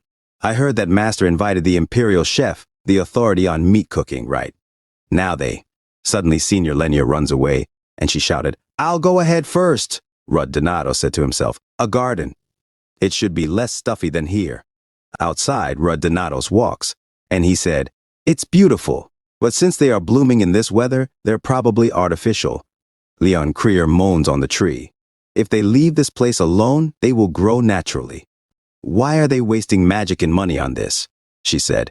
You're finally here, she continued, happily throwing herself towards Rudd Donatos and said, here's a real flower. And Rudd Donatos managed to catch Leon Creer. Leon Creer asked, you were waiting for me, right? Did you look everywhere for me? Rudd Donatos drops Leon Creer and said, no. And Leon Creer said, ouch. Hey, why did you drop me like that? Rudd Donatos laughs and said, how pathetic. Rudd Donatos sits beside Leon Creer, and she was shocked. Leon Creer asked again, what? You were looking for me, right? Rudd Donatos said, stop the nonsense. I just had something to say. When the subjugation battle starts tomorrow, the Dragon Church is going to invade the entrance of the subspace. Leon Creer said, the Church of the Dragon? Did this also happen in your past life? Rudd Donato said, no, this is a trap that I've made. As I said before, the Dragon God Church is an obstacle on our path to killing the 7 dragons. I tried my best to lure out as many people as possible during this attack, including the Bishop of the Elfale Division. I need your help to take them down. To be precise, the Bishop is an 8th Circle magician. Even if all the Dragon Slayers and Imperial Knights gather to defend the place, it'll be a fierce battle. So you need to help the other kids until the team comes out. Leon Creer asked, why me? Rudd Donato said, what? Leon Creer said, why are you only telling me this? You could have told everyone when we gathered. Rudd Donato said, the Dragon Church members are humans. Those bastards may have killed dragons and magic beasts, but they've never killed a human. I'm sure they'll be confused and in disbelief. That's why. Leon Creer said, what about me? Do you think I'll be fine? Just because you know my future doesn't mean you know everything about me. Even if I was crazy about revenge in my past life and took things like murder lightly, I am different now. I only wanted to help you in the first place. Why do I have to help those guys? Rudd Donato holds her head and comforts her, saying, don't get angry. It's not like that. Rudd Donato said, you're very different from your past life. You are much stronger already. I know that murder isn't something you can do easily. But the reason why I'm telling you this is not only the fact that you're the only one who knows I regressed, but also because you're the strongest out of everyone else. You're someone who can overcome adversaries to protect the ones you care about. Leon Creer slapped Rudd Donatos' hands away and said, you mean bastard? Rudd Donato said, I'm sorry. Leon Creer said, even if you tell me this, Won't this conversation be meaningless if you just came back safely after killing the lightning dragon?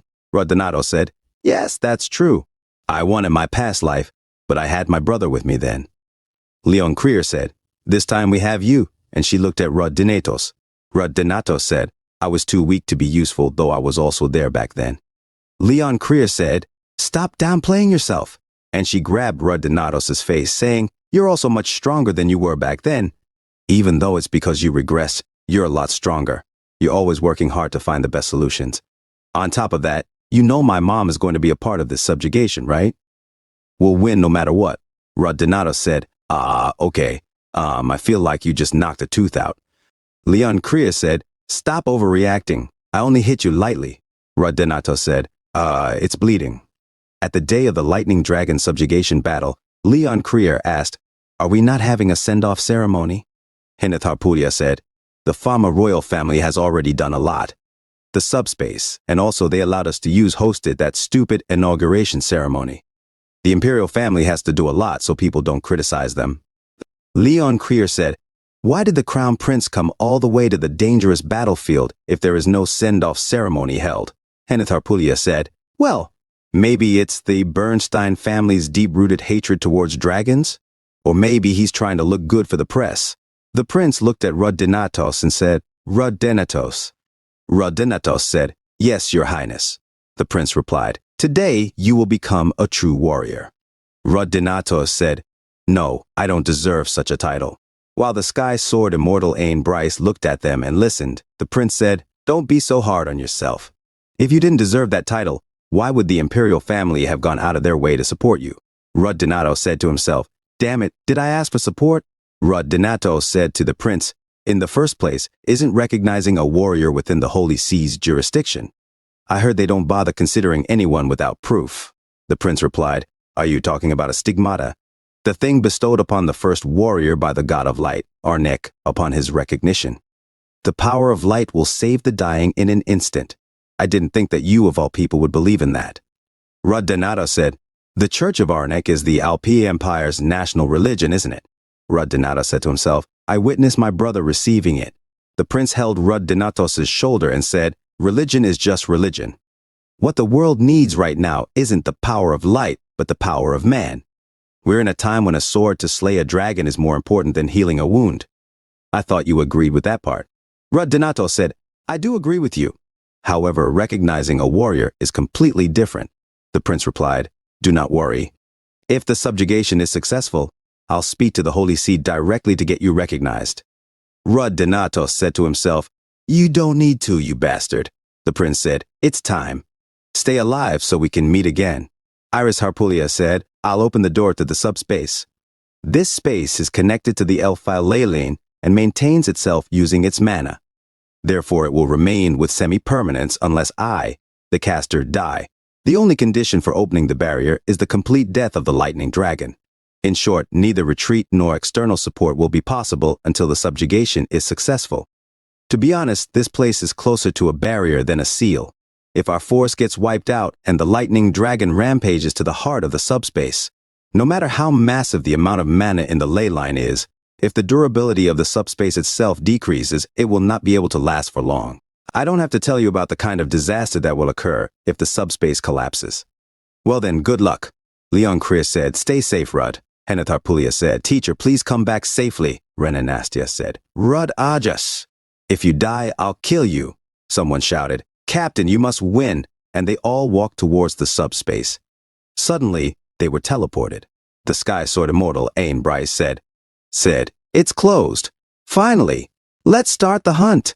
Liana Cherneka took out the gem and uses her magic, and it suddenly levitates as they all look at it.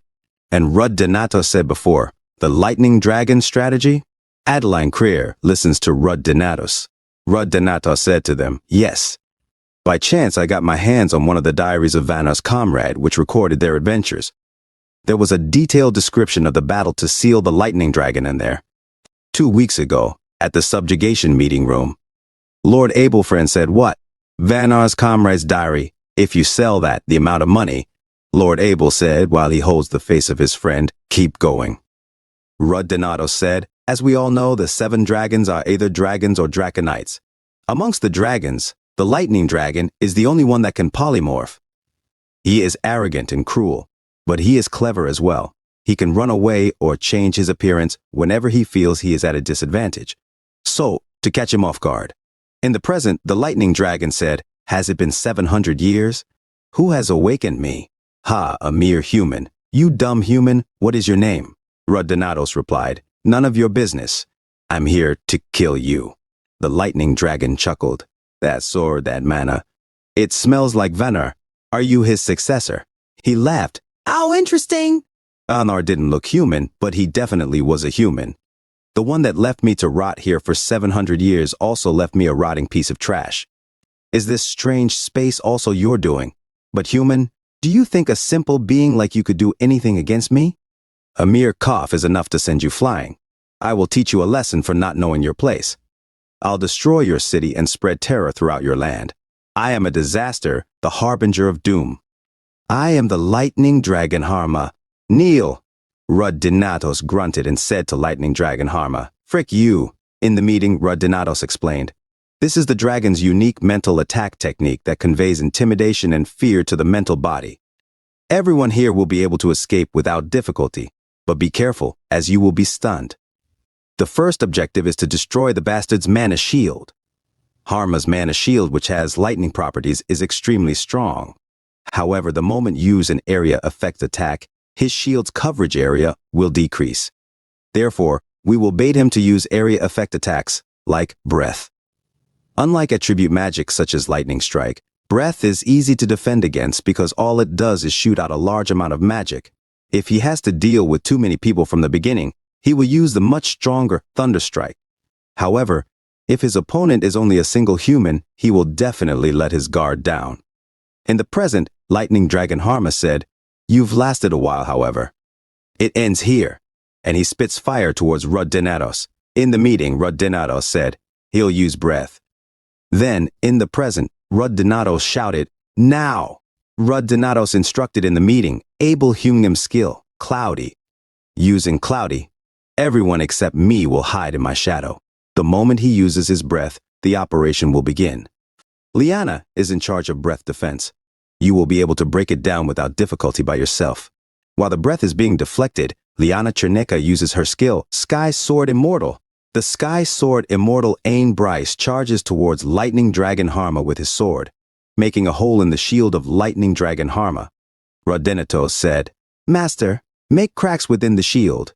One arrow's gap worth of space will be enough.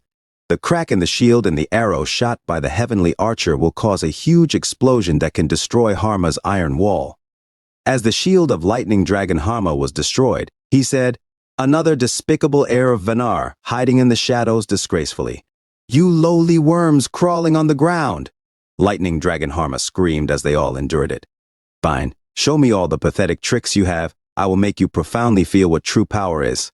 Liana Cherneka said, "He casts Lightning Strike." The Sky Sword Immortal Ain Bryce said, "Rud." Rudinatos replied, "Yes," and they both used their skill counter formula, play. The archer said, "Hurry, Abel." Liana Cherneka looked at the sky as she remembered asking Rudinatos in the meeting. Then, how do you plan to handle Lightning Strike? The Dragon King's magic is different from humans, instinct, and will replace formulas and chance, so magic isn't bound to a specific form. Hundreds of lightning strikes each have a unique structure, making dispelling impossible. Rudinatos replied, "Since we can't break it, let's not avoid but counter it. If Sister narrows the path of the lightning strike with the wall of white flame, the Grandmaster and I will twist its trajectory." The Sky Sword Immortal Ain Bryce said, "Heavenly Shield style is proficient in defense, so leave the area defense to me. The few that slip through, let the Heavenly Archer handle them." The archer said, "Ah, Elder, easier said than done." Rudinatos said, "Anyway, if we succeed in breaking the barrier next, we'll bring him down from the sky. He's very cautious and will focus on restoring the barrier before using other high-level magic. Abel should be able to complete the binding formation in time for us to hold out." Abel said, "Shadow Bind isn't a technique that can hold the Dragon King. It'll only cause a momentary stiffness even with magical assistance. If only the connection of the shadows succeeds, that's enough. The goal is the arrow of True Shadow Sword. True Shadow Sword Innis, a skill that slices the essence of the target along with the shadows. Abel shouted in the fight, "It's connected." Adeline Creer said to herself, "I can't believe it." Through preliminary research, optimizing strategies based on individual attributes. A mere year-old boy has this level of judgment. As Lightning Dragon Harma was hit by an attack, he screamed, "Gah!" Lightning Dragon Harma said, "How dare these rats?" Adeline Creer continued to say to herself, "What's even more unbelievable perfectly is how everything in this plan aligns." Rud Denatos. Just who is this guy? Rud Denatos suddenly leaps forward with his spear, and Liana Cherneka uses her magic to assist him, amplifying Rud Denatos' attack as it hits Lightning Dragon Harma. Lightning Dragon Harma said, "I must have scratched that repulsive lump of metal. I'll grind, fry, and stomp you into dust. I won't let you off easy. All 6 of you humans." Suddenly, Rud Denatos jumps from behind Lightning Dragon Harma, who exclaimed, "It was you who launched it." Rud Denatos replied, "Did you ask for my name?" Ninth successor of Sky Sword Immortal Style, Rud Denatos, as he stabs Lightning Dragon Harma in the eyes. Lightning Dragon Harma shouted, "Venar." A huge tornado forms from Rud Denatos' attack, and he shouts, "Grandmaster, take this." The Sky Sword Immortal Ain Bryce retorts, "This brat dares to speak rudely to me. Instead of just carrying fancy weapons, bring some manners too." Liana Cherneka amplifies the arrow with her magic, and the archer shoots arrow rain towards Lightning Dragon Harma, while Adeline Creer runs towards him. The Sky Sword Immortal Ain Bryce said, "The bind is about to break. Cut decisively." Adeline Creer thought to herself, "Shallow, has the mana shield already recovered?" Lightning Dragon Harma exclaimed, "These damn pigs!" Rud Denatos changes weapons and stabs Lightning Dragon Harma again, causing him to scream, "How audacious!" "Get off!" as they are thrown away.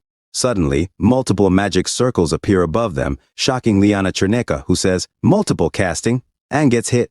Adeline Creer shields Liana Cherneka from the attacks. Lightning Dragon Harma said, "Yes, at this point, I must acknowledge it. Half awake, I showed a gap in my defenses to the deceitful schemes of these vermin." Adeline Creer grabs Liana Cherneka and shields her from the attacks as Lightning Dragon Harma continues, "Having forgotten restraint for 700 years, humans too must have changed. But look, humans, what you've achieved is not progress but debauchery. Mere beings who can barely live a century. Do you really think you can kill the 7 dragons? You managed to break the wings of the Dragon King and forced him to tread the same earth as insignificant insects. But this is as far as you go. I will return this humiliation with all your screams. Especially you, Rud Denatos. You dare to look down upon the Dragon King. You are Vanna's proxy. I will crush every life that knows your name, and you will watch it all without being able to close your eyes for even a moment. In your last moments, driven mad with fear, I will personally chew you up and swallow you. Consider it an honor. You will be my final pleasure." Suddenly, the sky changes, and a mage says, "The mana is fluctuating." Iris Harpulia looks at the sky and realizes, "An ambush?" The prince exclaims, "It's an ambush!" Iris Harpulia shouts, "Put up a defensive barrier immediately." The mage said, "Okay." Hanneth Harpulia said, "What's going on? I didn't feel any mana fluctuations." More surprisingly, "How are such low-ranking wyverns working together?" Hanneth Harpulia said, "Wait, that's a human?" Grand Mage Griselda Valentine said, "Good afternoon, you pitiful young lambs." "And the Prince of Alpi." The prince said, "You tamed the dragons? No, that's not possible. You must be using mind control. Who are you guys?" Grand Mage Griselda Valentine said, "The Church of the Dragon follows the benevolent Dragon King and has greatly helped the world while underground." The prince said, "Church of the Dragon? What nonsense is that? Is it a secret society full of idiots serving the dragons? You are no better than garbage. The world would be better off if you all just disappeared." Grand Mage Griselda Valentine replied, "Be careful about what you say, Prince. Aren't those words too vulgar to be the last ones left by the royal family?"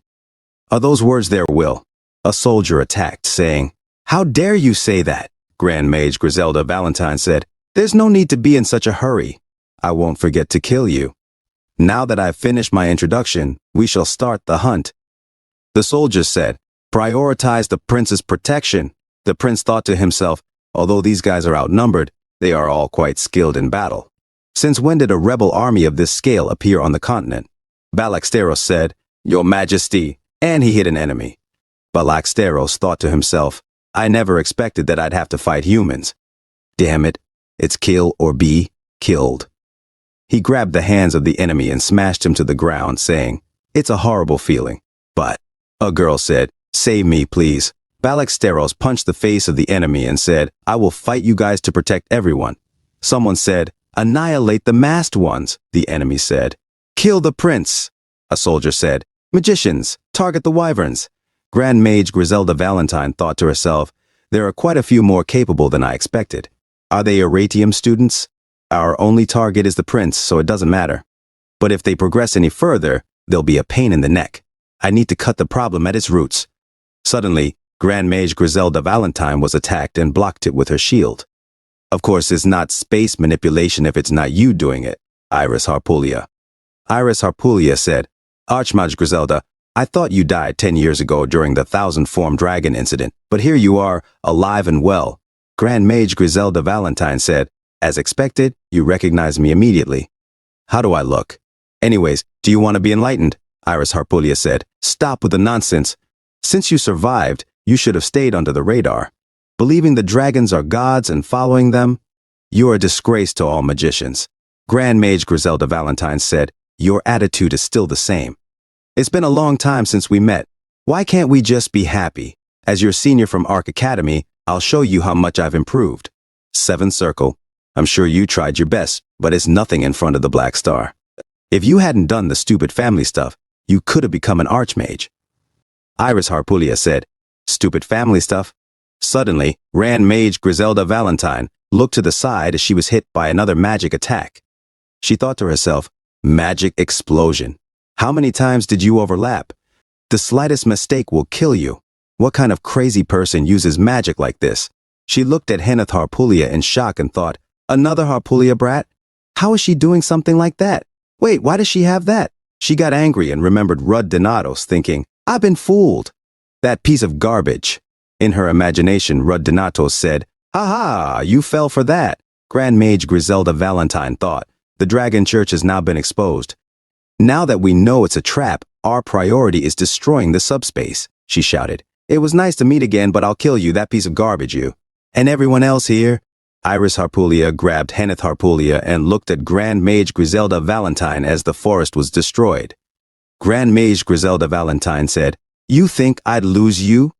Leon Crayer looked at Grand Mage Griselda Valentine from a distance and remained silent. In another part of the forest, Senior Lenia held Rene Nastia and said, it seems like you were after her. Rene Nastia took her hand and said, let me go. Why are you bothering me? I need to get my revenge. It's that girl, she cried. That witch is the one who ruined our tribe, hurt the Ajusi, my mom. She's responsible for it all. I know for a fact she's here to take everything important from me. Kill her, Senior Lenia said. You'll die immediately against that magician. Rene Nastia said, I don't care if I die. Let me go. Senior Lenia said, are you okay with Iris Harpulia being in danger because of you? She hugged Rene Nastia and said, I understand that you're furious, but think about the others. Until you're strong enough to protect everyone else, just wait. Think about how sad Rud will be if you die. Rene Nastia thought to herself, what is this feeling of missing something? Senior Lenia said, I'll put invisibility magic over you, so just stay here, okay? Promise me. Don't worry too much until you're stronger. Suddenly, Senior Lenia faced 3 enemies and said, I'll be protecting you. In another scene, Leon Crayer thought to herself, the mana reaction stopped. Did the Master of the Crimson Tower cut off space again? I feel like the Black Star went in that direction. I was planning on making a surprise attack when the time was right, but Heneth Harpulia made things a bit more of a hassle. Heneth Harpulia suddenly shouted, hey, you!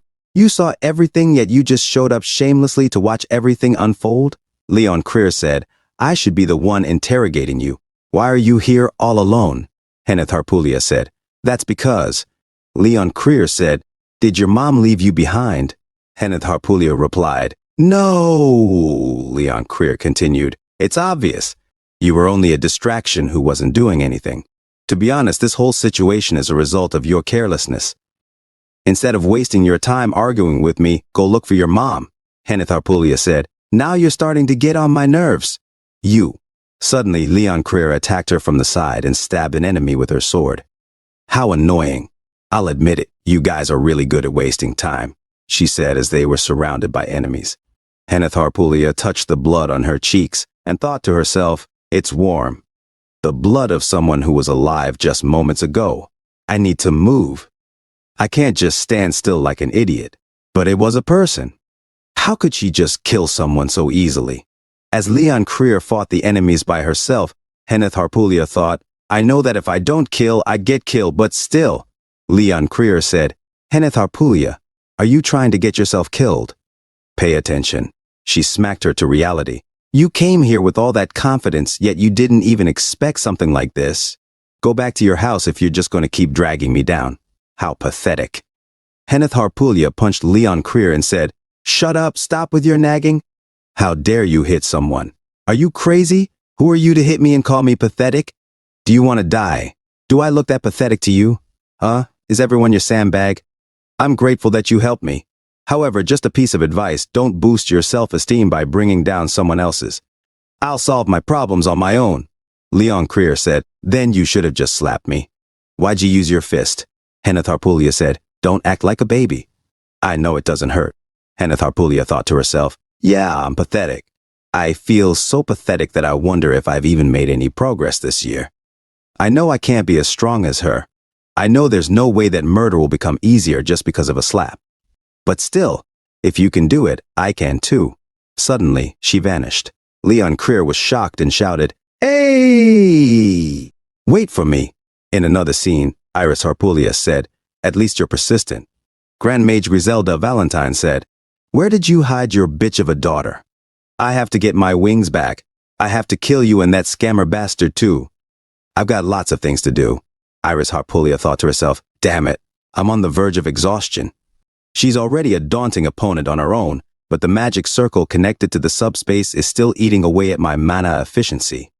Will I be able to block the next attack? Suddenly a voice said, Dodge! Iris Harpoolia thought, Whose voice was that just now? Grand Mage Griselda Valentine said, Why did a weak wind spirit, whatever that was, it's time to say farewell, Junior. She attacked with her magic. Suddenly Heneth Harpoolia arrived and blocked the attack. Iris Harpoolia said, Heneth? Grand Mage Griselda Valentine said, She came crawling back. How stupid. Leon Creer, positioned behind Griselda, was about to attack. She slashed Grand Mage Griselda Valentine from behind. Grand Mage Griselda Valentine bled, and Leon Creer continued to attack while Griselda used her shield and said, Damn it, you failures. Grand Mage Griselda Valentine thought, Is this girl even human? She's on another level compared to those weaklings. Her attack power and unwavering flow. Heneth Harpoolia suddenly charged her skill and attacked Grand Mage Griselda Valentine. Grand Mage Griselda Valentine said, I can't help it. Blow up Black Star, Iris Harpoolia said, the essence of an 8th circle magician. Great magic, Grand Mage Griselda Valentine shouted. Arcana, Iris Harpoolia thought. My magic has collapsed. Is that star magic blocking the flow of mana? Heneth Harpoolia said, What the? Leon Creer said, Move, and attacked Grand Mage Griselda Valentine. Grand Mage Griselda Valentine's snake was cut in half. Grand Mage Griselda Valentine asked, You're a rare monster. What's your real identity? Leon Creer said, Go look in a mirror, and continued to attack. Suddenly, Leon Creer was blown away. Grand Mage Griselda Valentine said, I'm going to kill you all anyway.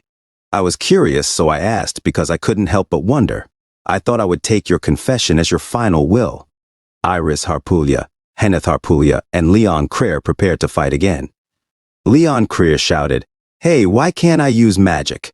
Heneth Harpoolia said, Use your brain. Grand Mage Griselda Valentine said, Well, if you don't want to answer, I'll just kill you and then find out. Now, how should I kill you all? It would hurt my pride to bring out Arcana against people as weak as you guys. So, it won't be a bad idea to kill you all in a more primitive way. Suddenly a tree was thrown, and a voice said, What are you talking about? Grand Mage Griselda Valentine managed to evade it. It was Daniel Gold and Claire Mason. Claire said, The only person who can beat my students is me.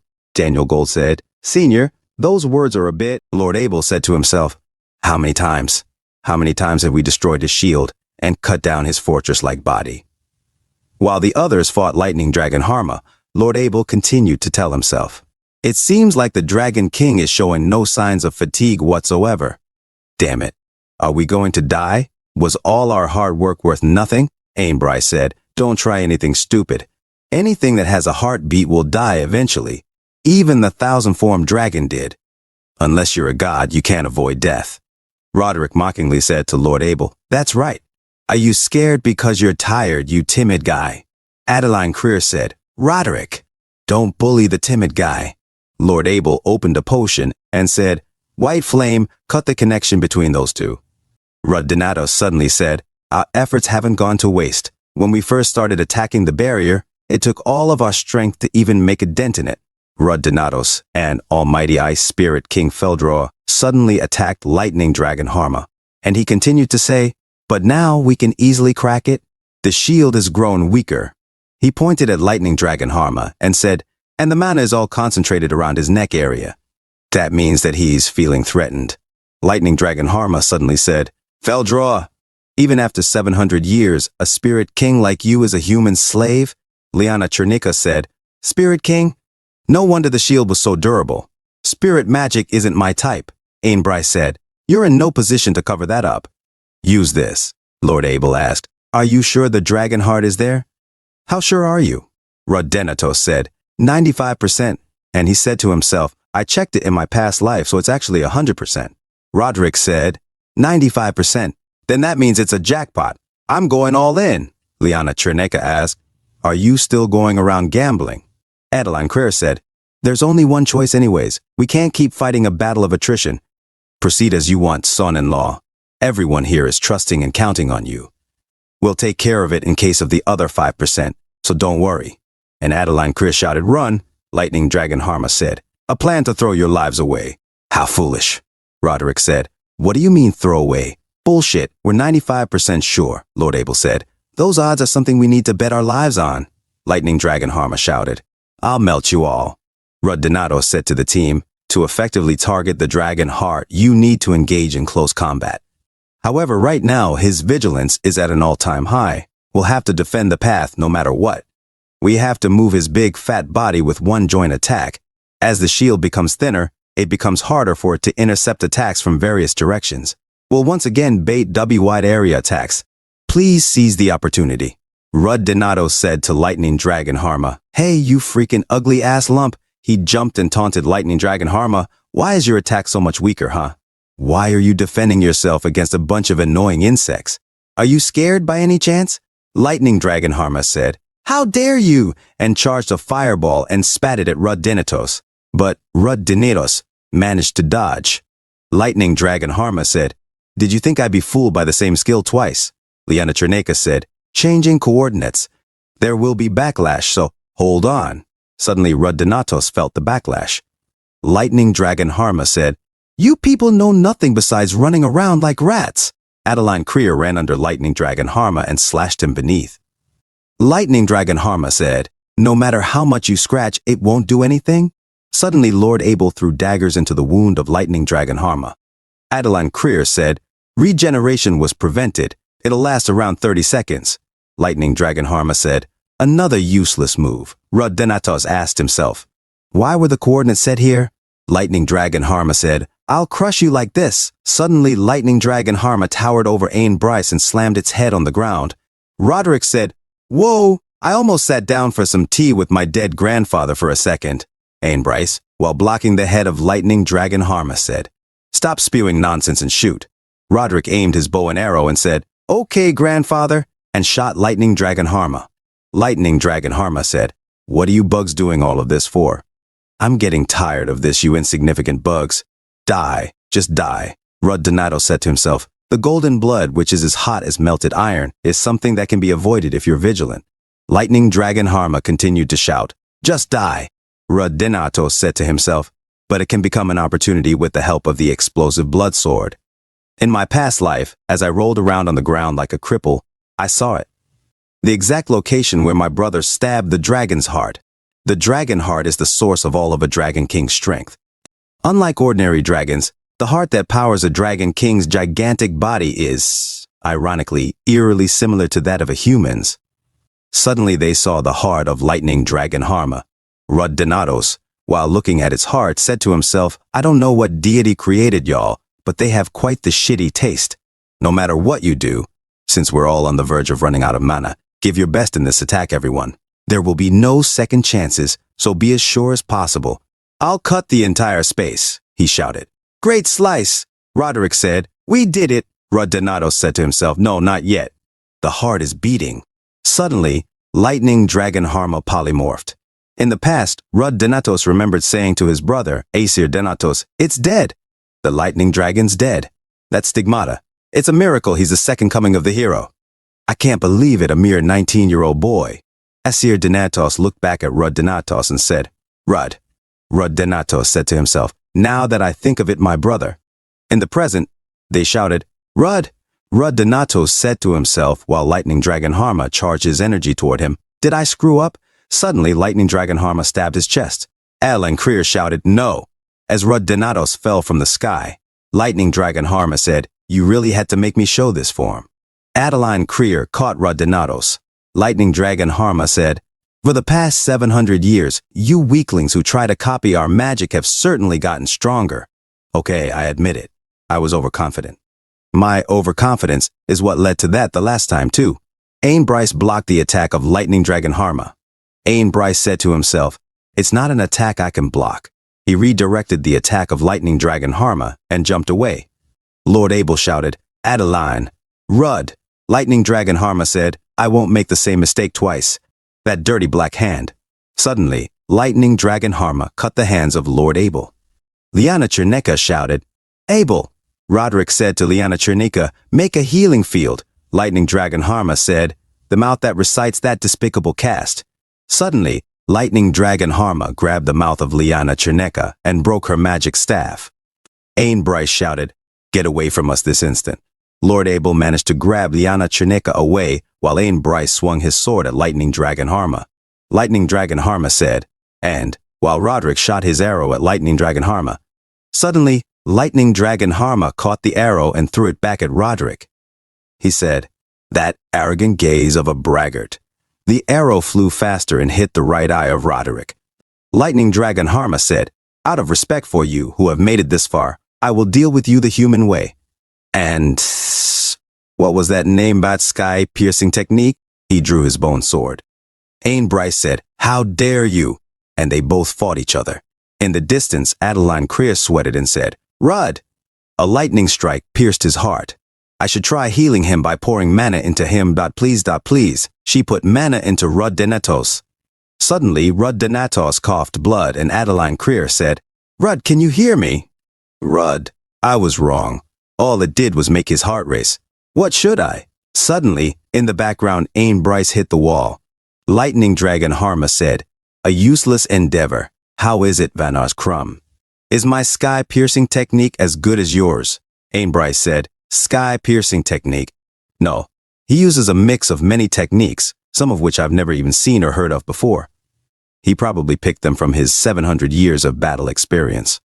Lightning Dragon Harma said, please stay here quietly until I deal with the remaining one. You're a special one, so I will savor your death slowly. Are you the last one? How dare you cut my leg? What should I do with you? Cutting your leg won't be enough. I should swap your legs with your arms. Adeline Creer raged and attacked Lightning Dragon Harma. Freak off, Lightning Dragon Harma said. Oh ho, at first glance, it looks like the swings are all haphazard. Adeline Creer said to herself, damn it, it looks like he's already analyzed it all. Lightning Dragon Harma said, what an insidious technique of endless connecting sword paths. Lightning Dragon Harma hit the stomach of Adeline Creer. Just like how bugs are supposed to be, crawling on the ground. It's all for naught, just give up. The time you spent swinging your sword throughout your life ultimately led to your demise at my hands. Adeline Creer said, ha, seems like you're being overconfident again. Dedicating my entire life just to kill one dragon seems. She picked up the sword and said, excessive.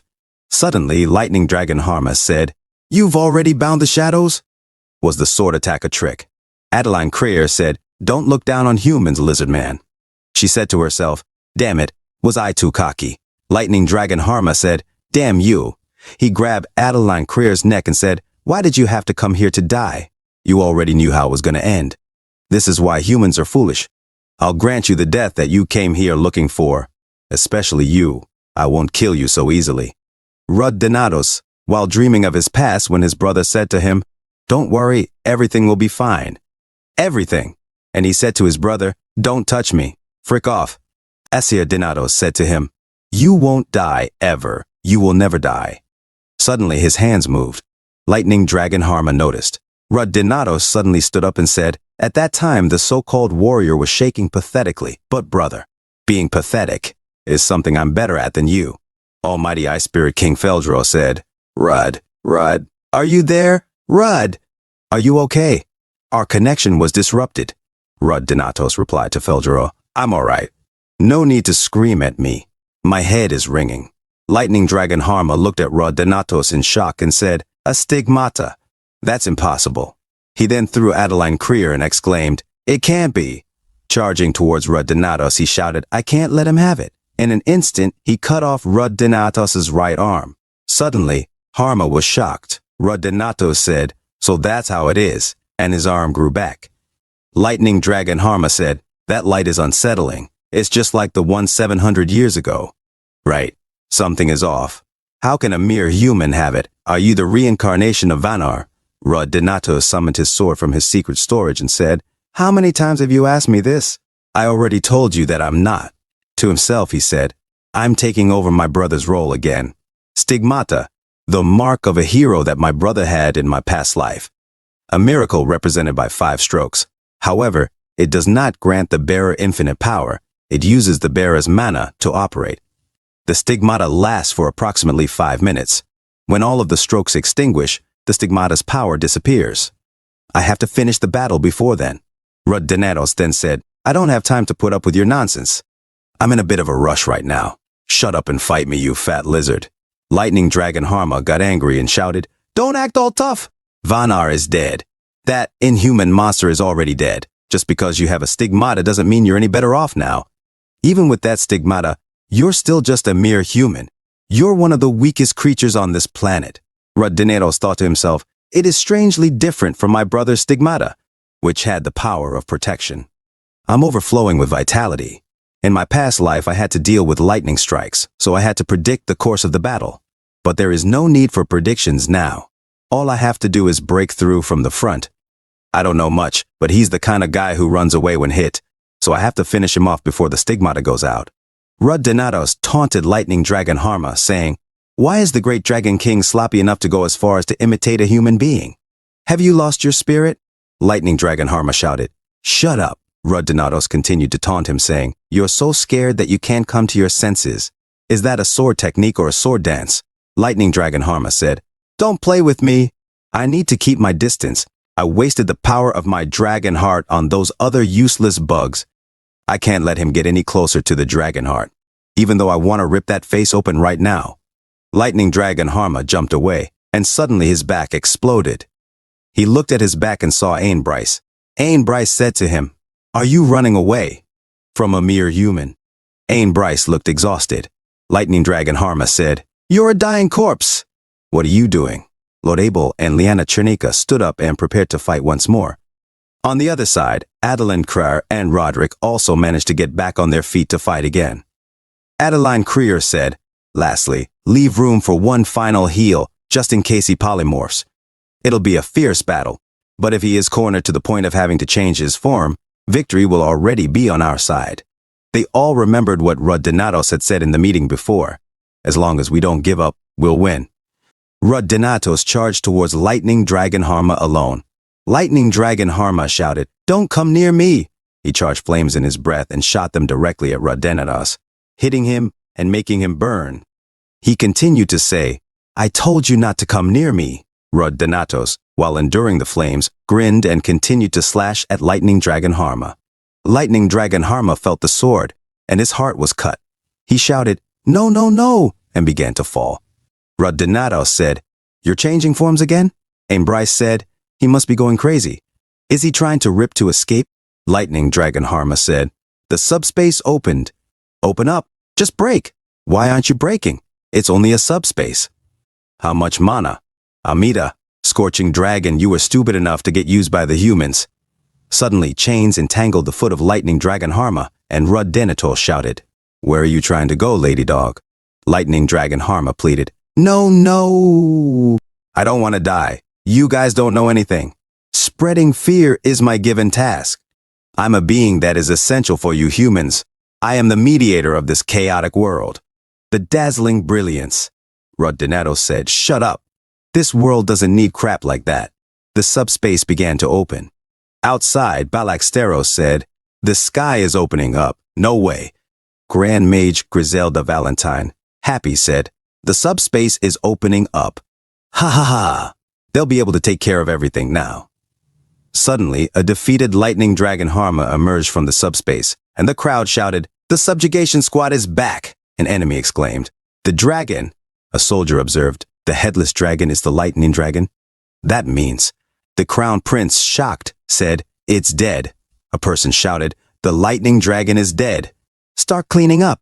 Grand Mage Griselda Valentine, shocked, said, Lord Harma. Impossible, she thought to herself. It was a failure. Damn it, do we need to retreat? Is it not a failure? Now that things are like this, the crown prince. Suddenly she was attacked, and Rudinatos said, where are you trying to go? Grand Mage Griselda Valentine retorted, you son of a dog! Suddenly, from behind, Leon Creer jumped towards Griselda Valentine, making her sleep forever. Suddenly, she vanished into thin air. Claire Mason said, damn it, she flees as fast as a rat. Daniel Gold said, did she have an emergency escape scroll in her chest? However, with such a fatal wound, even holy magic won't work. She won't be able to survive for long. Since the remnants have almost been eliminated, let's help the Black Wolf Knights first. Renee Nastia shouted, crying, Ajusi. Henatharpulia also shouted, Rud. Balaxtera said, Rud, I'm giving you a welcome hug.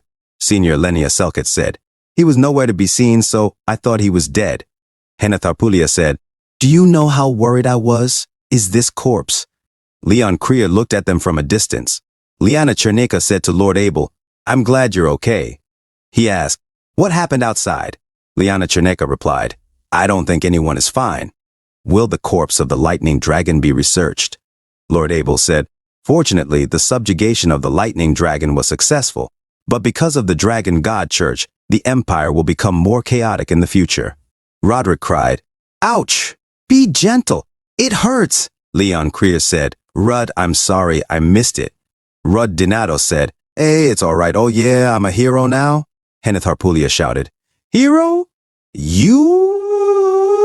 Senior Lenia Selkit said, a warrior, like the ones in the legends? Did you hit your head somewhere? Rud Dinato said, I'm being serious. Henatharpulia said, don't worry, Rud. If you exercise, your brain damage will heal. Rud Dinato said, do you want to die? Leon Creer, shocked by her friends, suddenly laughed. They all teased Rud Dinatos, playing with his bandages, saying, what kind of hero acts like this? 3 weeks after the subjugation of the lightning dragon, the emergence of the Church of the Dragon, and the second coming of the hero, the entire continent was in an uproar. A series of events marked the beginning of an era of chaos. Kings of various countries were frantically trying to obtain relevant information through Farama and Alpie. Interest in the subjugation members, who all miraculously survived, reached its peak. However, despite the good news, all the members had suffered serious injuries and ended up in the Arnik ward, a division of the Holy See of Light, where outsiders were restricted. Roderick said, Adelan and Liana are recovering well. What a relief, Rudenatos replied. Yep, I visited them on the way here, and they were secretly drinking. Adeline Kerr asked, Rudenatos want a sip? Liana Cherneka said to Rudenatos, oh, you're here? Roderick asked, how healthy are they? Rudenatos answered, also, divine magic must be amazing. It even put your severed arm back together. Abel Hyungam added, it's a relief that the Midsummer Guild's divine magicians were on standby to provide immediate medical assistance. Roderick said, it was only possible because I brought your hand back. Ain Bryce commented, no matter how good divine magic is, can it compare to the Stigmata's true miracle? Immortal warrior Rud. Rud Denatos spit his food in shock after hearing Ain Bryce. Rud Denatos said, can you stop saying that? I've already been made fun of non-stop for the past 2 days. 2 days ago, Arnik Holy See. Ain Bryce asked, why? Isn't it the glorious title of the second great hero who was officially recognized by the Holy See? Rud Denatos replied, bullshit. Even if you're a public figure, it's all just for show, isn't it? Roderick asked. Besides, how did you feel after meeting the Pope for the first time? Rud Denatos said, Nothing special? It was more easygoing and less dramatic than I expected. He appeared to be a man around his 20s. He's probably suppressing his age using magic like you do. Ain Bryce said, Immortal Warrior. Judging by how horrible of a title he bestowed, his personality is clearly. Ain Bryce asked, why? Isn't Immortal Warrior a cool title? Roderick said, yeah, it's cool.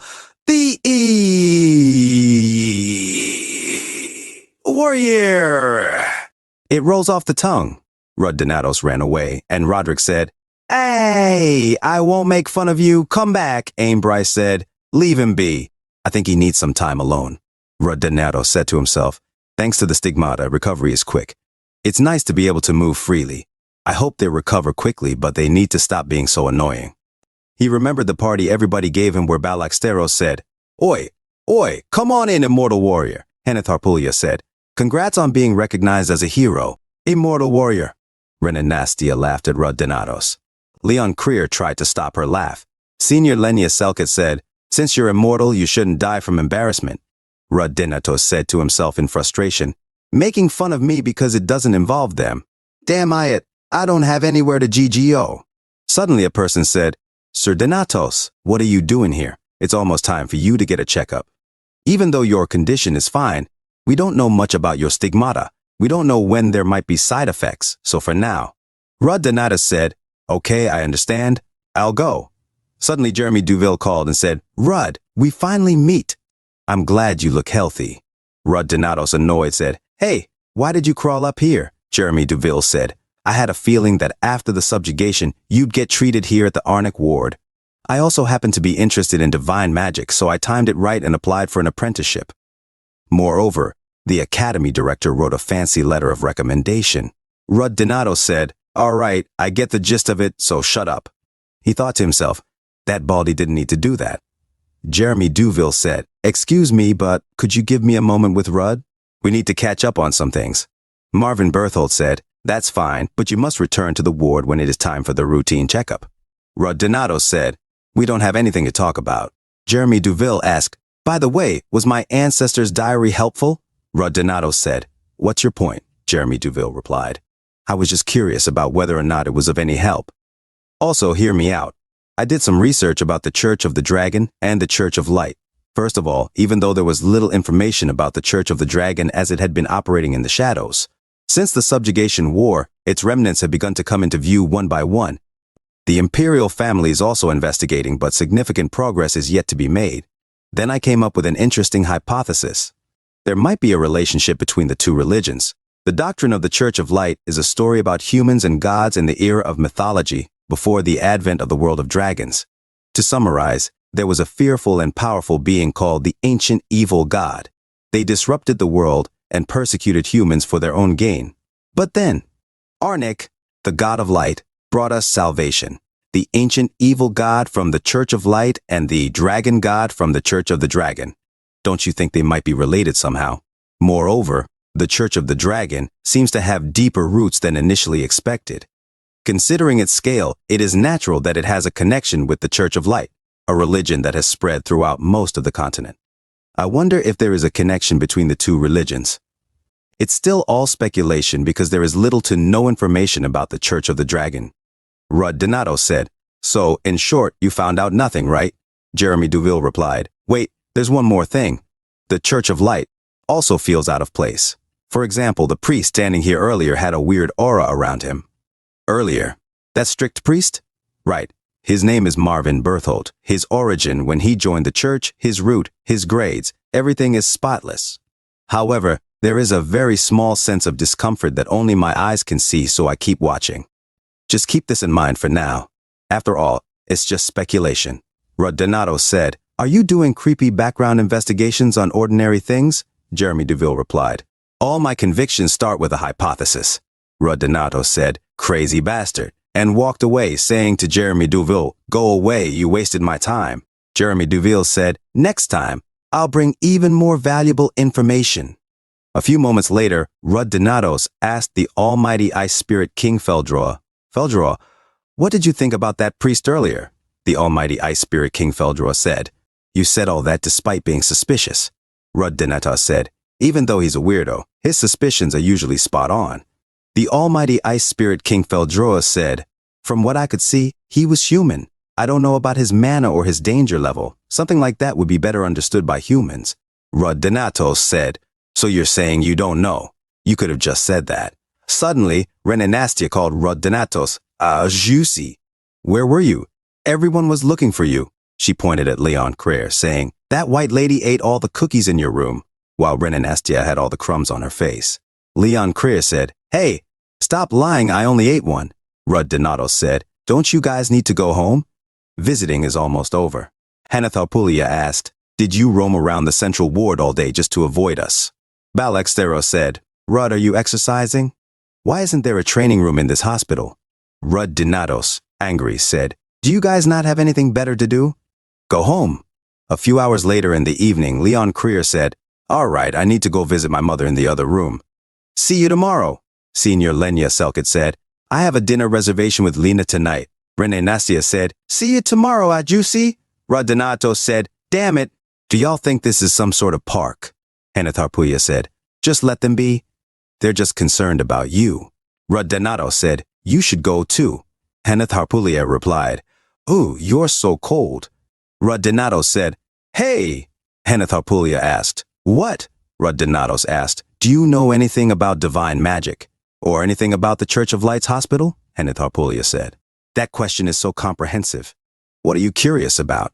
Rud Donatos said, "For example, something about the priests in this hospital." "Like Marvin Bertholdt?" Hanatharpulia asked. "What? Who?" Rud Donatos said, "Never mind. Get out." Hanatharpulia said, "What? You're making me worry." Rud Donatos said, "Okay, bye-bye." Hanatharpulia said, "Damn you. I'm leaving. Take care." A few moments later, outside, Hanatharpulia said, "Bertholdt," she said to herself, "the Bertholdt family is known for their divine magic.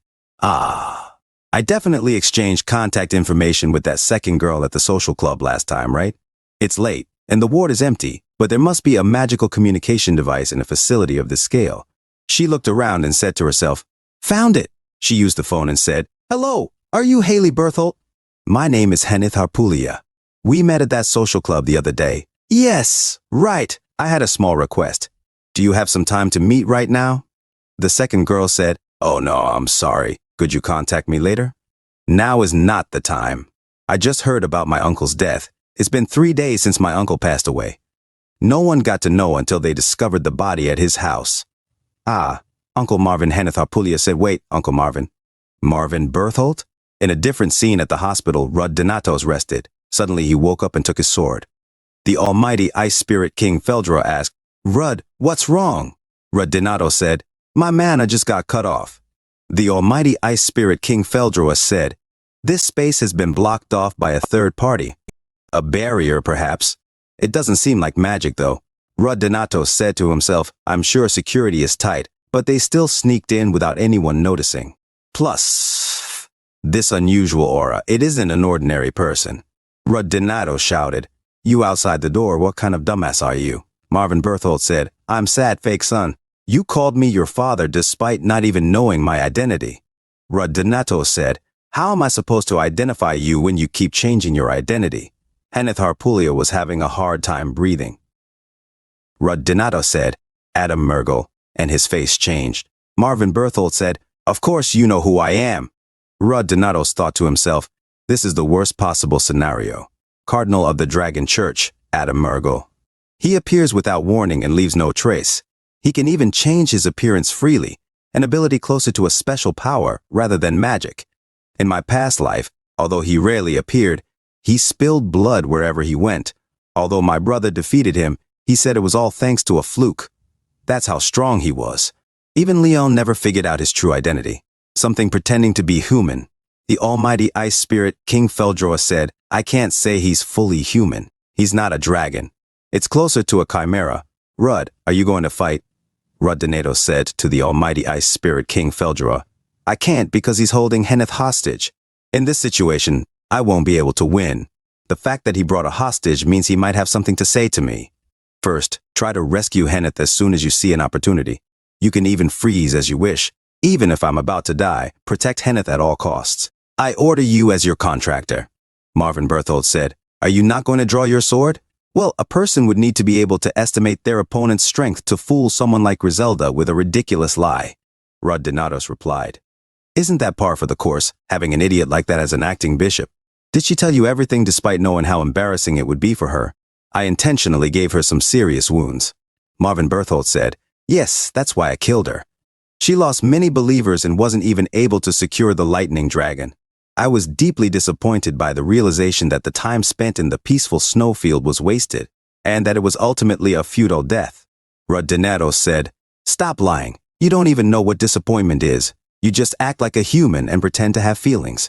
Stop talking about someone you don't care about and get to the point. Marvin Berthold said, The immortal warrior, I also have done my research about you. A survivor of the 1,000-form dragon incident, an orphan. The beginning of a typical hero story. All that's all right, but something isn't adding up. It is too unusual for a boy who was only a third-rate mercenary to suddenly develop into such a talent within 2 years and become a man capable of rivaling the Dragon Kings. Don't you think so too, Lady Harpulya? Something's wrong with this boy, no?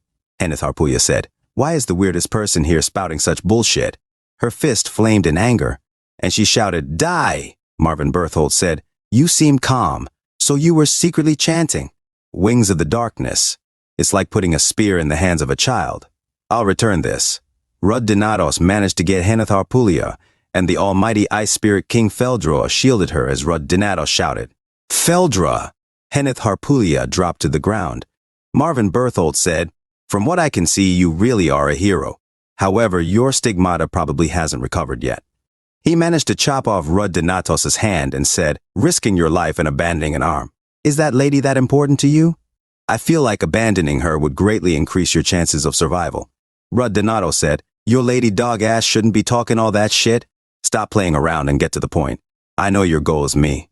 Marvin Berthold said, Well, okay. You're not wrong. How did you find out about me?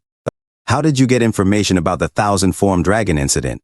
Rud Donatos mocked Marvin Berthold by saying, Your dad told me. Marvin Berthold smiled and chopped off Rud Donatos' other arm. Henneth Harpulya was shocked after seeing what happened. Marvin Berthold said, How did you locate the lightning dragon sealing stone? Rud Donatos said, I just picked it up. Marvin Berthold chopped off Rud Donatos' leg and said, The lightning dragon shouldn't have died such a useless death. It would have been amazing if the seal had broken in Aratium, just like the 1,000-form dragon incident. Rud Donatos thought to himself, Because of the thunderbolt that broke Aratilim's seal that day, more than half of the cadets were scorched by lightning, and their bodies were left unrecognizable. All the tragedies in my past life were because of this asshole. Marvin Berthold said, What exactly is your identity, you who are angry at a disaster that never happened? The reincarnation of the hero Vinar? I don't think so. So the conclusion that I've drawn is a regressor. Were you a hero before your regression? The 7 dragons, the dragon god and me, did you kill us all? Rud Donatos was shocked and thought to himself, Dragon god? Marvin Berthold said, A year ago. The connection to the floating island was suddenly lost. The void dragon's position became vacant. Coincidentally, that incident coincided with the time of your admission to Aratium. I see it now. You're Genesis Dragon Kurna's toy. Rud Donatos thought to himself in shock. That white guy. Marvin Berthold said, Is this your first time hearing that name? The dragon god, Genesis Dragon Kurna. The father of all dragons, including the 7 dragon kings. The god of creation. Wouldn't someone have to be a god at the very least to be able to turn back time? Kurna seems to like you quite a bit, Marvin Berthold remarked. Rud Donatos thought to himself, So the dragon god that the dragon church worships was that guy. Genesis Dragon Kurna, a name I've never heard before. A god that has the power to alter time. I don't give a freak about whether he is a dragon god or a dumbass. This time, I'm going to kill him, Rud Donatos declared.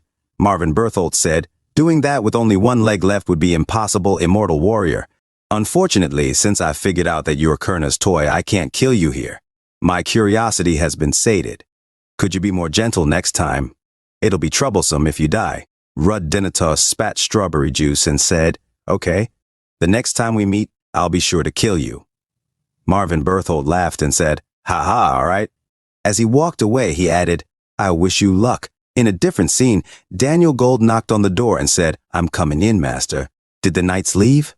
Ainbry said, Yeah. How could they make me? an old patient. Participate in the investigation for 3 whole days. I'm sick of it all. Daniel Gold said, they attacked right after he was recognized as the hero. It hasn't been that long since the subjugation of the lightning dragon, so the security in the ward was tight. I mean, it wasn't the usual incident after all. Judging by the way they spoke, it seemed like they were conducting internal investigation while withholding all the information from the media. A hero's reputation is their everything. This incident could greatly harm the Imperial Knights and the church's reputation. Ain Bryce asked, "All right, did the kid wake up? Have his wounds healed?"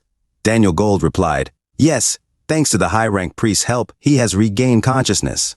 Since he has a stigmata, he should be fine by the time his mana restores." Funnily enough, he seemed rather calm while the other children seemed quite shocked. Ain Bryce said, "Was it the Dragon Church?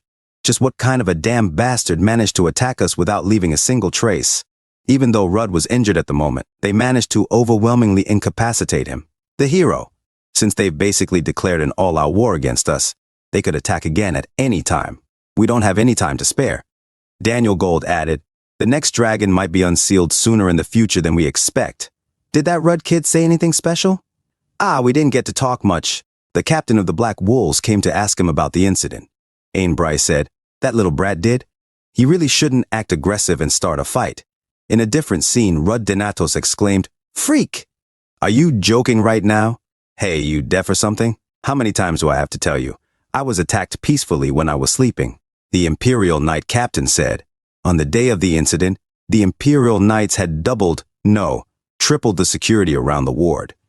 Moreover, several of our Black Wolf Knights were stationed here as well on His Majesty the Crown Prince's orders. But you're saying that someone managed to sneak in and out. Does that make sense to you?" Rudd Donatos retorted, "Why are you complaining about your weak-ass subordinates to me? I'm the victim here. Did any of your oh-so-amazing knights lose a finger or something?" "No," the Imperial Knight captain exclaimed. "You said that the guy initially disguised himself as a priest, right? Just because you've been barking around accusations in the hospital ward for 3 hours doesn't change the fact that you guys were unaware of the intruder while an Iradium cadet was present. You must not understand the seriousness of the situation, kid. If this incident becomes public, both the Holy See and His Majesty, the Crown Prince, who deem people like you to be heroes, will become laughingstocks. Not only did you dare to tarnish the Imperial family's name, but you also acted foolishly. Someone like you shouldn't call himself a hero. Killing the lightning dragon? You can't even protect your own body. You must have let the guild master do all the work and taken all the credit. How dare an immature country bumpkin and ex-mercenary claim such things?" Rudd Donato said, says the one who reserved the room next to mine. "Are you going to keep yapping around?" The Imperial Knight captain shouted, "You arrogant bastard." A boy shouted, "Captain, please calm down." The captain attacked Rudd Donatos, but the almighty ice spirit King Feldro blocked it. The Imperial Knight captain thought to himself, "He blocked it. Let me show you the skills of an Imperial Knight captain," he shouted. "Don't think you are all that just because you have a stigmata." Rudd Donatos bled and said, "Freak." The Imperial Knight captain thought to himself, "It went through. There's no way someone like him could win against me." He said, "Poft! Do you get it now?" This is what real skills honed through experience are. Suddenly, Rudd Donatos hit him in the chin. A boy shouted, "Captain," Rudd Donatos said, "you dare to use attribute skills against a patient? All right then. I was already in a bad mood anyway. Everything from here on is self-defense, got it?" The boy thought to himself. An Imperial Knight captain was sent flying after dealing the first blow. If word gets out, not only will His Majesty, the Crown Prince, be enraged, but the entire Black Wolf Knight Order will be in trouble, the boy said to Rudd Donatos. "Please calm down, Lord Rudd. It seems like our captain was overwhelmed by strong emotions for a second." And Rudd Donatos retorted, "Ah! Can't you see this? That bastard aimed for my eyes. It's a lethal blow for a patient like me, okay?" The boy apologized. "I apologize. I'm willing to do anything to calm your anger, so please don't tell His Majesty about this incident. Please have mercy on us. They do say that the higher one's position is, the less they tend to pay attention to their surroundings." "I'm sure the captain felt something too," he continued. Rudd Donatos said, "What bullshit, piss off. Give me a reason why I should let you go." The boy offered, "I'll give you this in return. It's an artifact that His Majesty awarded me. It's said to have been made with materials from the World Tree, Bernica." The artifact's effects are rather negligible and I can't guarantee that it was made out of the world tree, but since it was a gift from His Majesty, it's bound to be valuable. Donato silently thought, then said, I'll let you go this time. Leave it here and take him with you. The boy thanked him. Thank you. Then we'll be taking our leave. He grabbed his captain. A few moments later, Donato said, To think I'd find this here? The almighty ice spirit King Feldror said, I'm certain this really is made out of a branch of the world tree. They must be crazy to make a weapon out of the sacred tree that holds this world together. Donato said, Well, the one who used this in my past life was a complete psycho too. Feldror asked, Who was that evil being? Donatos replied, Your daughter, Lenia. Feldror was silent for a moment before saying, Since the world tree is not resonating with it, it's nothing more than an ordinary branch. It's actually incredible she was able to use it. As expected of my amazing daughter, suddenly someone knocked on the door. Donatos said, What is it now? He opened the door and said, Which bastard? Heneth stood there and said, Donatos asked, How did you get in here? Visits to the central ward are prohibited. Heneth explained, I was called here for the investigation. I didn't get a single scratch, but I was still involved, so I heard that you had woken up, so I just wanted to at least see your face. Because of me, you. Donatos interrupted. What are you talking about all of a sudden? Heneth continued, and I wanted to give this back to you. It's too much for me. I'll leave now, so rest up well. Donatos grabbed her wrist and said, Follow me. Heneth protested, Right. A few moments later outside, Donatos said, Let me put this clearly. It's neither your fault nor mine. We're both alive and well, so there's no need to feel bad. Heneth said, But you nearly died. Donatos replied, Oh no, it was just a reminder for me that I still have a long way to go. Oh, did you cut your hair? Heneth said, Don't change the topic. If Leon had been there instead of me, you'd have less severe wounds. Donatos asked, Hey, what are you? Heneth confessed, I tried really hard. While you were gone, I trained so hard that I suffered from constant mana exhaustion. At night, I only slept a few hours and spent the rest in the lab. I swung my dagger until the grip was completely worn out. But no matter how hard I try, I am still a burden to you. You can't even fight properly because you always try to protect me. Whenever I think I've caught up to you guys, you always seem to already be far ahead of me again. I was mistaken. I was just pretending to catch up to you guys, while in truth, I was holding you back. I don't deserve to own the wings of darkness that you gifted me. I'm unbearably pathetic, absolutely worthless. It would have been better if I never existed. Donato said, So what if you're holding us back? Even if I cut off the part of my body that you're holding, it will eventually grow back. I'm the immortal warrior, after all. Heneth exclaimed, Stop joking around, I'm being serious. Donato said, Geez, seriously. I'm fine. Hold me back as much as you like. I'm fine with it. Besides, no one is born perfect, nor are there people who are perfect until they die. Everybody is living in their own timeline. Everyone has a pathetic and worthless phase once, all right? Anyway, I'm trying to say that you are someone valuable. You cannot become a second Balak, Lenia, or Leon, but the same thing goes for them. No one can become you. I'm sure that I'll need you in our future plans, so stop with those useless thoughts. You just have to continue doing your best like you've been doing until now. Keep investing until you get your share. I did that too. If you get it, stop crying and go back. Donatos began to walk away. Suddenly, Heneth called out, Then, can I hold you back one more time? Donatos, confused, said, Huh? Heneth said, You. Donatos asked, What? Heneth said, I like you, Donatos. Leon Creer, standing at a distance, heard the whole thing. Heneth laughed and said, Aha, I always thought that confessing while crying would be the ugliest thing one could do. Who knew that I'd be the very person to do it? The timing is awful, isn't it? But I didn't say it expecting a clear answer from you. It's just what my heart is saying. Donatos looked at her from a distance and said, I'm sorry. Heneth responded, I already told you that you don't have to give me an answer right now. Honestly, I didn't expect you to accept my confession anyway. You're really insensitive when it comes to things like this. That's why I want to know, are you rejecting me because of Leon? Donatos said, He looked at the tree and continued, No. For me, every single one of you is a friend and comrade. We don't have to play with our emotions right now. Moreover, how can you make any promises when you could literally die any day? Leon Krier trembled. Rudd Donatus continued, to be honest, Leon's feelings towards me make me very uncomfortable. Leon Krier suddenly ran. Rudd Donatus thought to himself, this should be enough. Kenneth Harpulia said, all right, I get what you're trying to say. But Rudd, have you heard of this phrase? Love sprouts even in times of war. It was embarrassing, but now I feel relieved. I'm glad that I still have the slightest bit of a chance. Rudd Donatus asked, what? Are you sure you listened to me? Kenneth Harpulia said, of course. I'm going to go for real now. I'll continue to try hard, just like you said. So let's meet again the day you're released as if nothing happened. Rudd Donatus said, all right, get home safe. The almighty ice spirit King Feldroa said, you rejected 2 women at once.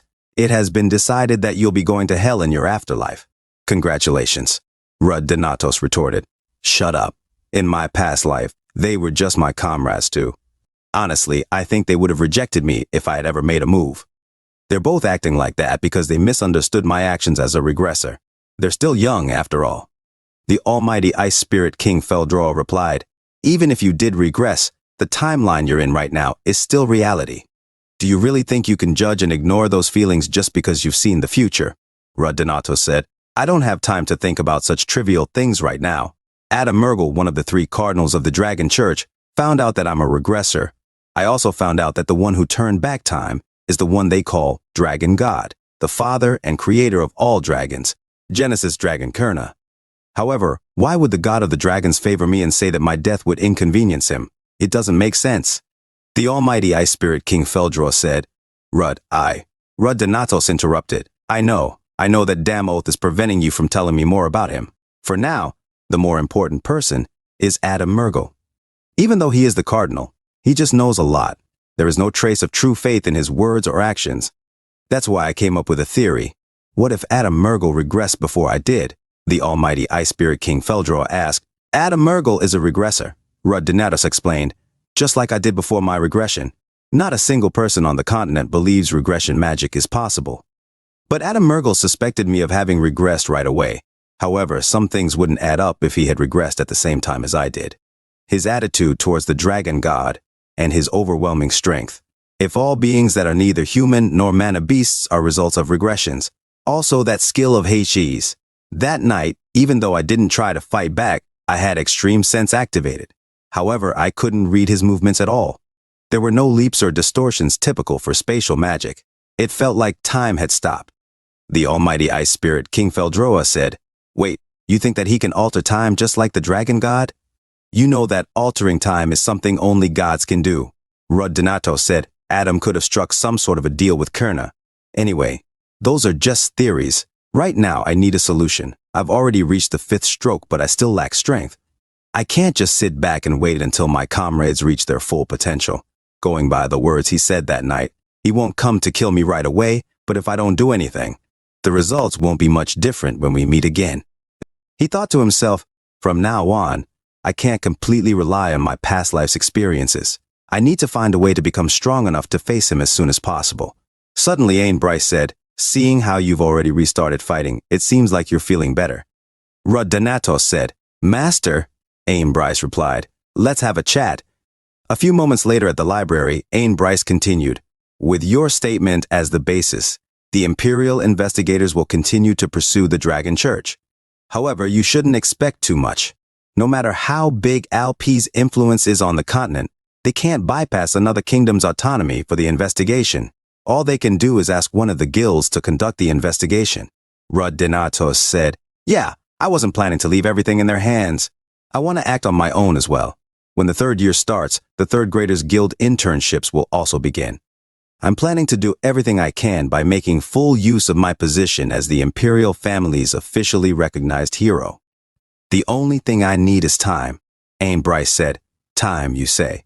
Kiddo, since you got your 5th stroke, you've been inside the inner heaven, right? You must have also taken the test at the entrance of the inner heaven. Although it depends on their personality, some predecessors may remain by your side as spirits to watch you grow after the test.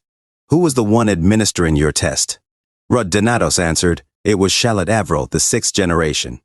Now that I think about it, she must have been your master as you're the 7th generation. Ain Bryce was shocked and asked, how? Did she look? Rudd Donatus said, How she looked? I guess she looked like she was having a good time.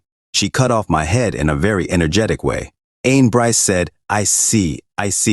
He remembered their time together and continued, she looked like she was having a good time. I guess you know that time passes faster for spirits than for us humans. As long as you have an appropriate opponent, you should be able to make up for your lack of time by training in the inner heaven. No, Rudinatos asked. You mean I should ask her to help me train? Ain Bryce said, yeah, she'll gladly help you out. She was a good teacher. Someone like me can't even compare to her. Rudinatos thought to himself, the future is definitely going to be different from my past life. This is the best I can do right now, because I don't know who or what might lead to the next dragon's unsealing. It may be called the image world of the spirits, but you sense the pain just like you would in the real world. Real combat will help me a lot more than simple training, and it will also save a lot of time. My next goal is the 6th stroke that Professor Daniel has reached. Rudinatos took off his bandages and said, let's see. I guess dying about T365 times should do the job. In a different scene, Rudinatos and Charlotte Averill fought each other. Charlotte Averill blocked Rudinatos' attack, but he suddenly attacked her from behind, attempting to pierce her with his spear. Impressive, Charlotte Averill said. Despite the pain of your heart being pierced, you're able to maintain your mental state, and your magical rank has increased too? If you use the stigmata, you might actually win now. Rudinatos replied, however, the ultimate technique shouldn't become a necessary skill. Even though this is just training, is it okay to spend so much time in the celestial realm like this? I don't mind the company, but weren't you in the middle of a guild internship? Charlotte Averill asked. I've been finishing the given tasks, so you don't need to worry, Rudinatos reassured her. That's a relief. It feels like just yesterday you suddenly entered the celestial realm and asked me for sparring. Seeing your growth makes me proud. I can even feel the passage of time after a long while, though it pained me to kill a cute junior hundreds of times. Charlotte Averill mused. You impaled my heart on a skewer today too, so spare me the empty words, she added. Oh, hey, that's just my teaching style. Though it pains my heart, I teach firmly and encourage gently. Rudinatos muttered to himself, the Grand Master's nasty temper is all thanks to you, huh? Now that you mention it, I'm curious about something, Rudinatos said aloud. How did you, the 6th Master, pass away? The records say you retired quietly, but seeing your spirit form, it doesn't seem like old age. There shouldn't have been anyone who could rival the pinnacle of that generation. Oh my, after a whole year, you finally have a question other than how to kill me, Charlotte Averill exclaimed. Fine. Since it's such a momentous day, I'll tell you. It started with a request to subdue the Draconians in northern Moharon. At that time, they often crossed the Great Mountain Range. You know my skills, right? So I swiftly completed the request and was heading back when I discovered a dungeon on the way. A dungeon? Do you mean the ancient frozen labyrinth? Rudinatos asked. Yes, a treasure trove from the mythological era. Because it was a dangerous area with Draconians, no one had entered. But you know I can't ignore something like that. Well, to cut to the chase, it turned out to be a passage, not a dungeon, a shortcut through the Great Mountain Range leading to the snowy plains where the Draconians live, Charlotte Averill explained. So, you're saying the Draconians created a passage through the mountain range? Rudinatos inquired. Probably. It's not exactly pleasant news, so I intended to return immediately, but I was caught by Draconian pursuers. It was a fierce battle. Quite thrilling until that one appeared. It was the leader of the Draconians gathered there, incredibly strong. For the first time in my life, I thought I couldn't win. So, what could I do? I collapsed the passage. If they got through there, it would have been a disaster. And that's how I died. The record saying I retired must mean that Ain followed my last wish. What do you think? Quite a dramatic story, right? Charlotte Averill recounted. Didn't you want revenge or something? Rudinatos asked. Ain, my disciple. He's probably the Grand Master of Ruud now? I raised him since he was a huge crybaby, Charlotte Averill said. Rudinatos thought, recalling Ain Bryce, the Sky Sword Immortal. He was a little snot-nosed kid, huh? He was so kind-hearted and gentle. If I asked him for revenge, how recklessly do you think he would pursue it? I didn't want his entire life consumed by that. Besides, he could never refuse my requests, Charlotte Averill said. That's selfish, Rudinatos commented. Ha ha, my life, my rules. If you're upset, kill me next time. Did that satisfy your curiosity? Shalit Avril asked with a grin. Yes, thank you for telling me. I'll be going now, Rud Donatos replied. Rude, I'm talking to you too. Don't dedicate your life to revenge just because you've gotten used to death, Shalit Avril advised. I will keep that in mind, but the ones left behind are the ones who decide that, Rud Donatos said. A few moments later, the almighty Ice Spirit King Feldroa said, You're back? It took a bit longer this time. How long has it been? Rud Donatos asked. About 4 hours, Feldroa replied. Ugh, my whole body is sore, Rud Donatos groaned. Adeline Creer called out, Rude, are you inside? Yes, Rud Donatos answered. There you are. I have some information regarding the current request. Sorry for asking you as soon as you got back from the last one. Lately, dragons around the kingdom of Libel have been going on a rampage. It's a mess, and it's not even their breeding season, Adeline Creer explained. Don't worry about it. That's what the internship is for, Rud Donatos said. Seriously, thinking about how your internship period is almost over makes me feel so regretful, you know? Can't you stay with the Dragon Slayer squad until your 4th year? Please, pretty please. Adeline Creer pleaded. Rud Donatos said, I would like to, but I have a promise with Abel. Is the current mission in the wilderness? Adeline Creer responded, Yes. It's your first time in the wilderness, right? Officially, the wilderness is the westernmost territory of the Kingdom of Liberal, but no one on the continent really considers it part of Liberal. It's a barren wasteland with only the city of Seminel, home to vagrants, refugees, bandits, monsters, and dragons. The wilderness is just the wilderness. Rud Donatos thought to himself, come to think of it, I remember hearing that Leon's hometown was in the wilderness before she was adopted by the Dragon Slayer squad. I'll go. But can I go alone this time? There are many places in the wilderness I want to investigate, Rud Donatos requested. Of course. Your mentor Thompson fell ill after the last mission anyway. Still, I'm a bit worried about you going alone. It would be good to have company. Haven't you reconciled with Leon yet? Ha, just asking, don't worry too much about it. Let's meet once more before you leave tomorrow. Get some rest, Adeline Creer said. Rud Donatos reflected, since the day Hennis confessed to me a year ago, Leon has completely ignored me. As a result, the entire Dragon Slayer squad is walking on eggshells around us. She knew I was there and said it, and in a way, it went as I intended. But rejecting her so harshly might have been too much. I never expected she wouldn't speak to me for a whole year. I've tried to make amends. But she just blocks any conversation, and I've been too busy with training to pay attention. Honestly, it's more comfortable this way than dealing with excessive affection. Timing is always perfect, isn't it? Later, Rud Donatos said to Leon Creer, Welcome back. Is the mission over? She silently ignored him. Hey, don't ignore me, Rud Donatos insisted. I'm not ignoring you. I'm just busy. We'll talk later. Leon Creer replied. Frustrated, Rud Donatos said, Later, I'm sorry for rejecting you like that, but it's been months now. How can we resolve this if you won't talk? The whole Dragon Slayer squad is uneasy because of us. I'm not asking you to be overly friendly, but we need to communicate to fight together.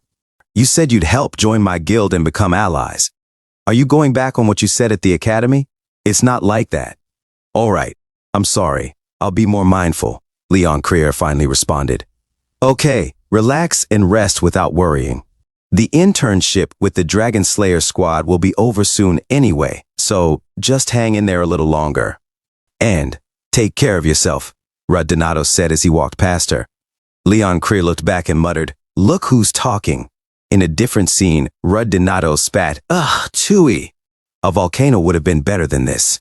He was in the westernmost area of the Kingdom of Liberal, the wilderness. According to the map, a shelter should be somewhere around here, Rud Donatos noted. The almighty Ice Spirit King Feldroa interjected. Rud Donatos, hand over the map right now. I can't have us waste more time out in the open because of some idiot. Hey, piss off. I got it right this time, okay? Rud Donatos snapped back. Feldroa laughed. You're making me laugh. Think about it. Why else would you have been given a return stone to get you back to the guild building? Rud Donatos recalled what Adeline Creer had told him. If you ever feel like you've lost your way during the mission, use this return stone. The sandstorms in the wilderness can easily disorient you. Don't make the search team come find you again. Rud Donatos asked, Have you ever been to the wilderness? Of course, a dump for outlaws, a den of refugees. The place has many negative names, but it is special to me, Adeline Creer replied. Because I met our daughter Leon in the wilderness for the first time. It's a harsh environment for a little kid to survive in, Rudd Donatos thought to himself. Rudd, I can see the shelter, Feldro announced. A few moments later, Rudd Donatos entered the shelter, and people looked at him. A man approached and said, a new face. You a mercenary? No, Dragon Slayer, Rudd Donatos answered. The man replied, you look way too young to be one, though. I'm an intern, Rudd Donatos explained. The man questioned, you sure you're not some outlaw trying to sneak his way into the wilderness under a disguise? Rudd Donatos retorted, are you talking about yourself? What? You arrogant bastard? The man started, but his friend suddenly stopped him. Stop. I apologize on behalf of the Seminole Rangers. The wilderness doesn't have a lot of connections to the outside world, and it's unusually restless these days, so we're just very wary of strangers. Where are you from? The friend asked. The Dragon Annihilation Troop, Rudd Donatos replied. The friend nodded. The Dragon Annihilation Troop. Seems like you guys are busy with the dragons flying around too. You seem competent enough from my initial impression of you, but even the thieves are running wild these days. Be careful, we'll be heading out now. I wish you a good stay here. Get up, you bastards, let's go. Suddenly, they left. Hey, wait, there was something I wanted to ask them though, Rudd Donatos muttered. The bartender approached and said, the Seminole Rangers are rather quick-witted and wary. The sandstorm will pass after noon. What can I get you, sir? Rudd Donatos sat down and said, coffee? Well, if you don't have that, get me some plain water, please. He was served hot chocolate instead. Rudd Donatos thought to himself, the wilderness was the start of the fall of the Liberal Kingdom. There's about 6 months left until the day the delusive dragon attacked Shirin in my past life. The rampage of the dragons that foreshadowed the attack this time too was roughly around. If things continue the way they are now, the attack won't happen at a time too different from my past life. The problem right now is the half-year gap. I found out that the dragons fleeing was a response to the delusive dragon's mana in my last life.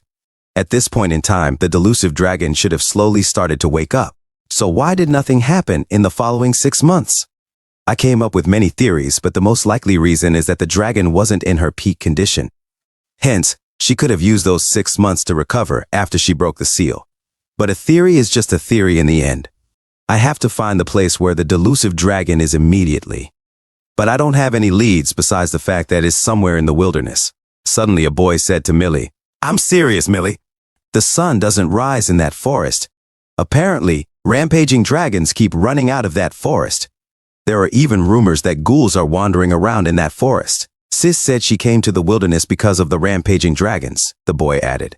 Millie said, right, Boss Eddie did tell us to stay away from the north. What did the adults call that forest again? They both exclaimed, ah. The Forest of Darkness, Rudd Donatos asked. Where is that forest? The kid responded, what the heck? Who are you, mister?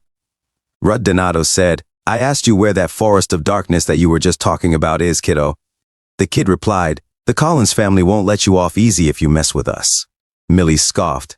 Are you that proud of being part of the most unimportant band of thieves? Just tell me where the forest is. Suddenly, Rudd Donatos lightly hit the kid, and the boy shouted, ooh, sis. Millie ran off, yelling, help us. Rudd Donatos called out, where are you running off to? At least answer me before you go. Hey kid, I hit you lightly. How can a man? But the kid cried out, ooh. Suddenly, Senior Linnea Selkett intervened, shouting, stop right there. I won't forgive you for bullying my kids. Millie hid behind her, but then Senior Linnea Selkett said, huh? Rudd? It's Rudd. What are you doing here? Rudd Donatos responded, Linnea? Senior Linnea Selkett exclaimed, whoa, what a surprise. To think I'd meet Rudd here. I heard from Renee that you were with the Dragon Annihilation Troop. Rudd Donatos said, I am the one more surprised to see you here. Why are you in the wilderness? You aren't doing your internship with a band of thieves, are you? Senior Linnea Selkett replied, yeah, I'm not.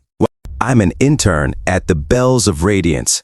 The guild is located in Alpea, but the guild members recommended long-distance missions to me to broaden my horizons. Rudd Donatos thought to himself, you sure you were not sent away because you caused some sort of trouble? The almighty ice spirit King Feldroa interjected, there is no way my daughter would do that. Watch your words, your thoughts. Rudd Donatos asked, what about your mentor? There should be a mentor with you unless there are special reasons. Senior Linnea Selkett replied, my mentor? We lost each other after we entered the wilderness. Rudd Donatos was shocked, but Senior Linnea Selkett added, well, he should be fine on his own. Donato said, sure, whatever. However, just how lost were you to end up as an intern for some thieves and being put in charge of some kids? Millie chimed in, she's not looking after us. We're just here to deliver things, right, sis? The kid added, she joined us a week ago. She's really strong. She froze a wyvern with one attack.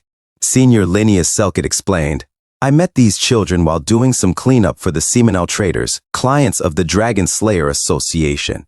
I took them home since the roads are dangerous, but they treated me to a delicious meal, so I'm in their debt until my mission is completed.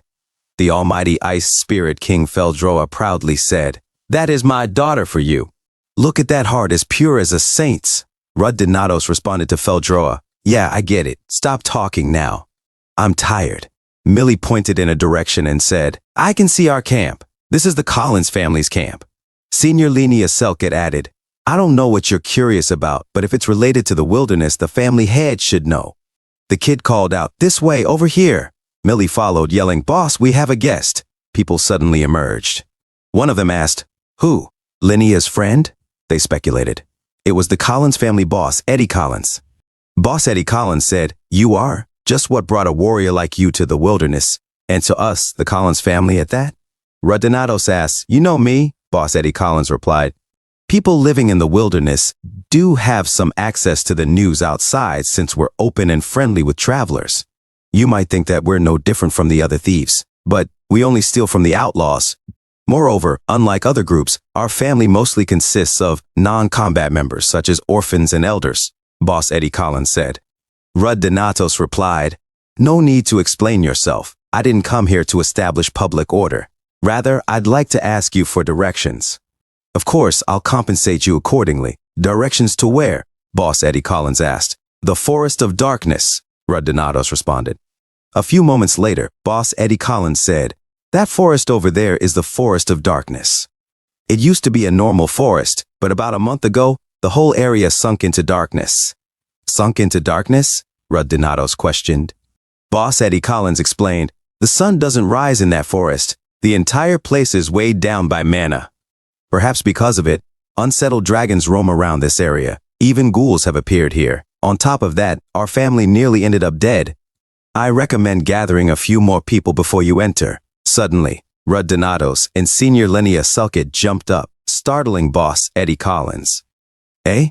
You're heading in right now? He exclaimed. Don't worry about us. Go back. The family needs their boss, Senior Linnaeus Selkett urged. Donatos added, it took us a whole day to come here from the camp. We don't have much time. Boss Eddie Collins called out, please stop by the camp when you come out safely. Let us treat you to a meal. Wow, I'm looking forward to it, Senior Linnaeus Selkett responded excitedly. But what's he saying when he's busy feeding his family? Senior Linnaeus Selkett remarked, you know, having a family is really nice. You can find warmth and food with them. You might act like that, but you gave him a rather large amount for simply guiding us here, didn't you? She added. Donatos said, well, that money comes from the Empire's pockets anyway. Suddenly, Donatos stopped. Even the entrance is ghastly, he observed. Senior Linnaeus Selkett inspected the area. These don't look like wounds from dragons, though. These people seem to be vigilantes from Seminole. Ah, look at you sneaking off alone. Wait for me, Senior Linnaeus Selkett called out. Are you really going to come with me? Donatos asked. Of course I am. I'm your respected senior after all, she said. You lost that status because you had to repeat a grade, Donatos teased. To himself, Donatos thought, I'm sure the mana seeping out of this forest belongs to the delusive dragon. That means it's certain that her seal has been broken. But why is it so quiet inside the forest? It's as if someone already dealt with all the enemies before us. What an eerie forest. Everything is asleep. There are literally no signs of life, Senior Linnaeus Selkett noted.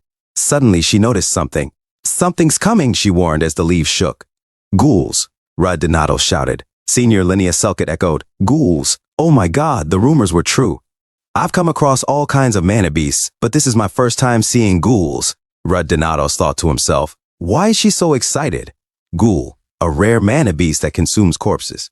It's said that it becomes more and more human-like the more corpses it consumes. Did they come out here from a wetland dungeon because of the delusive dragon, he wondered?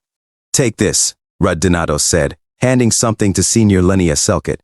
What's this? She asked. It's yours from now on. It's a weapon made with spirit water, Rudd Donatos explained. A weapon? But it's a necklace, Senior Linnea Selkit said, confused. Try to connect with it through resonance. That's your specialty after all, Rudd Donatos instructed. Senior Linnea Selkit tried to use it. Suddenly, a weapon appeared. Wow, this is so cool. Rudd, look at this. I'll cut all of the ghouls with this. Even my body somehow feels lighter, she exclaimed. I already cut them all down, Rudd Donatos said calmly. That's unfair, Senior Linnea Selkit pouted. But it's strange. Ghouls usually don't move around in groups since competition for food is fierce. Rudd Donatos thought aloud. He then examined one of the ghouls' skins and was shocked. They're not ghouls. They're undeads. Undeads? Aren't the undead puppets created by dark wizards? Senior Linnea Selkit asked, alarmed. The forbidden magic of putting a soul into a corpse. Are you saying that someone did that? She pressed. A puppet master. So that unpleasant feeling of being watched since we entered was because of them, Rudd Donatos surmised.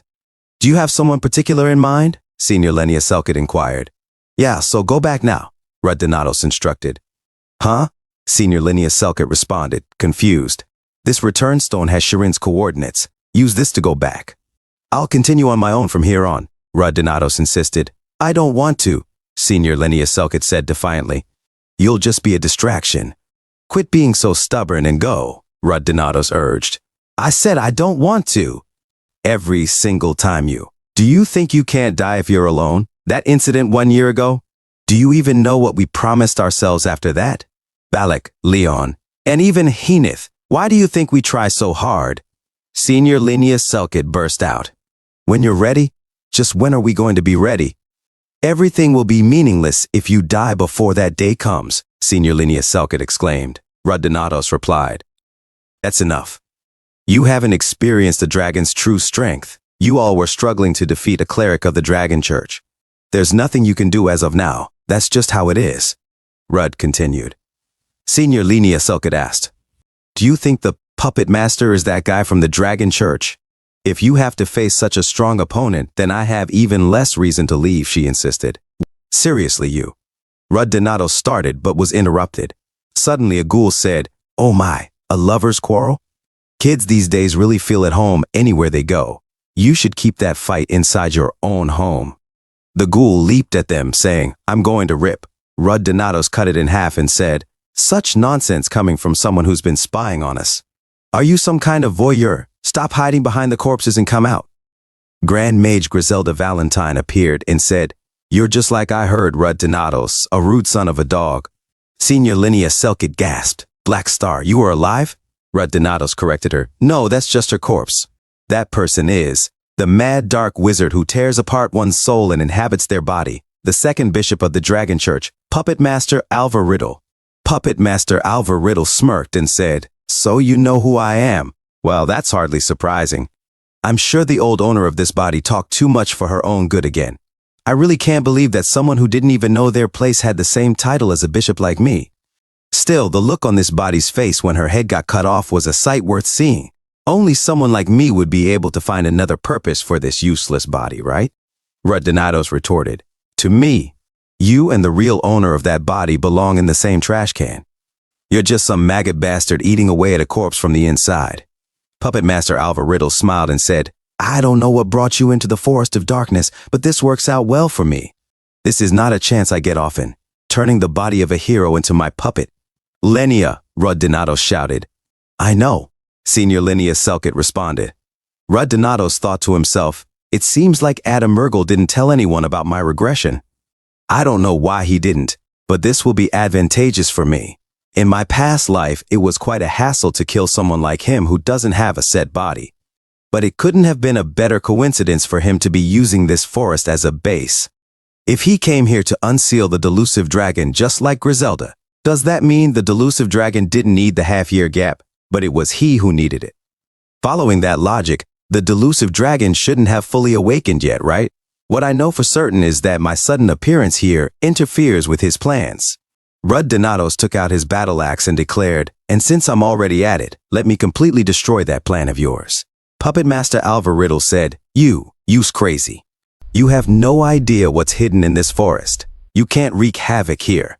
If you consider yourself a hero, then. So what, you son of a dog? Rudd Donatos interrupted, swinging his battle axe towards Puppet Master Alvaridal's head. She managed to evade it just in time. Suddenly, Senior Linnea Selkit followed up with another attack. Puppet Master Alvaridal barely evaded it again, and thought to herself, I didn't see her coming at all. Darn, was she not supposed to be just a nuisance to him? I don't even have a spare soul in this body right now. If I lose now, it's over. More importantly, if she wakes up because of this commotion, it'll be a complete disaster. I need more time. I need more time for my grand plan to come true, at least half a year. Rudd Donatos warned, that bastard will escape into another body if things don't look good for him, or we'll have to destroy that body completely to make sure he can't move back into it. Got it, Senior Linnea Selkit replied. Puppet Master Alvaridal muttered, as expected, that's arrogance befitting someone who managed to defeat the lightning dragon. Now I want that body even more. However, any more commotion will become troublesome. I'll have to call the guard. Get back! Rudd Donatos shouted. Suddenly, a huge explosion erupted from the forest. As the smoke cleared, someone arrived. Don't you think a 2 versus 1 is a bit unfair? Puppet Master Alvaridal taunted. Rudd Donatos was shocked as Charlotte Avril smiled at him. Let's do this properly, she said. Puppet Master Alvaridal echoed. Let's do this properly. One successor against another. The forgotten hero Charlotte Avril, the perfect body to use as a guard. I gotta say, this body is the most special among my treasured bodies, Puppet Master Alvaridal gloated. Angry, Rudd Donatos demanded, where did you get it? Puppet Master Alvaridal responded, you recognize this woman who died over 100 years ago? Ah, right. I had heard that the relationships between the successors of the sky-piercing technique are particularly close. I asked you where you got the body from, Rudd Donatos shouted. Puppet Master Alvaridal continued, I'm pretty sure all successors of the sky-piercing technique have this heavenly spirit. The battle between the two successors intensified, and she said, unfortunately, the person who gave me this body severed the connection between the body and the heavenly spirit. There was nothing I could do since trying to overcome such a separation is considered very dangerous. But I'm glad to see such an aggressive response from you upon seeing this body. You see, I'm still very interested in your body. Heroes from the past, kings of different races, archmages. I've made countless puppets from various corpses, but a hero's corpse has never been among them. That stigmata on your right arm, will I be able to use it too once I take your body? Rudd Donatos cut his arm and said, try it if you can, you pathetic bastard. The wound exploded. Puppet Master Alvaridal remarked, the higher the quality of the corpse, the fewer modifications need to be made. Of course, this body's soul returned to the blue heaven. Since I had to use a part of my soul to fill this void, I have to use demonic energy instead of this body's mana. However, I can perfectly recreate the different techniques left in this body's memories. The slash, that disrupts the opponent's sword path with minimal movement. How is it? A flawless execution of your senior's technique, isn't it? Besides, since this is just a puppet anyway, I don't have to be restricted by the body's limitations. Right now, I'm much stronger than she ever was when she was alive. This is the result of my long research, the pinnacle of soul transfer. Rudd Donatos scoffed. Flawless? Bullshit. He struck her, and Puppet Master Alvaridal responded with a laugh. Rudd Donatos continued, you can't even hold a candle to the 6th generation. Puppet Master Alvaridal taunted, you're holding on longer than expected. Unlike that hero over there, you're useless in your own way. Senior Linnea Selkit thought to herself, my restrictive spell will wear off soon, since I don't see any other way. Mister, I'll use this thing for real. She remembered what Rudd Donatos told her. It's not magic. Just imagine making a formula directly within your body. Leon Creer had said, just swing it and hit it.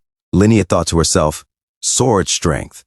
It's not perfect. It's far from perfect, but I can do this. A magic circle formed at Puppet Master Alvaridal's feet, and Senior Linnea Selkit was blasted away. Puppet Master Alvaridal sneered, how absurd. I understand that you're out of mana, but why would a spirit magic user run at me with a scythe? Do you have a death wish or something? No matter how lacking this body is, dealing with you is still a piece of cake. It would have been better for you if you had hidden somewhere and waited for the hero to come save you. Senior Linnea Selkit retorted, that's something only you would do. Suddenly her weapon moved by itself and struck Puppet Master Alvaridal in the stomach. Puppet Master Alvaridal burst out laughing. Pff, cool ha ha ha.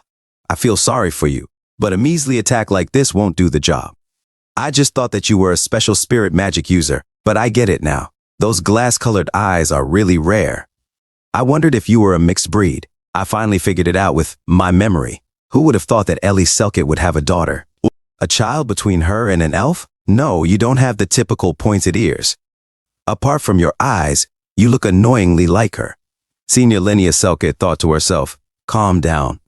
Just ignore whatever nonsense he's talking about.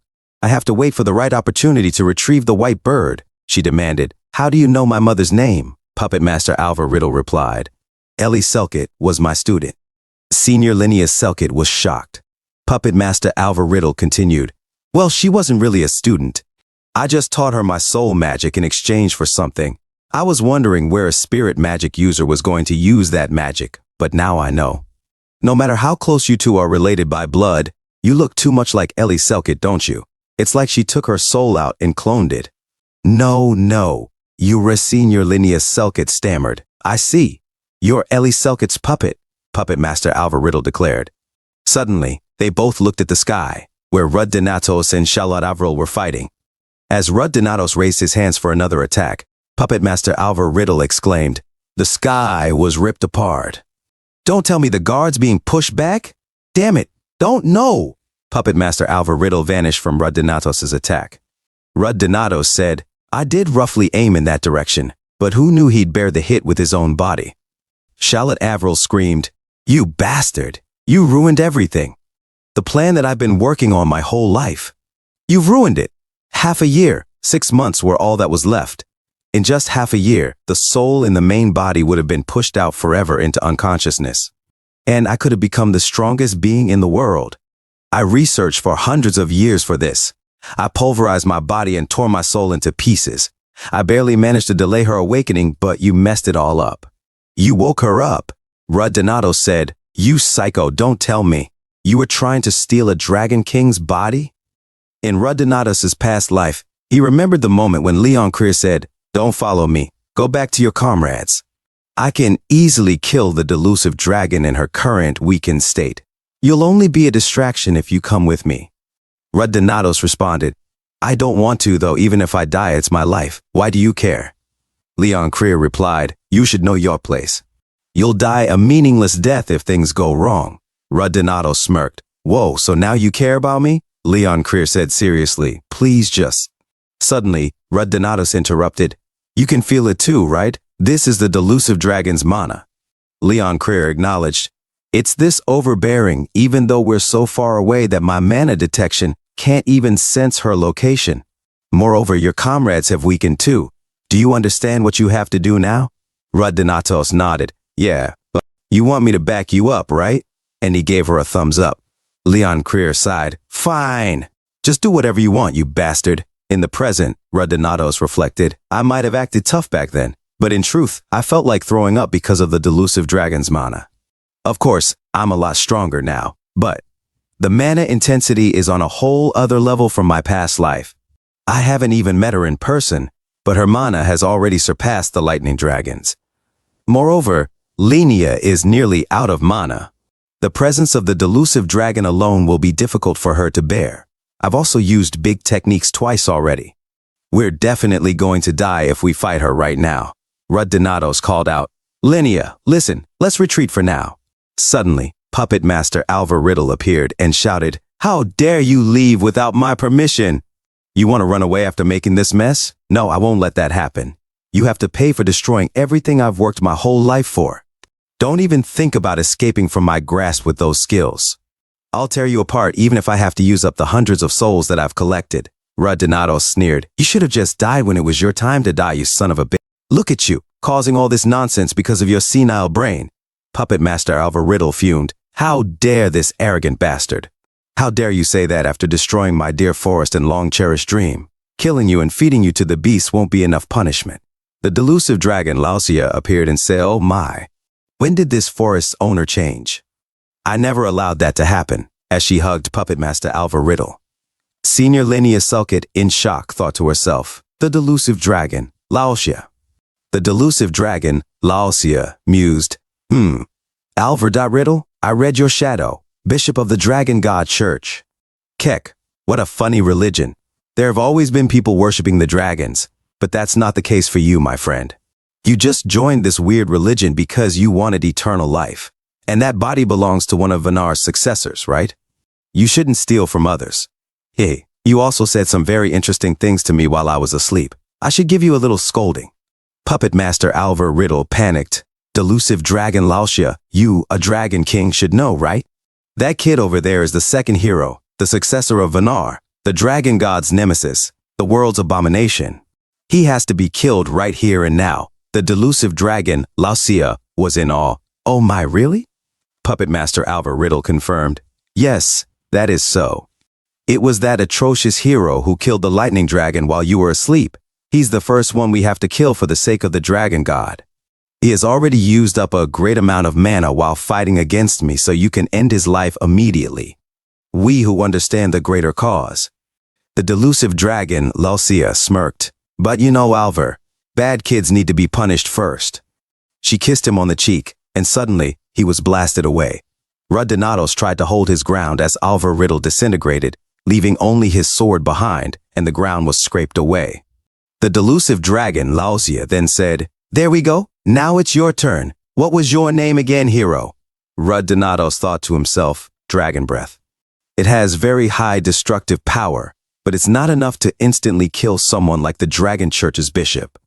Did she adjust the power level to kill the person who was planning on taking over her body? I didn't even feel the slightest bit of murderous intent. Something strange. That attitude and expression of someone who had lost their mind. It's completely different from the being that I saw in my past life.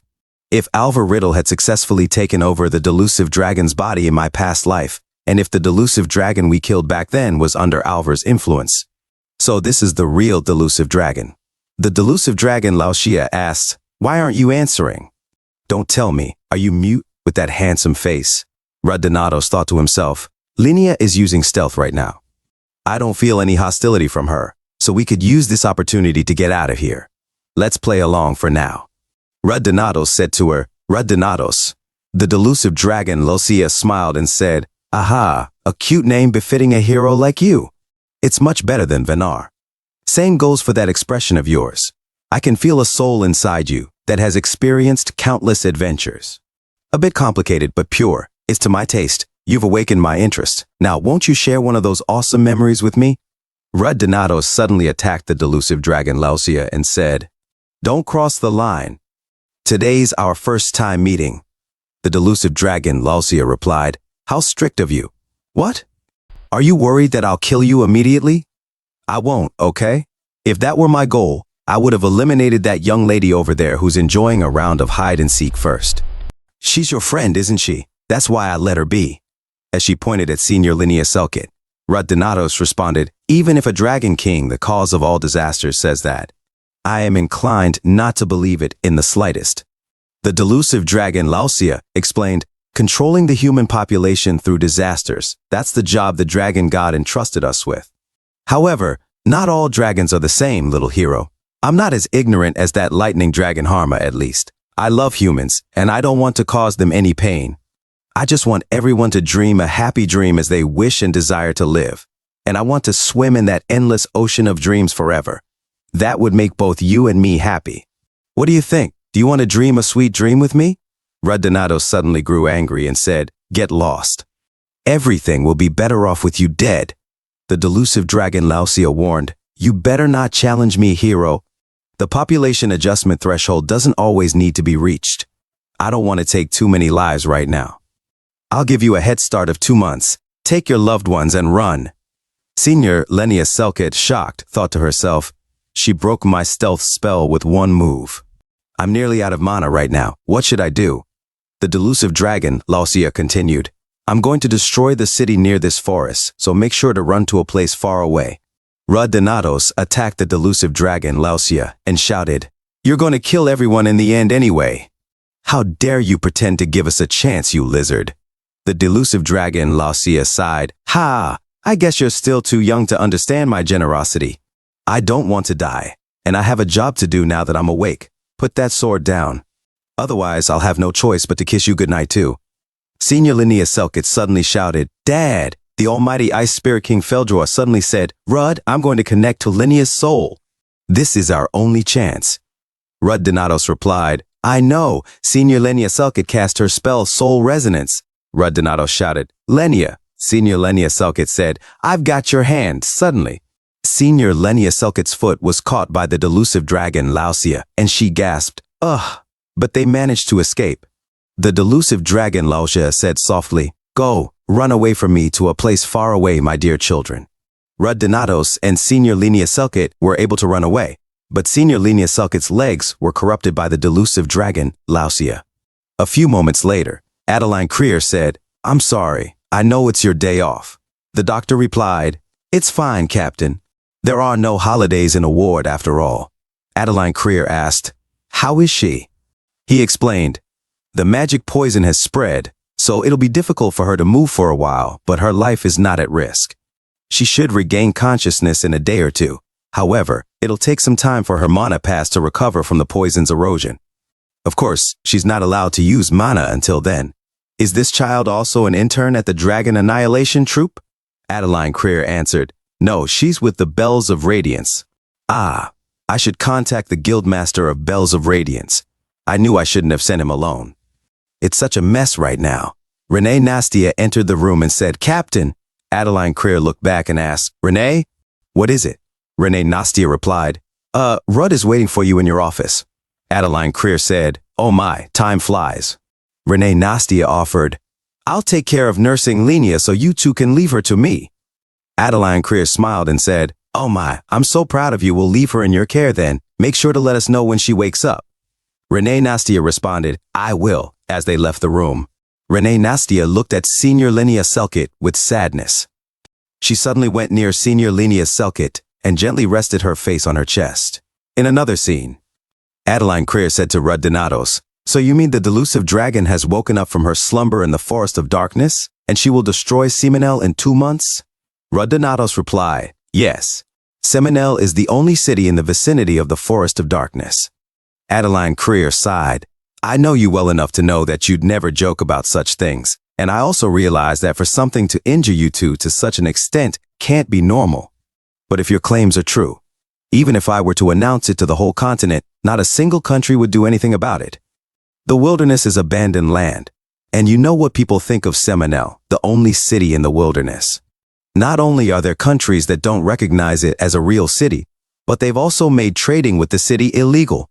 Furthermore, the Kingdom of Liberal, which the Dragon Annihilation Troupe hails from, has been hoping for Seminel's fall for a long time. Officially, the wilderness is a part of Liberal, so naturally, this growing city is a thorn in their side. Rudd Donatos said, It doesn't matter. His Royal Highness the Crown Prince promised to support me. The same goes for Great Master and Master Daniel. It's the same situation as the fight against the Lightning Dragon. Rather than sacrificing a large number of ordinary soldiers, wouldn't it be more efficient to gather a handful of strong individuals for the fight? Fortunately, the delusive dragon uses psychological spells, so she's not as offensive or aggressive as the Lightning Dragon. Of course, what will happen if her plans to destroy Seminel get thwarted remains to be seen. More importantly, the individual we need to deal with as soon as possible is the second bishop of the Dragon Church, Puppet Master Oliver Riddle. That bastard lost quite a bit of his power. Although he managed to disappear with the delusive dragon's attack, I'm pretty sure he's still alive. Since he has lost his original goal, he'll either stick to the delusive dragon to survive or move on his own, motivated by his own grudge. The guard made with the sky-piercing technique's 6th-generation successor's body. He'll be a difficult enemy to deal with as he'll continue to regenerate using the hundreds of souls trapped in his heart. Additionally, we need to prepare for the huge number of undead he can summon. Adeline Creer said, I really want to ask you how you ended up fighting with someone from the Dragon God Church and came across the delusive dragon in the middle of the wilderness, but I won't ask any more questions as promised. I promise to believe every word you say a single time after all. But still, answer me this, the nature of the delusive dragon and the attack in 2 months. Are you certain about that? Rudd Donatos replied, Yes, I am. A dragon king does not lie. Lies are for the weak. Adeline Creer said, All right then, there is no time to waste. Once this news reaches the Liberal Royal Palace, those geezers won't stay quiet. Since it could mean the Dragon Annihilation Troop will have to move independently, let's head to Seminole right now. I guess it would be better to have the Sky Sword Immortal accompany us, right? Rudd Donato said. Yeah, I will send word. Adeline Creer suddenly asked, how's your body? You haven't even gotten an hour of sleep since you came back. Renee is worrying about you. Should we depart tomorrow? We can also watch Lenia's condition for a while longer if we do. Rudd Donato said, no, I'm fine. Things are happening a lot sooner than expected. In a different scene, a lady said, found you. Sweetie, have you been hiding here? Senior Linnea Selkett said, hee, you found me. It's your turn to hide now, Mom. Her mom said, no more hide and seek for today. It's getting dark, so we shouldn't be wandering around now, should we? Senior Linnea Selkett pouted, humph, but you find me way too quickly every time. I'm going to hide further away next time. I'll surprise you, Mom. I'm serious. Even you won't be able to find me. Suddenly, she stopped and said, huh? Whoa, what's this? A voice echoed, Linnea. Don't Linnea. And the voice shouted, Linnea. Senior Linnea Selkett thought to herself, these odd memories of my childhood?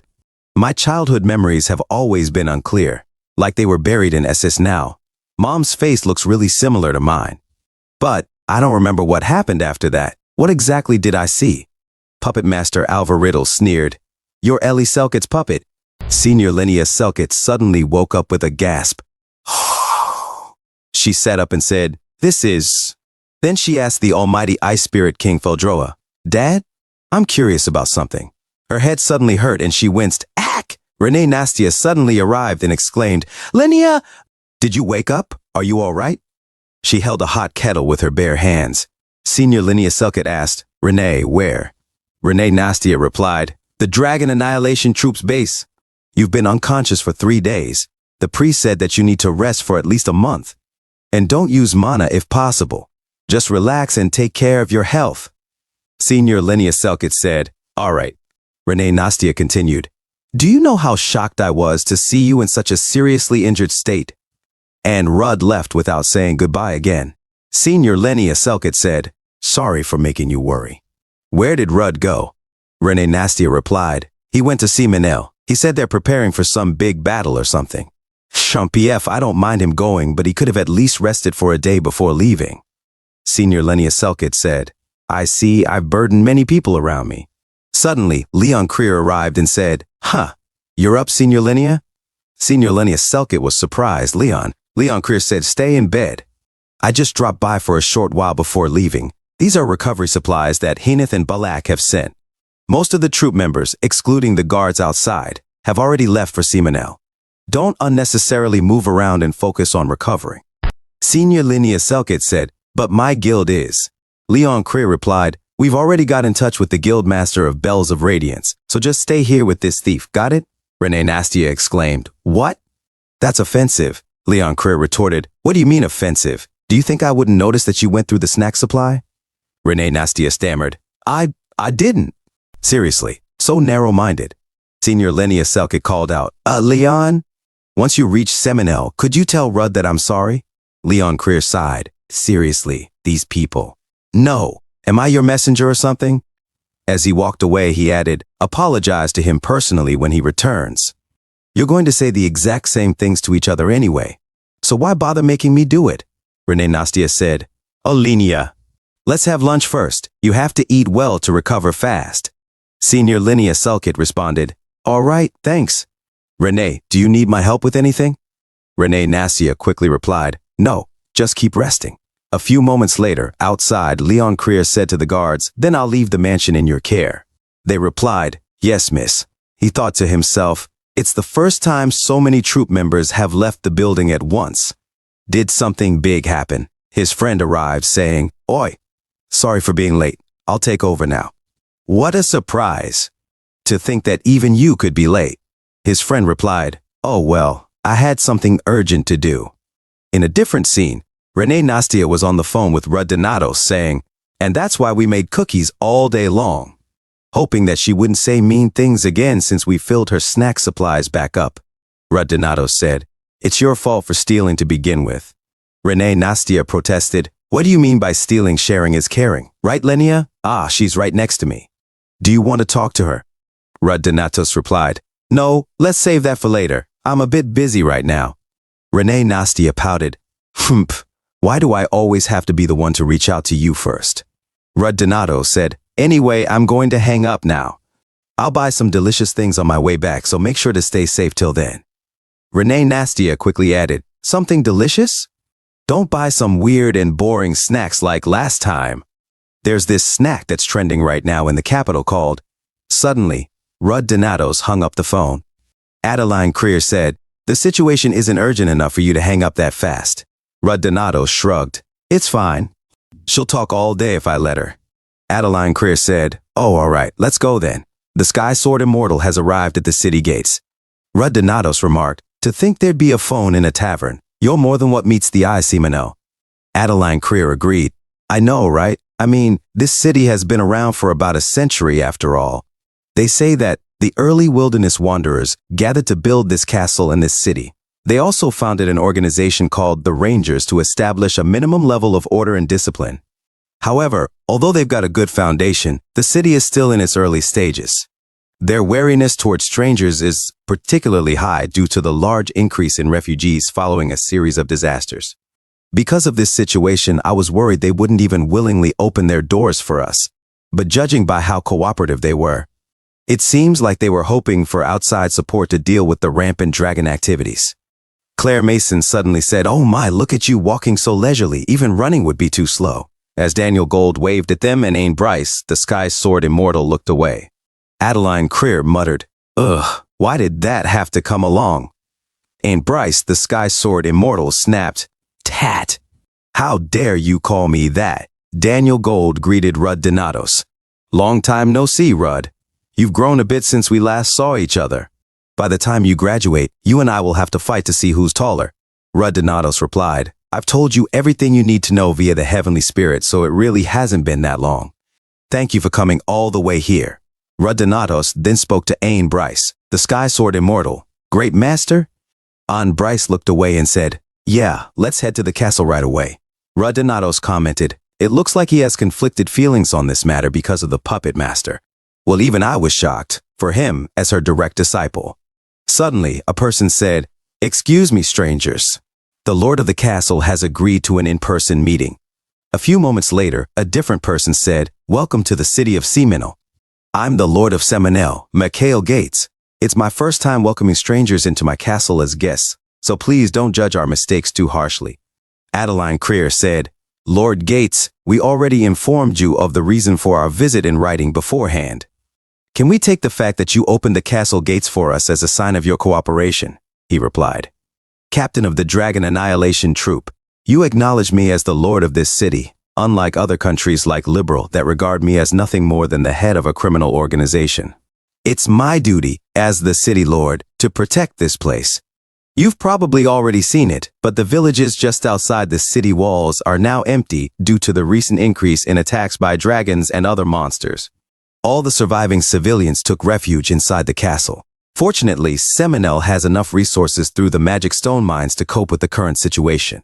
However, dragons have been constantly making their way down from the northern forest and targeting the city itself. The number of casualties is enormous. If we continue this war of attrition, we will eventually run out of resources. On top of that, we lost contact with a group of rangers that we sent to the northern forest to scout the situation. That was when you, the Dragon Slayers, came to us. We had no choice but to receive you with open arms. The guildmaster of a guild famous for having the strongest dragon slayers in the empire and a hero who has officially been recognized by the imperial family are willing to help us. The cause behind all these incidents, am I correct in assuming you are here to subdue that thing hiding in the northern forest? Rudd Donatos responded, in 2 months, the delusive dragon will attack Seminole.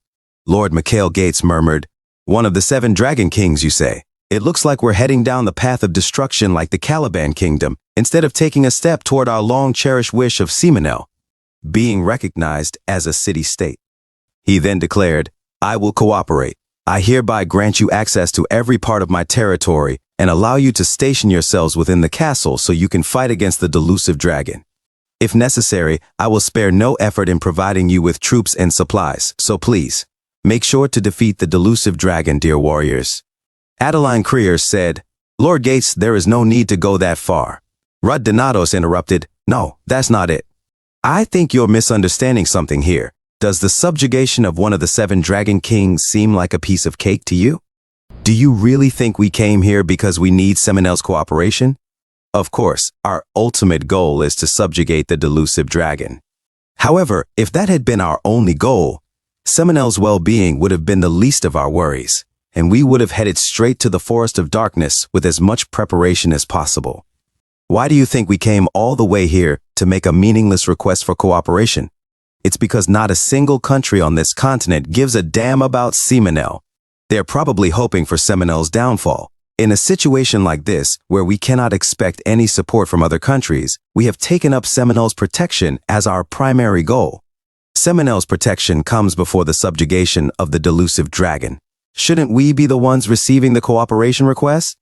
Even that arrogant government of the generous Alpea Empire gave out rewards for the subjugation of the lightning dragon."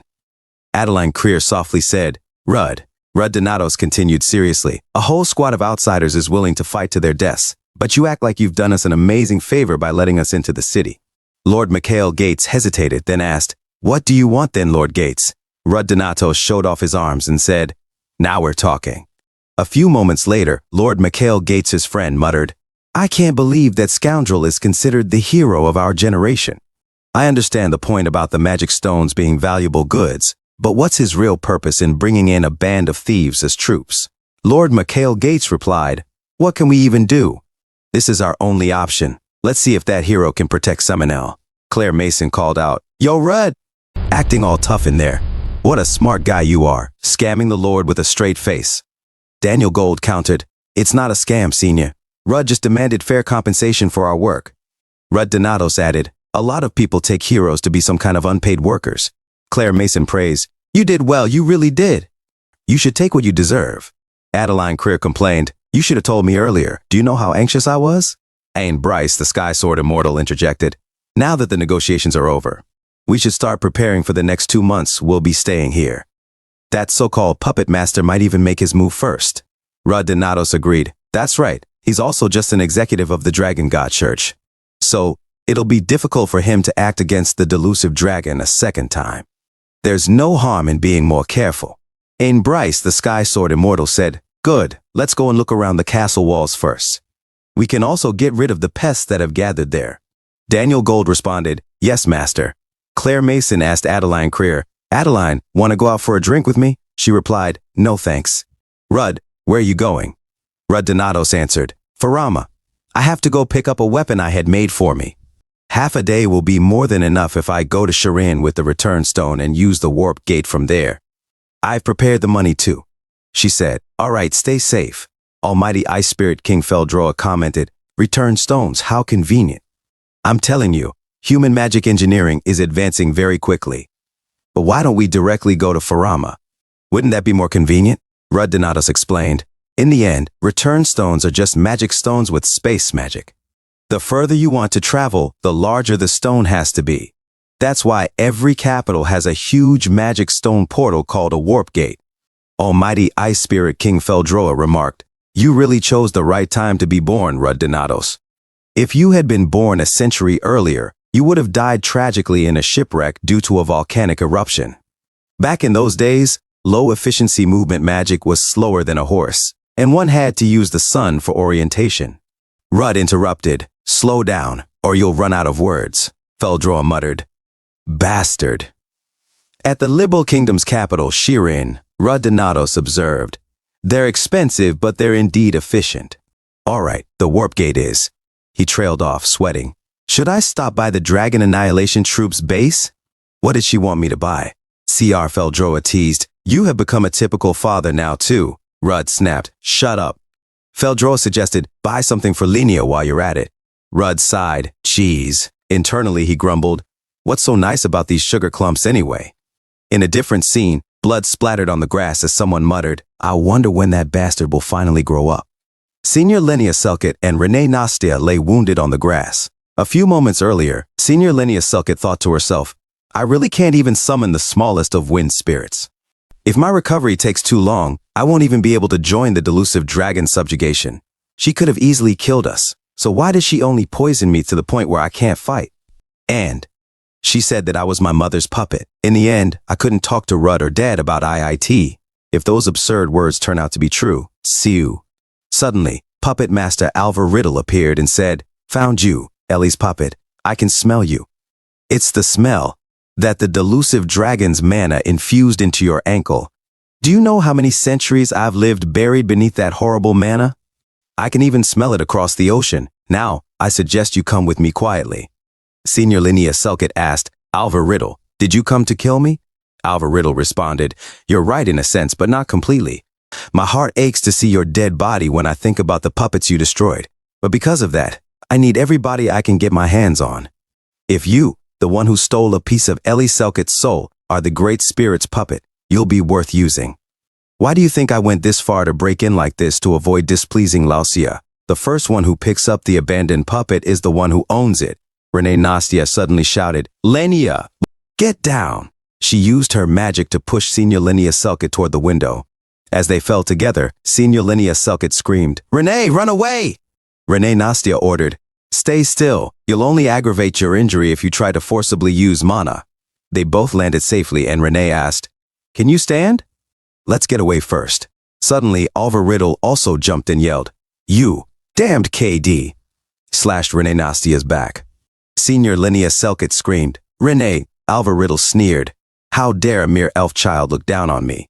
Rushing to Renee's side, Senior Linnea Selkett cried, "No, don't you dare harm her!" She prayed to herself, "Please, it doesn't matter which spirit, just answer my call." Alva Riddle snarled, "Shut up! If it hadn't been for you and that warrior bastard." He struck her in the back, making her gasp in pain. He continued, "No matter how damaged I am from the delusive dragon's attack, how could the puppet master Alva Riddle be so easy to attack? It's an insult to let a kid like you land a hit on me." Senior Linnea Selkett retorted, "So what, you stinky old geezer?"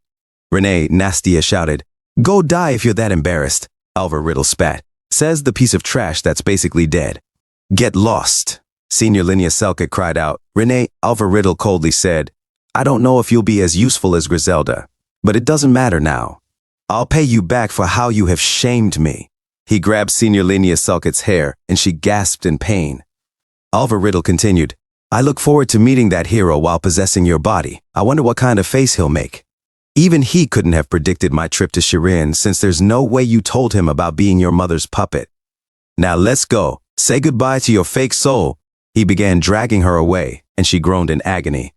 Renee Nastia thought to herself, "I'm not scared of dying. I'm scared of being left alone after failing to protect what I love. I don't want to helplessly cry because of my lacking strength. That's why I tried so hard with such determination." She then sat up, her eyes filled with resolve, and said, "That hand," she thought, "to become as strong as Rudd." With newfound strength, she attacked Alva Riddle and shouted, "Let go of her right now!" Alva Riddle, infuriated, threw Senior Linnea Selkett aside and roared, "This rat seriously can't comprehend that I'm out of her league. Just die quietly." Despite the pain, Renee Nastia gritted her teeth and thought, "Linnea, at least her." She shouted, "I won't let you take her," and struck Alva Riddle with her butter knife. Alva Riddle seethed, "This weak, how dare you? Die, go to hell." Renee Nastia, defiant to the end, retorted, "You, Daddy." Alva Riddle screamed, "You damn..." Senior Linnea Selkett shouted, "Stop." Suddenly, ice spikes appeared and impaled Puppet Master Alva Riddle. He began to decay, groaning in pain. Ugh. Renee Nastia, still clutching the butter knife, held her ground as Alva Riddle, barely clinging to life, rasped, "You." Rudd Donato suddenly arrived, catching Renee just in time. Alva Riddle gasped, "Cuke, K-Cuke, darn, why are you here? How did you know? Perhaps the dragon god warned you. But if you think this is the end, I will come back with Lausia's generosity and chase you down." Senior Linnea Selkett cried out, "Renee." Struggling to stay conscious, urged, "Rudd, call Dad. I'll somehow." But before she could finish, the almighty Ice Spirit King Feldroa intervened, using his magic. "Her soul has been damaged," Feldroa said gravely. "Right now it'll be impossible to heal her body, even with magic and potions." Rudd Donatos, overwhelmed with guilt, questioned himself. Where did it all start going wrong? Why did Alva Riddle come for Linnea? Revenge, a body, it should have been me. Is there something I don't know about? Was it my fault for leaving Linnea behind alone? Linnea, sensing his turmoil, called out, "Are you listening to me?" Rudd, still lost in thought, continued to berate himself. "No, I should have never brought Renee here to begin with." Linnea, determined and desperate, shouted, "Rudd Donatos, the Spirit Stone. Take out the Spirit Stone I gave you." Rudd, snapping back to the moment, hesitated. "The Spirit Stone?" Linnea insisted. "We have to try everything. Do you want to send her off like this? The Spirit Stone I gave you before the Lightning Dragon subjugation. Use that as a medium to hold down Renee's soul that's trying to return to the spirit world. There's no time to waste. Hurry." Feldroa, cautious but understanding, intervened. "Linnea, I understand how you and Rudd feel, but that is an act against the laws of nature. You shouldn't break a taboo just because you can't accept her fate. On top of that, in your current condition." Linnea, unwavering, replied, "I don't care. The passage between the spirit world and the real world that spirits use to move between dimensions. As the Spirit King's daughter, I can enter that passage. I'm not affected by the mana path there either. I can retrieve Renee's soul with the help of the Spirit Stone. It's worth a try." Rudd, torn between hope and fear, questioned, "So you want to turn into a spirit and enter that passage? If you get lost in there, you won't be able to return. Moreover, time passes differently there." Linnea, resolute, affirmed, "Rudd, I know that. A family has to stay together. They shouldn't be torn apart." Rudd asked, "So you're confident that you'll make it?" Feldroa, concerned, called out, "Rudd!" Linnea responded, "Yes, I am. So please believe in me too, Dad." Feldroa, with a heavy heart, conceded, "If that is what the two of you want, I can only help you to the best of my abilities." He then opened a dimensional gap, saying, "Linnea, I've opened a dimensional gap. You can enter now. You have to come back out if you feel your soul slipping away. Got it?" Linnea, determined, said, "Yes, don't worry. I'll definitely bring Renee back. I'll be back as soon as I can, so don't make that face, Rudd. Make sure to punish that guy for us. Also, I'm sorry that I can't fight by your side." With that, she entered the dimension. Rudd, watching her disappear, whispered, "I'm sorry too." 1 month later, Linnea, who had entered the Spirit's Passage in search of Renee's soul, sent short messages through Feldroa every once in a while. Fortunately, it seemed like her search for the soul's pieces was going smoothly. However, even Feldroa found it difficult to estimate how long it would take. After that day, Alvar disappeared completely, as if to save his strength for the upcoming big battle. Except for the increasing number of dragons and mana beasts due to the delusive dragon's mana, there were no significant developments. Since the attack on Seminel was estimated to take place in less than a month, we had no other option but to prepare and focus on the task at hand. At Pharma Kingdom's capital, Asinia, all we could do was trust Linnea and wait for her return. As Rudd Donatos walked the streets, he arrived at the Weapon Production Guild Hammer Workshop. The guildmaster Valdemar said, "Oh, Harpulia's rude disciple, you're finally here. You kept nagging me to finish within the deadline. What took you so long?" Rudd Donatos replied, "I was busy. Where's the thing I asked you to make?" Guildmaster Valdemar said, "Payment first. The great Valdemar was in charge of your request, so the price won't be low." The almighty Ice Spirit King Feldroa remarked, "This is why dwarves are called fools who don't care about anything besides gold and steel." Rudd Donatos responded to Feldroa, "You're the Spirit King. Don't look down on other races." Then he turned to Valdemar, saying, "Here, this is your payment." What? Valdemar took the bag and said, "What is this half-empty bag? Do you think this little amount of gold is enough to pay for my services?" But as he opened it, he added, "I see, they aren't gold coins, but magic stones." Rudd Donatos said, "That's more than enough, right? It should be worth more than 500,000 ribble." Valdemar countered, "It's not enough. Considering the materials that were used in the production, I should be getting about 1,000,000 ribble. Do you think it's easy to make a weapon out of a Dragon King?" Rudd Donatos replied, "Take it as part of the payment then." Valdemar relented, "Nah, never mind. Let me take a look at that sword instead." Rudd Donatos cautioned, "The heavenly defying sword? I don't really care, but I recommend not touching it since it likes to absorb mana." Valdemar said, I wonder. It's rejecting me quite strongly. A magic sword with an ego? Then this weapon must be from the Golden Age." Rudd Donatos replied, "The Golden Age? Humans call it the Mythical Age." Valdemar explained, "It was a dark age when ancient evil gods were at work. It is said that the legendary rank weapons were created during that time. It's clear that that sword was forged during that age, but that's not all there is to it.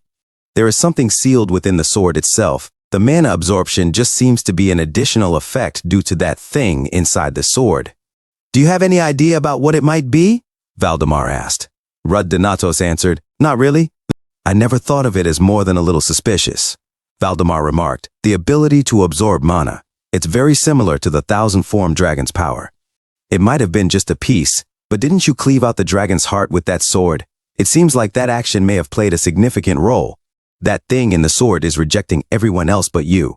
Rud Donatos thought to himself, My brother didn't mention anything like that in my past life. But he could use the thousand-form dragon's mana absorption and release ability freely. That means the thing inside the heavenly defying sword was present in my past life as well. Did it wake up when it came in contact with the thousand-form dragon's heart? Valdemar observed, What an interesting sword. I want to find out what it is made of, but it's a shame I can't even touch it. Well, it can't be helped. He then took something from a box and said, Here, this is the weapon you were promised. My masterpiece forged with the heart, bones, and skin of the lightning dragon. A great bow with the power of lightning. Its name is Harma. Rud Donatos sarcastically remarked. What a creative name. Let's see. I guess its name will be Lightning Bow Harma from now on. Valdemar said, It was my first time making a weapon out of the body of a dragon king. It was difficult but fun at the same time. After making that, my other works all feel like pieces of trash.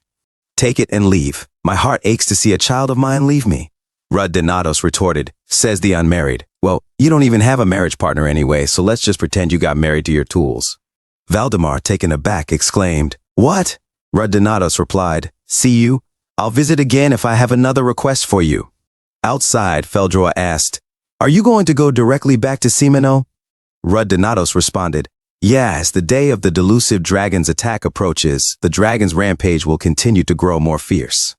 There's no time to relax. After that day, I destroyed every single one of Alvar's dolls whenever I saw one, but seeing how he didn't show up with the guard, I assume that he's going to show up in that body on the day of the battle. That son of a Rud started, but then Leon Creer appeared and interrupted, Rud, I need to talk to you. Rud Donatos responded, I didn't expect you to approach me first. What brought you all the way here? Leon Creer approached Rud Donatos saying, You haven't gotten a single night of good sleep ever since you came back from the wilderness, right? You don't look well. Rud replied, You came all the way to Pharma to say that? Leon continued, I understand how you feel with so much happening. The current situation is very special, so I can see why the other countries don't want to help us, and why you didn't tell Haenith and Balak. I completely understand why you made those choices. Senior Linnea was seriously injured while accompanying you, and now that this has happened to the kid, I know you feel a lot of guilt. You're worried about their safety, but the more you think about it, the more you'll go down a dark spiral. And then one day, you'll make a wrong decision. Is that why you asked Mother to exclude me from the upcoming subjugation? Rud was silent for a moment before saying, That's the most reasonable. Leon interrupted, Shut up. I'm trying my best to understand why you made that decision. Who am I to you? Back then, you told me that we have to communicate in order to fight side by side as comrades. Comrades. Is this what you think comrades are? You want me to just shut up and let you protect me? You want me to watch from the sidelines as you get cut down? If you were just going to treat me like this, why did you tell me about your regression that day? Rud stammered. Leon pressed on. Why exactly are you so obsessed with our safety? Did you tell me about it to give yourself an excuse to throw away your life to protect ours? Answer me, Rud Donatos. Rud shouted. All right then, it was all my freaking fault. I was worried to death about you guys. I'm sorry it had to be like this. But did I expect anything unreasonable from you? Did I ever tell you to quit fighting and hide away in safety? I just asked you to stay in a safe environment until you're skilled enough for me to not worry about you dying. Even if you try over and over again with your blood, sweat, and tears for a year, it'll all be over once you're dead. Darn it. You didn't get it because I put it nicely, did you? You are still lacking. If you don't want to die, shut up and stay out of it. Leon smiled bitterly, saying, Ha, you're scared? Rud looked confused. What? Leon continued. You're scared that we'll die and your past life will repeat itself. That feeling of helplessness as you watch in despair while the people precious to you get hurt and reach the verge of death. The sense of guilt from your skills being too lacking to help in any way. Do you know how many times you've made us feel like that? But now that you're the one who has to experience it, you're too scared? I admit we're lacking. We're weak and immature. I'm not the Leon Creer who died saving you.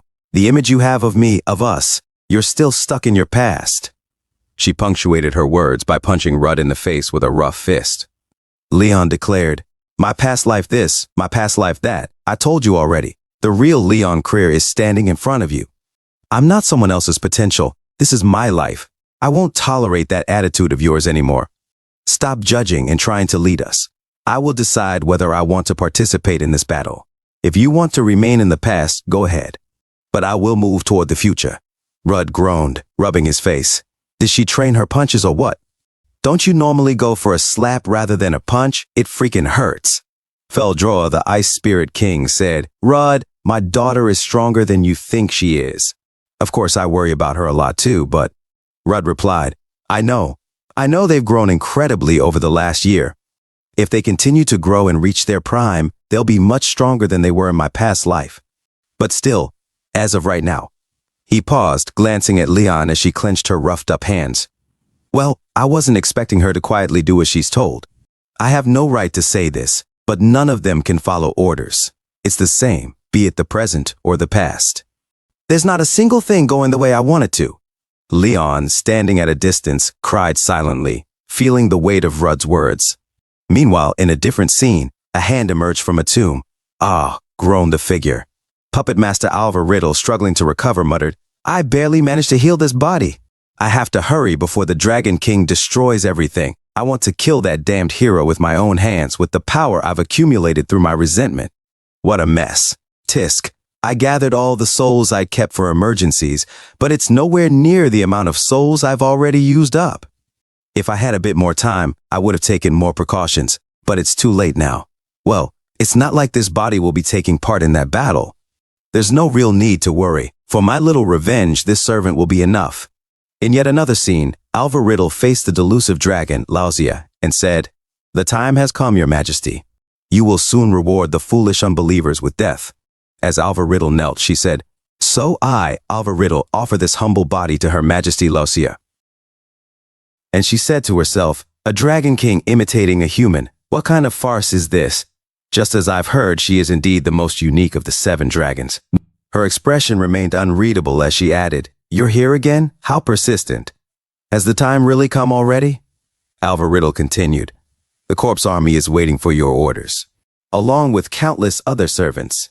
The Seminole invasion is slowly progressing even as we speak. If you permit, I would like to clear your path to the city as penance. If you wish, I'll gladly destroy the whole city at your word. Lauzia smiled thinly, a hint of amusement in her voice. Diligent, aren't you? Her eyes narrowed as she added, However, when did I ask you to do something I didn't command? Alvar trembled, stuttering, Suddenly, Lauzia gently petted her head, her tone softening. Fufu, don't be scared. It was a joke. She sighed, then mused aloud. Well, to be frank, I don't care. Anyone who wanted to run away should have run away by now. To herself, she muttered, A human city. I don't actually want to destroy it. Their endless stream of ideas, born from their inner desires, are always new and refreshing, just like the stories formed by the interactions of their interesting feelings. She glanced back at Alvar, her voice becoming wistful. The city is like a small, beautiful flower bed where these ideas gather. However, I was born to be a disaster. My role in this world holds greater importance than my interests. It's a terrible tether that forces me to inflict pain upon the humans I treasure. I can't be free until I break these chains. Then she turned back to Alvar. Did you say your name was Alvar? Do as you wish. I'm not in a hurry. Alvar, feeling a rush of relief, bowed deeply.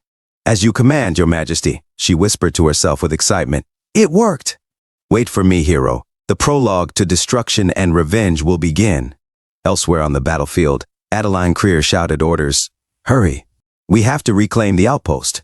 We need support near the southern tower. 3 swarms of wyverns are approaching.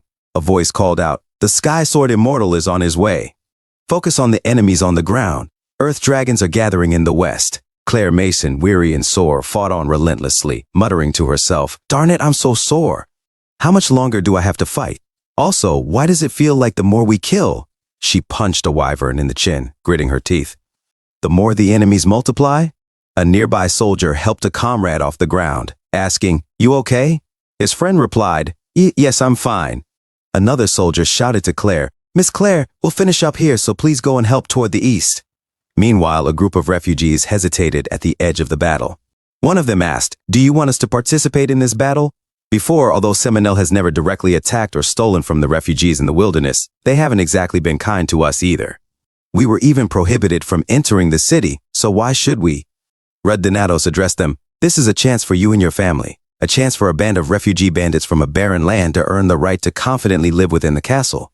Seminel doesn't want to accept refugees, so as long as you have all 4 limbs, go ahead and fight." In the thick of the battle, an archer cried out, "More earth dragons incoming," a soldier urged. "Make sure to kill them properly. Everyone, attack." As he swung his blade to cut down a wyvern, he thought to himself, "From somewhere, the people of the city can clearly see you. You must prove your worth." Lord Gates, standing amidst the chaos, observed the battlefield grimly. The line that countless soldiers have risked their lives to hold is slowly getting pushed back. He ignored the warnings of his friend, who urged, "Sir, it's dangerous to be outside." With resolve, Gates replied, "No, the citizens and the outsiders are fighting to protect the city. I, as the city lord, cannot hide inside the city." He thought to himself, although dragon slayers are active on all 4 fronts, it's only a question of how long they can hold out against these endless waves of attacks. Suddenly, his eyes widened as he spotted multiple wyverns descending from the sky. Darkness is approaching. Is the real battle only going to start now? Nearby, Daniel Gold noted with concern, "It looks like they're starting to move." Donatos muttered, "An attack earlier than the one the delusive dragon promised. Good thing we listened to Master." Daniel nodded. Just like we predicted, the Puppet Master's main attack force was hiding somewhere else. Rudd continued, "He's probably hiding as far away as possible, just within the range of his magic rather than nearby. He's not your ordinary coward." He thought back to his past life. "In my past life, Alva always only showed up when needed, after enjoying the show from a distance. He was always the most annoying of all the bishops. However, it should be impossible for him to control all these monsters alone, no matter how good he is. He likely hid objects around the battlefield to help maintain his magic, keep himself informed, and survey the situation." Ain Bryce, the Sky Sword Immortal, joined in. "That means he'll be forced to show himself if we destroy those tools." Claire Mason chimed in cheerfully, holding up a strange object. "Are we talking about these things here?" "Oh, Tada, my favorite student has already found one. I'm telling you, this little cutie pie has a really good eye." Leon Creer remained silent, her thoughts far away. Claire glanced at her and asked, "Huh? What's wrong?" "Did you 2 fight?" Donatos replied quietly, "No, not really." Leon Creer crossed her arms and pouted, frustration clear on her face. Meanwhile, Adeline Creer watched, her thoughts heavy with worry as she fought back tears. When will you 2 finally make up? She wondered to herself, longing for a resolution between her companions. Ain Bryce, the Sky Sword Immortal, gripped his blade tighter, his resolve clear. "All right, if we do this right, we won't have to fight all of those monsters," he declared. He looked at the group gathered around him, their faces set with determination. "I assume everybody's warmed up nicely now. Let's start for real. Go and destroy them." With a rallying cry, Adeline Creer, Ain Bryce, Donatos, Leon Creer, Daniel Gold, and Claire Mason readied themselves for the battle. Suddenly, a tremendous explosion shook the battlefield. A soldier, witnessing the aftermath, muttered in disbelief. "That huge wave was instantly. It feels like watching waves clash." The team moved in perfect sync, cutting through the dragons, leaving no chance for retaliation. Donatos observed the chaos with a grim smile. One by one, they're breaking free. The army, held together with magic transmitters, is falling apart. A dragon influenced by a dragon king's madness could never distinguish between humans and undead on its own. It might be a large army, but in truth, it's nothing more than a collection of out-of-control savages biting and tearing at their comrades' flesh. Now, how long will you keep hiding inside the fortress? Your walls are crumbling. Come on and crawl out, Puppet Master. From her hidden vantage, Alva Riddle sensed something was amiss. "Something's weird," she muttered, a frown forming. "I'm losing my transmitters at a rapid pace. No way. Did they figure out where my transmitters are? But I'm certain they don't have a magician capable of such a feat." Her thoughts raced with panic. If my magic net collapses before we invade the castle, we won't be able to coordinate our attacks. And everything will descend into chaos. I have to create new transmitters. Reluctantly, she resolved to join the battle, mumbling under her breath. If they really have someone capable of finding my transmitters, they might be able to read my coordinates too. However, they should be busy searching for the transmitters. So, suddenly, a searing pain ripped through her as a lightning arrow struck her from behind. She screamed, her body convulsing with the shock. Rudd Donatos' voice rang out with cold satisfaction. "Found you, maggot!" A few days earlier, Rudd had consulted with Guildmaster Valdemar. "I have to infuse it with my desires," he asked, gripping his newly crafted bow. Guildmaster Valdemar nodded. "Runes are a magical technique unique to the dwarves. They're the embodiment of belief, woven with will and prayers and completed with desire. Our work only becomes complete after we engrave that desire. Depending on what you want to achieve with the weapon and the desires you wield it with, the runes will respond accordingly." Rudd gripped the bow tightly, determination shining in his eyes. "Then, my desire is..." Back in the heat of battle, Feldroa, the almighty Ice Spirit King, hovered beside Rudd. "I detected his mana just now." Rudd replied, "I'm going to shoot, so help me with the magic technique." He knocked an arrow, channeling his skill. "Thunder splitting the sky," he invoked, aiming directly at Alvar Riddle's hidden position. As he loosed the arrow, he murmured to himself, "It's a good thing I killed you, Harma." The arrow split the sky, teleporting Rudd directly to Alvar's location. She barely had time to register his presence before another lightning strike seared through her, making her cry out in agony. "Arg!" she screamed, her body crackling with electricity. Alvar's mind raced with disbelief. "The hero?" No way. Is he also a magician capable of using a detection spell? But how did he leap through space in such a short time? She gasped as another arrow struck, leaving her no time to recover. The lightning dragon's power? This is definitely the power of lightning. There are traces of magic that have torn through space. Did he replace Blink's coordinates with his targets? She trembled. "You're telling me he calculated and executed this high-level technique in a matter of seconds? How outrageous." Alvar tried to maintain her composure, forcing a mocking smile despite the pain. "Whew, what a grand entrance. Did you come alone this time?" she sneered. "Oh wait, the hero title is too grand for someone like you, someone who's destroyed my carefully laid out plans twice." Rudd cut her off, his voice cold and dismissive. "Bull sounds like. Do you ask the trash can for permission before you destroy the trash in it?" He continued to fire arrows, each one finding its mark. Alvar snarled, "You bastard." Her voice became frantic. "Look here, do you think you can keep firing randomly like that? With a weapon made from the lightning dragon, no less, your arrogance knows no bounds. It took me almost 100 years to understand the delusive dragon's mana. I know more than well enough how much mana it takes to use even a fragment of a Dragon King's skill, especially for a human who hasn't even lived half a century." She whispered to herself, "No matter how strong lightning is, in the end, it's a power designed to destroy bodies. Even if my body is destroyed, I can always restore it with a new soul. Shoot me as much as you like. That arrogant body of yours will turn to dust before you even make me use up 1/10 of the souls I possess." Rudd smirked, his expression unyielding. "Look how talkative he is now that he's scared. Just say you're jealous, you psycho.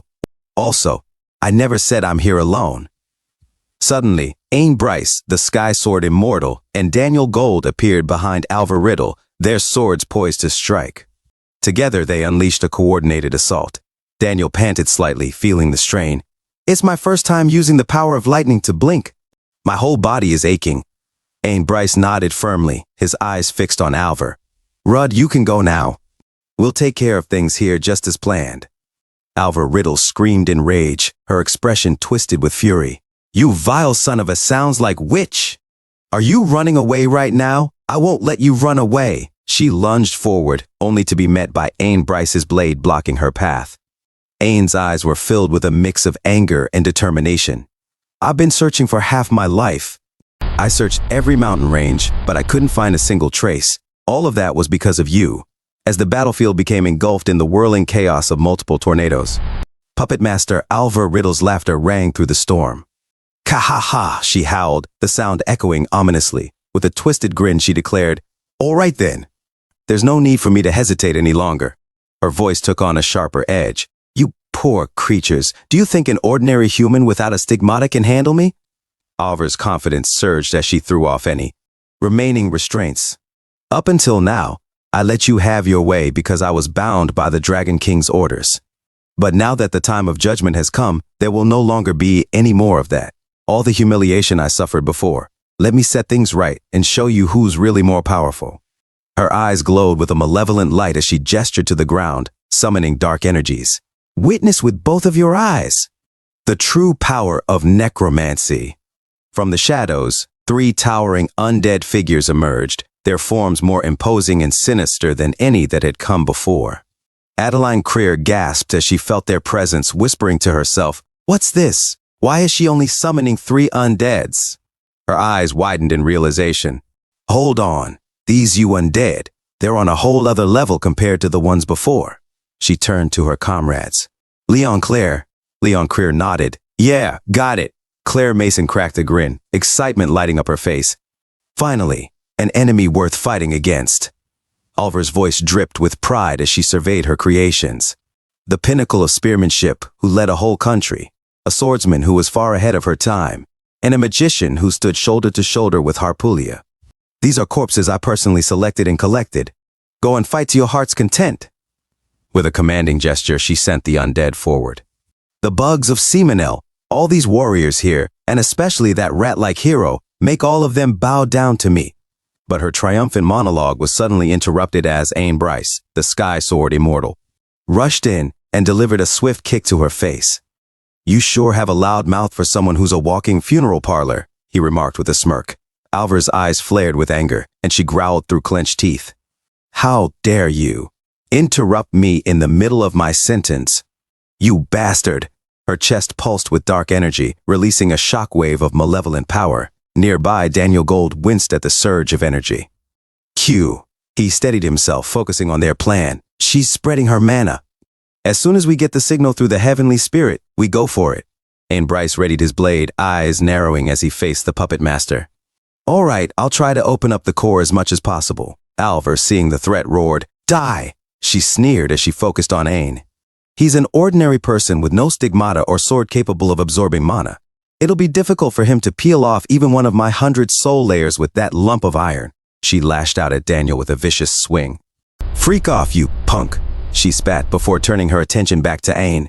All I have to do is keep an eye on that bastard over there. Her voice turned to a mocking tone. The 7th generation of the sky-piercing technique, and the current strongest dragon slayer, the Sky Sword Immortal. The one who ran away just now was the 8th generation, right? So, he also carries the burden of a disciple. This is why traditions are meaningless. She sneered, her words dripping with derision. You too weren't able to surpass my body, your teacher, while she was alive, right?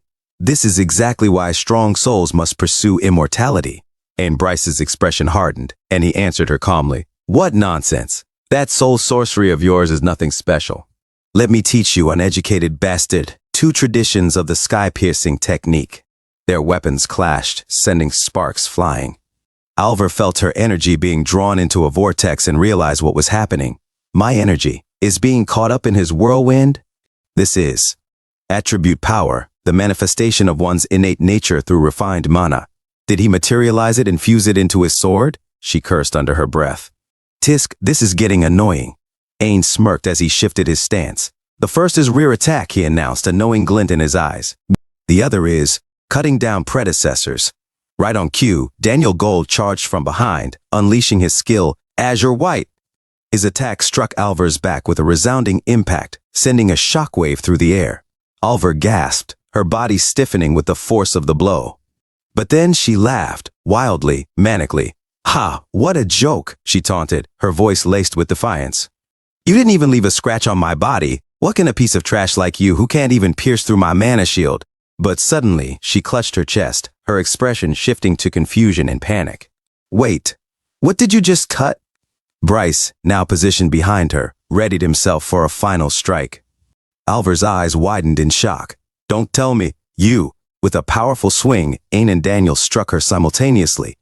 Alvar's scream of pain pierced the air as the dark energy erupted from her chest, spilling outward like a blackened cloud. Ack! She shrieked, writhing in agony. As the darkness bled from her chest, she gasped out, her voice full of desperation. Why? Why now? Why did someone who can cut down souls have to appear at a time like this? First the transmitters and now this. It feels like they've analyzed all of my weaknesses. Darn. No, she clutched at her chest, feeling the instability within. I gathered all of them in this body. My original soul, Calvert Riddle's soul, if that breaks. Her voice trembled as the shadows coiled around her, the darkness spilling out uncontrollably. On Bryce, the Sky Sword Immortal, stepped forward, his sword crackling with power as he delivered his final declaration. This will be the end. But Alva Riddle, defiant even in the face of her defeat, let out a manic laugh. Don't make me laugh. You think this is the end? It's not. I will be saved. Her voice trembled with desperation as she continued. Do you think a genius like me is born often? Even that arrogant Adam Murgle needed me. My life is worth more than you guys who aren't needed in this world. Her tone grew more fervent, her eyes wild. My soul sorcery, my life's work. You don't know the meaning behind it or the value it holds for humanity. She raised her hand, summoning her last hope. King of dreams, it's time. Descend upon us. Ain's gaze remained steady. He turned to Daniel Gold and spoke calmly. Daniel, finish it. Daniel, gripping his blade tightly, nodded. Yes. Alva's voice grew desperate, shouting to the heavens. Bring death upon these heretics and save your follower. Lacia, please. Her bravado shattered as fear crept into her voice. Freak, save me. Adam, save mem. Alva Riddle, am immortal. Her voice faded as Daniel delivered the final blow, ending her life and her twisted ambitions. Darkness flowed out from her, evaporating into the night like a dying storm. Ain watched the scene unfold, his expression unreadable. Is it done? Daniel exhaled, sheathing his weapon. Yes. With this, her core soul has been broken. Even if she has some souls and bodies left, she won't be able to maintain her ego. Ain nodded, relieved. That's more than enough. This could have easily turned into a long battle, but thanks to you and Rudd, we ended things rather easily. He looked at the distant horizon, his expression growing somber. Also, thanks to that, this poor disciple got a chance to meet his master. A memory washed over him. Charlotte Evril's voice, warm with nostalgia and wisdom. Everyone has a prime in their lives. It's the moment when your abilities and skills reach their peak. The moment when your life is filled with happiness. In our finite lives, those moments last only a brief second. However, because it is just a fleeting moment, you can call it the golden age of your life. So, don't just live for your future. Enjoy life itself, and take in a lot of disciples to continue the legacy. Ain had chuckled back then, brushing off her advice with his usual stubbornness. I don't want to, though. This crazy legacy of successors getting beaten up ends with my generation. Charlotte had responded with a playful reprimand. What do you mean beaten up? How dare you look down on my teachings of love? Ain flinched as she tugged on his hair, the scene playing in his mind like a bittersweet dream. Ack, let go of my hair. In the present, Ain knelt beside the lifeless form of Charlotte Evril, his arms wrapped gently around her. I'm full of regrets, he murmured, his voice barely a whisper. But you were right. My golden time, the time we spent together, was indeed very short. His grip tightened as he remembered the warmth of those fleeting moments. Elsewhere, beneath the moonlit sky, the delusive dragon Laocia gazed upon the world with a melancholic expression. I witnessed a lot of things over the last 2 months, the age of humans and their stories, which have become even more interesting and colorful after the last 700 years. Her eyes softened with a mix of sorrow and resolve. That's why it's heartbreaking and sad that I have to crush all of it with my own hands. I'm already feeling torn. She looked down at her hands as if struggling with the weight of her decision. So how about, you fall asleep without any resistance, dear hero? But her reverie was shattered by the sharp voice of Rudd Donatos. Are you done yapping? Then go and die now.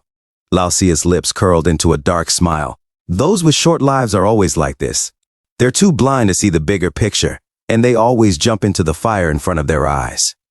She let out a sinister laugh, her gaze sharpening with a predatory gleam. That's what makes them so lovely that I want to kill Tim. Thanks for tuning in. I truly appreciate each and every one of you who took the time to watch this video. Don't forget to hit that like button and subscribe for more content like this. If you enjoyed what you saw, consider sharing my videos or channel with your friends who might also enjoy it. Your support means the world to me and helps my channel grow. Let's keep this community thriving together. Until next time, see you in the next video.